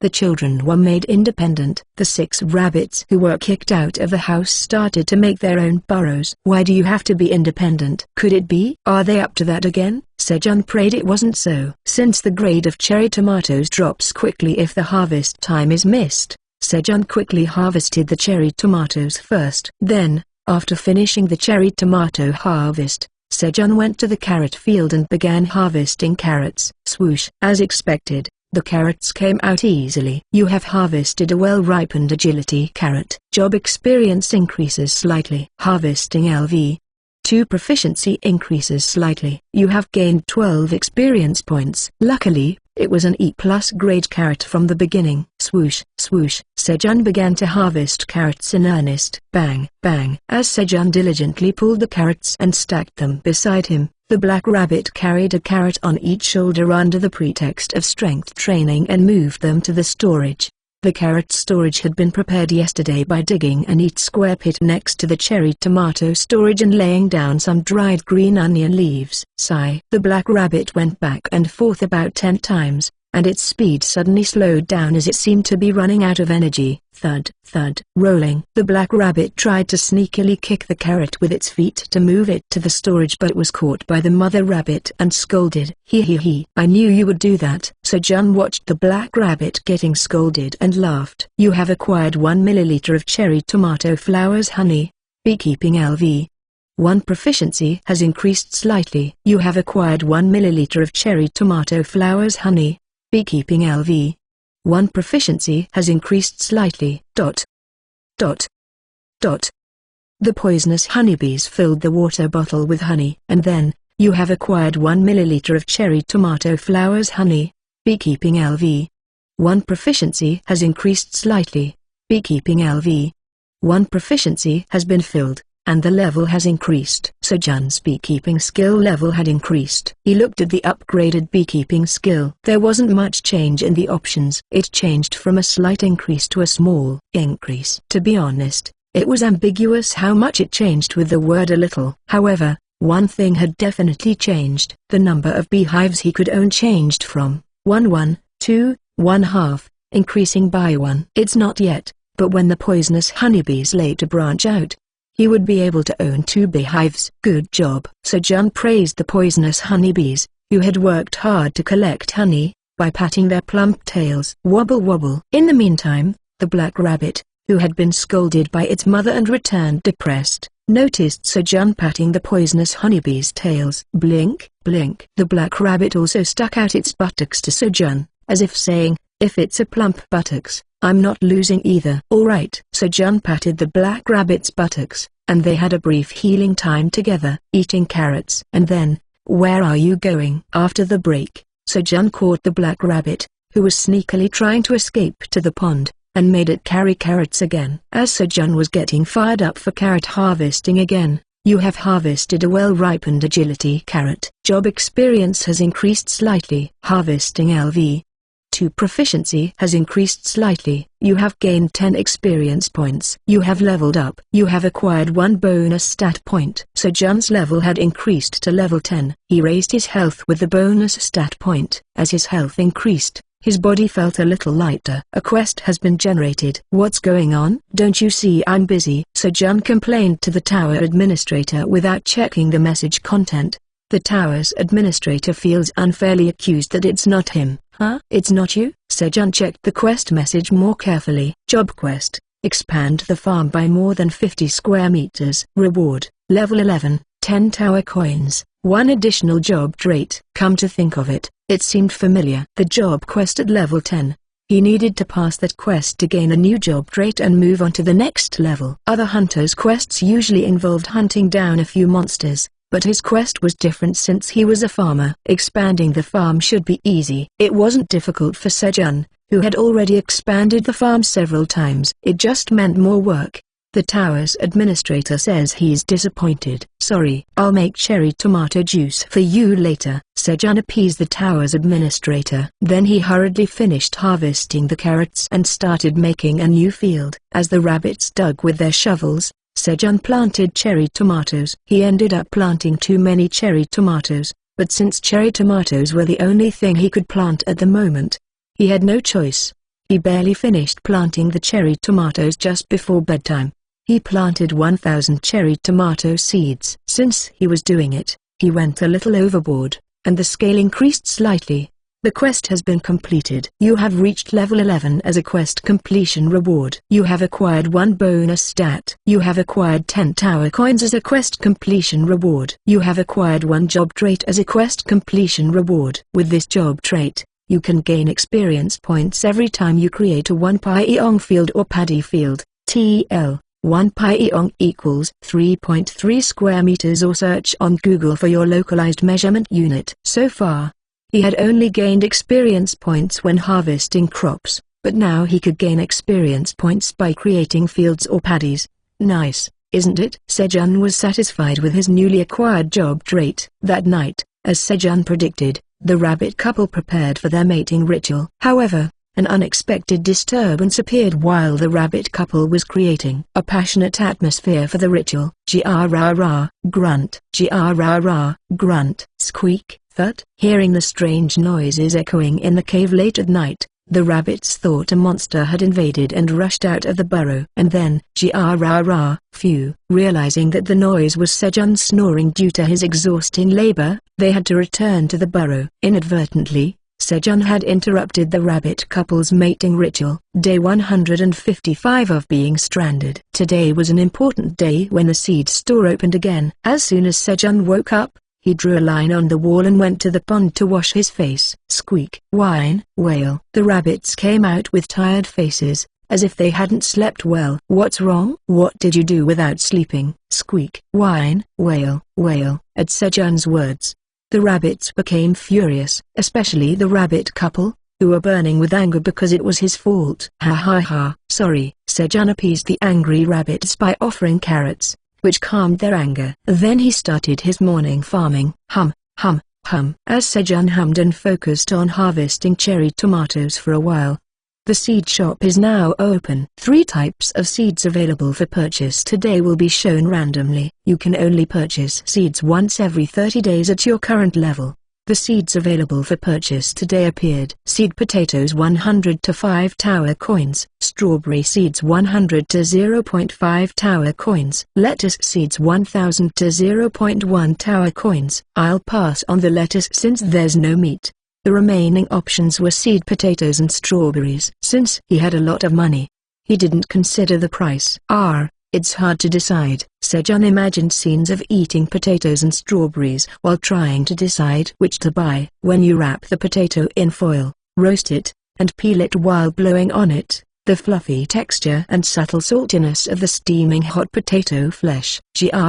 Just imagining it made his stomach feel warm. How about strawberries? When you pick a ripe, bright red strawberry and take a bite, the unique flavor of the strawberry, combined with the sour and sweet taste as if sprinkled with sugar, fills your mouth. Slurp. Sejun wiped his drooling mouth while looking at the seed shop window. What should I buy? After a long hesitation, Sejun tearfully chose seed potatoes. He had been craving carbohydrates lately. You have purchased 100 seed potatoes. 5 tower coins have been deducted from Sejun's seed bank account. You have earned 50 seed shop loyalty points. You now have a total of 56 seed shop loyalty points. Thank you for using the seed shop. You can use the level 1 seed shop again in 30 days. Thump. A bundle containing 100 seed potatoes appeared in front of Sejun. Great. Sejun hurriedly finished harvesting cherry tomatoes and carrots and began planting seed potatoes. Since he had asked the rabbits to prepare the fields in advance, all he had to do was plant the seed potatoes. Cut it like this. Sejun asked a rabbit with a sickle item to quarter the seed potatoes. He could see the sprouting spots, so all he had to do was cut it so that part was included. Sejun planted the quartered seed potatoes. You have planted seed potatoes. Due to the effect of seed sowing LV 2, the probability of seed potatoes sprouting increases. The proficiency of seed sowing LV 2 increases slightly. Sejun planted all 400 seed potatoes in just an hour. He had now become completely proficient in his work. Swoosh! The rabbits with watering cans watered the potato field, and the potato planting was completely finished. I'm proud. While Sejun was proudly looking at the field where he planted 400 seed potatoes, you have created a 10 Pyong potato field. You have gained 10 experience points. 1 experience point per Pyong. It wasn't much, but it felt like extra income. Isn't it amazing? My farming technique, planting 400 seed potatoes from just 100. Babang! As Sejun boasted, the black rabbit looked at him with contempt. Where's the farmer who doesn't know that? He only got ignored for speaking out of turn. On day 155 of being stranded, potatoes began to grow on Sejun's farm. On the 157th day of being trapped in the tower, morning. Listen up, everyone. The day was finally come. Sejun made a big announcement in front of the rabbits who were eagerly eating their morning carrots. Beep, wee, wang. The rabbits had no idea what Sejun was talking about, so they looked at him with wide eyes. What day is it? Today is the day we dig up sweet potatoes. It felt like just yesterday that they planted 450 sweet potato sprouts. But now the sprouts had grown roots and it was time to harvest the sweet potatoes. Beep, wee, wang. The rabbits were excited at the mention of sweet potatoes, recalling the taste of the roasted sweet potatoes they had eaten before. And the best part was that they didn't have to do anything. Sejun would be the one to harvest them all by himself. However, the rabbits couldn't remember what they had done before eating the roasted sweet potatoes. "So, we will finish our work in the morning and plant sweet potato sprouts in the afternoon." Before digging up the sweet potatoes, Sejun had to remove all the sweet potato vines. He couldn't just throw away the sweet potato sprouts that could produce sweet potatoes if planted. Beep, wee, wang. The rabbits hurried to check the sweet potato field. The sweet potato sprouts had grown thickly in the field. Sejun's plan to cut them all and plant them had surprised the rabbits, but they were relieved. Both the harvesting and planting of sweet potato sprouts was Sejun's responsibility. However, there's another big announcement. I've decided not to monopolize the joy of planting sweet potato sprouts today. As the field expanded, Sejun's workload had exceeded what he could do in a day, so he decided to give up on increasing his seed sowing skill proficiency. Farming is all about timing. He couldn't ruin the farm just for the sake of skill proficiency. Thus began the morning farming session. 2 rabbits with watering cans watered the field, while the wife rabbit and a rabbit with a sickle cut the sweet potato leaves. The rabbit with the cart carried the leaves away, and the black rabbit and the rabbits with shovels prepared the furrows to plant the sweet potato sprouts. Wang! Wang! As everything progressed, the black rabbit, who considered all of this as warrior training, flattened the ground by dragging the flat part of the hammer along the ground. Puck, puck, puck, puck. 2 rabbits with shovels dug trenches and piled up soil next to them. Tock, tock, tock. Sejun hurriedly harvested cherry tomatoes as well. To finish all the work in the morning, they had to move quickly. With the morning farming session over, phew, beep, wee, wang. Sejun and the rabbits were all exhausted from the intense labor. Their throats were parched, likely due to the sweating. At times like these, cool honey water is the best. Sejun poured honey stored in a bottle into a tumbler. Gulp, gulp. He poured 2 tablespoons of honey into the tumbler and filled it with water from the pond. And then, shake it, shake it. He shook the tumbler to mix the honey well. Is it mixed well? Just as Sejun was about to take a sip of the honey water, Wang! The black rabbit called out to Sejun. Are you going to drink it alone? In the black rabbit's hand was a carrot cup made by hollowing out the inside of a carrot. Who would have thought of making a cup out of a carrot? Genius! Glug glug glug. Sejun poured honey water into the black rabbit's carrot cup. In the meantime, he also poured honey water for the white rabbits who had followed the black rabbit's lead and made carrot cups of their own. About half of the honey water remained in the tumbler. Gulp gulp. Sejun downed the honey water in one shot. As the sweet honey water entered his mouth, the sweetness awakened Sejun's brain cells, and the coolness that followed down his esophagus seemed to relieve the fatigue throughout his body. Wow! Phew! The black rabbit also downed the honey water in its carrot cup in one shot, following Sejun. Although it was called a cup, it was more like a large bowl for the black rabbit, but it managed to drink it all with both hands. And then, shake shake. The black rabbit shook the bottom of the clean, finished carrot cup to get the last drop of remaining honey water. Where did you learn that? Even my father doesn't do that after drinking alcohol. Gulp gulp. The rabbits finished their honey water and cleaned up the carrot cups that had traces of honey water. It was an eco-friendly cup. After drinking the honey water and regaining his energy, Sejun hurriedly ate lunch and began planting sweet potato shoots.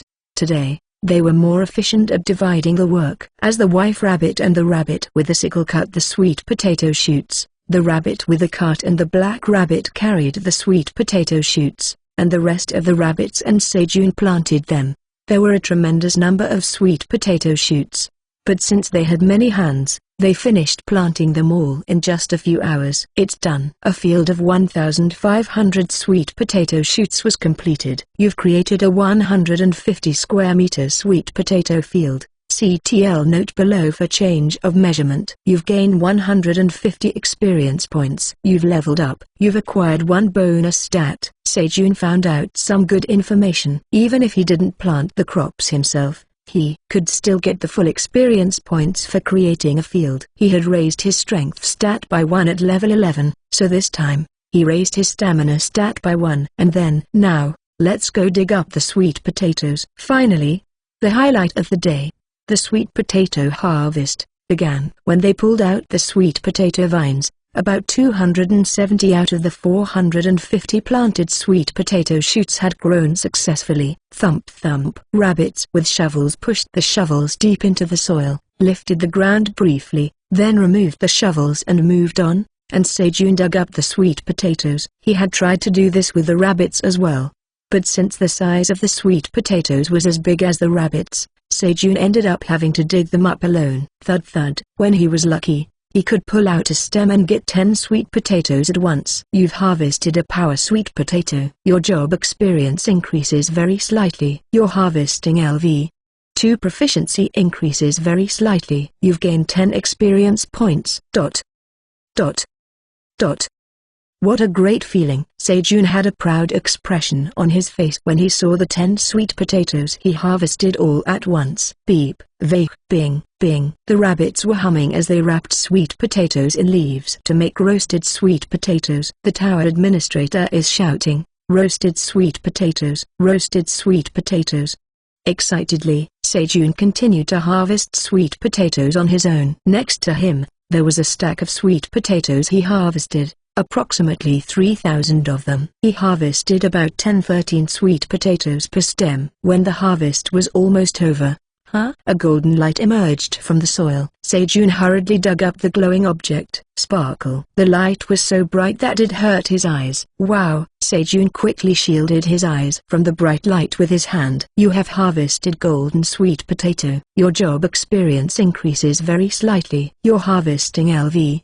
2 proficiency increases very slightly. You have gained 10 experience points. A humble message compared to the dramatic appearance. Then, you have achieved the achievement of creating a new variety in the tower. The tower acknowledges your exclusive cultivation rights to the new variety. No one can cultivate the golden sweet potato without your permission. Your job experience increases greatly. Your job experience is now full. Your tower farmer, E. Rank increases. You have become a tower farmer. D. Your job rank has increased, and your job traits have been enhanced. You're harvesting LV.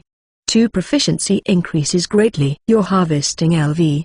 2 proficiency is now full, and the level has increased. Whether it was because of the new variety, his job rank and skill level increased at once. Sejun quickly checked the options for the golden sweet potato. Golden sweet potato. A mutant sweet potato that has absorbed sunlight within the tower, containing the energy of the sun. It is delicious, having grown in the tower and absorbed enough nutrients. When consumed, it breaks down 100 grams of body fat and increases fire resistance for 1 hour. When non-awakened individuals consume it, 100 grams of body fat is broken down and their resistance to cold increases for 24 hours. Cultivator, Tower Farmer Park Sejun. Shelf life, 30 days. Grade, E. A new variety. Sejun looked at the golden sweet potato in his hand. Being a new variety meant that he was the only one in the tower with this sweet potato. Moreover, he was given exclusive cultivation rights so that even if Sejun harvested and sold the sweet potatoes,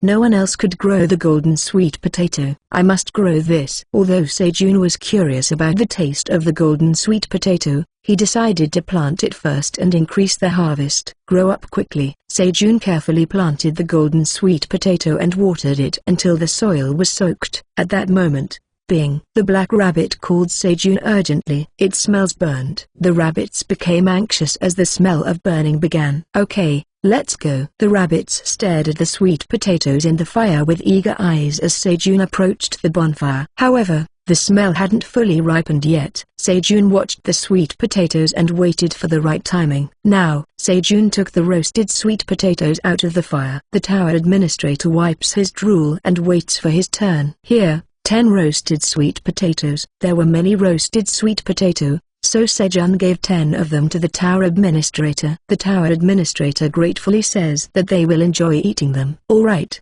let's eat too. Sejun unwrapped the sweet potato and peeled the skin off, giving it to the rabbits. Ooh-hoo-hoo, ooh-hoo-hoo, poo-hoo. The rabbits blew on the roasted sweet potatoes to cool them down. Then, the rabbits began to eat the roasted sweet potatoes. Peek, whap, bang. The rabbits cheered in delight from the sweetness of the roasted sweet potatoes. Whap. Sejun also took a bite of the roasted sweet potato. It's delicious. I wonder if Theo is doing well? By now, Theo should have arrived at the 38th floor. As Sejun had expected, the diligent Theo had descended the tower and arrived at the 38th floor. "Oh, he's here. Is that the cat?" The Phoenix Guild hunters who discovered Theo ran over. But the number of hunters had doubled since before. A few of Kim Dong-sik's party members had spread rumors about the magical cherry tomatoes, causing the increase. The miraculous cherry tomatoes that made you lose weight just by eating them attracted the hunters' curiosity. "I'll buy them all," a hunter who couldn't buy last time shouted. "It's not allowed. Meow. We change the way we sell them starting today. Meow." Theo had received new instructions from Sejun. "Starting today, we'll sell 500 cherry tomatoes to the person who offers the highest price." Meow. It was like an auction for the magical cherry tomatoes. 40 tower coins for 500. As soon as Theo finished speaking, Kim Dong-sik shouted, 0.08 tower coins per cherry tomato. Kim Dong-sik, whose position at home had risen due to the magical cherry tomatoes, couldn't give them up. However, 41 tower coins. Other hunters who couldn't buy last time immediately raised the price. 45 tower coins. 45.5 tower coins. Other hunters who had come to watch also joined in, raising the price. At that moment, 100 tower coins. Chris shouted an enormous amount. 0.2 tower coins per cherry tomato. He was buying 500 cherry tomatoes for 200,000 won each. Chris had bought 30 magical cherry tomatoes in the first transaction and given them to his sister, Jenna, who was a pharmaceutical company CEO.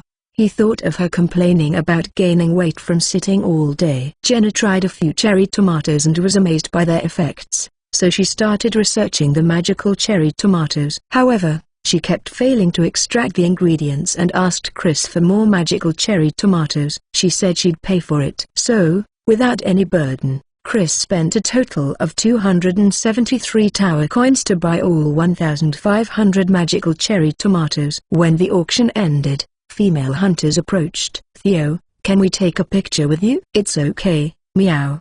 But give me coffee, meow." "Coffee?" The female hunters, who had brought lots of churru, a cat treat, were confused. "Wait a minute. Max, give me some coffee."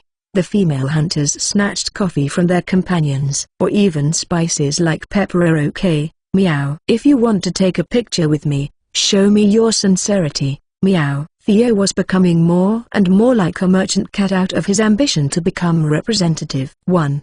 I am changing the unit of measurement from pyong to square meters for better readability for international readers. While the exact conversion would be approximately 3.3 square meters per pyong, I will be using square meters directly. If anyone has any issues or a better approach, please let me know in the comments. "Line up, meow." Theo had the female hunters line up and took a picture with each of them. "Give me my reward, meow." After taking the picture, Theo stretched out his front paw and said, "Oh my, look at this pink paw." Catherine was mesmerized as she gently touched Theo's front paw. Theo was a bit uncomfortable, but he waited because he had to receive compensation from this human. "Here." Catherine handed over a bag containing white powder. "What is this, meow?" "It's salt." "Good, meow." Theo quickly put the salt in his bag. "Pewit." With this, I secure 1 hour of Theo's representative time, meow. At that moment, "Theo, take this too. I feel healed thanks to you." Catherine handed Theo a packet of churro that she had brought with her. "You're giving this to me for free,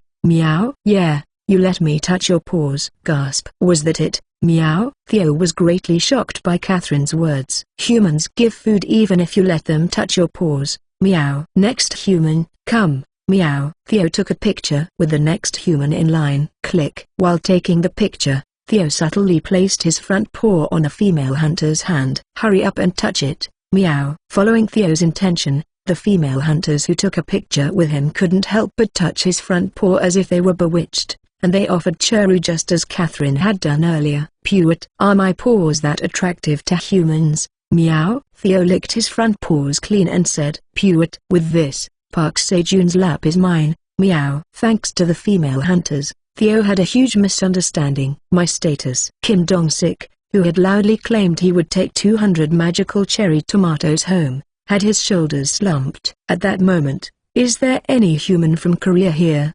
meow?" Theo, who had finished the photo time with the female hunters, shouted. "Korea." "The leader is Korean." The hunters looked at Kim Dong-sik. "Human, Did you come from Korea, meow? Theo approached Kim Dong-sik. Yeah, I came from Korea. Why? I have something to talk about alone, meow. Follow me, meow. Theo took Kim Dong-sik to a secluded spot where other hunters couldn't eavesdrop. Morning of the 160th day of being stranded. Yawn. Sejun yawned as he woke up. He didn't sleep well last night. The rabbit couple had finally done the deed last night. Swoosh. He added a mark on the wall and started his day. He scooped some water from the small pond, washed his face quickly, and added 2 tablespoons of honey into the tumbler to make honey water. Since flowers had started to bloom on the 732 cherry tomato trees a few days ago, the number of flowers from which the bees could suck honey had increased. Yesterday, 5 new baby honeybees were added, and the amount of honey production increased dramatically, so there was more honey being produced than consumed even when drinking it daily. Sigh, sigh. The baby rabbits came out of their burrow and greeted Sejun with a weak voice in the morning. You geese couldn't sleep there? Let's just let us singles drink the honey water. Yay, yay. The baby rabbits handed over the carrot cups they had prepared beforehand. Gulp gulp gulp. Really? You must not betray. Got it? You lifelong singles are my only hope. Sejun poured honey water for the rabbits. While saying this, however, the rabbits seemed to feel burdened by Sejun's words, and left with only their honey water. Yuck. Only the black rabbit remained, taking a sip of honey water and performing a bottoms up with the cup before offering the carrot cup again. That's right, Black Rabbit, I trust you. Gulp gulp gulp. Sejun poured a full carrot cup of honey water for the loyal Black Rabbit, but the Black Rabbit also took another cup of honey water and just left. TSK. Sejun's mouth soured at the rabbit's betrayal. Gulp gulp. So, Sejun resolved the bitter taste of betrayal with honey water and began his morning farming. Pop. You have harvested a well-ripened magical cherry tomato. Your job experience increases very slightly. Harvesting LV 3 proficiency increases very slightly. You have gained 12 experience points. Wow, E+ grade. Sejun set aside the E+ grade cherry tomatoes. He did this because the E+ grade had a longer shelf life than other E grade cherry tomatoes, which he could eat later. Or he thought he could get a better price if he sold them through Theo. There's nothing wrong with having a longer shelf life. As Sejun was harvesting cherry tomatoes, he began to smell something burning. I need to take them out soon. Sejun was grilling sweet potatoes for lunch. He couldn't forgive what the rabbit couple did at night, but he still wanted to give them a treat since they had worked hard. The treat here was limited to recently harvested rare grilled sweet potatoes. And as the smell of grilled sweet potatoes ripened, Sejun began to take them out. But there were quite a lot to take out. A whopping 50 grilled sweet potatoes. No matter how much the rabbit couple needed a treat, it was too many. Then, squeak, squeak. The rabbit couple came out of their house happily. Let's eat. Yay, yay. At Sejun's shout, the rabbits rushed to eat lunch. Squeak. Yay. The rabbits ate their fill of grilled sweet potatoes and lay down with their bellies full. The rabbits ate 3 grilled sweet potatoes. They tried their best, but they couldn't eat as much as they did with carrots. Ah, I'm full. Sejun also ate 2 grilled sweet potatoes and got up from his seat. The tower administrator asks if the remaining ones are all mine. I already gave you 5 earlier. I have separate plans for these. The tower administrator is disappointed. Wait and see. I'll let you eat something new. The tower administrator nods at your words and looks forward to it greatly. Sejun talked to the tower administrator and then peeled the remaining roasted sweet potatoes. And then, can you cut this for me? Sejun asked. The white rabbit holding a sickle to cut the roasted sweet potatoes into pieces about the size of a pinky finger. The black rabbit was asked to lay the sliced sweet potatoes on dried leaves without stacking them. Now all we have to do is dry them well. The roasted sweet potatoes were basking in the warm sunlight, turning into dried sweet potatoes. 75th floor of the tower. Theo arrived at the merchant district where the wandering merchants' headquarters were located. This time, he wasn't here to play but to run errands for Sejun, who asked him to buy a few things. Pot, ladle, bowl, spoon, dagger, pot. Theo walked through the shopping area, muttering the items Sejun asked him to buy, so he wouldn't forget. Sejun, who didn't trust the gullible Theo, only asked him to buy the 5 most essential and inexpensive items first. Welcome. Theo entered a general store, picked up the necessary items, and brought them to the store owner. The pot is 1 tower coin. the ladle 0.2 tower coins, the bowl 0.3 tower coins, the spoon 0.1 tower coins, so the total is 1.6 tower coins. Give me a discount, meow.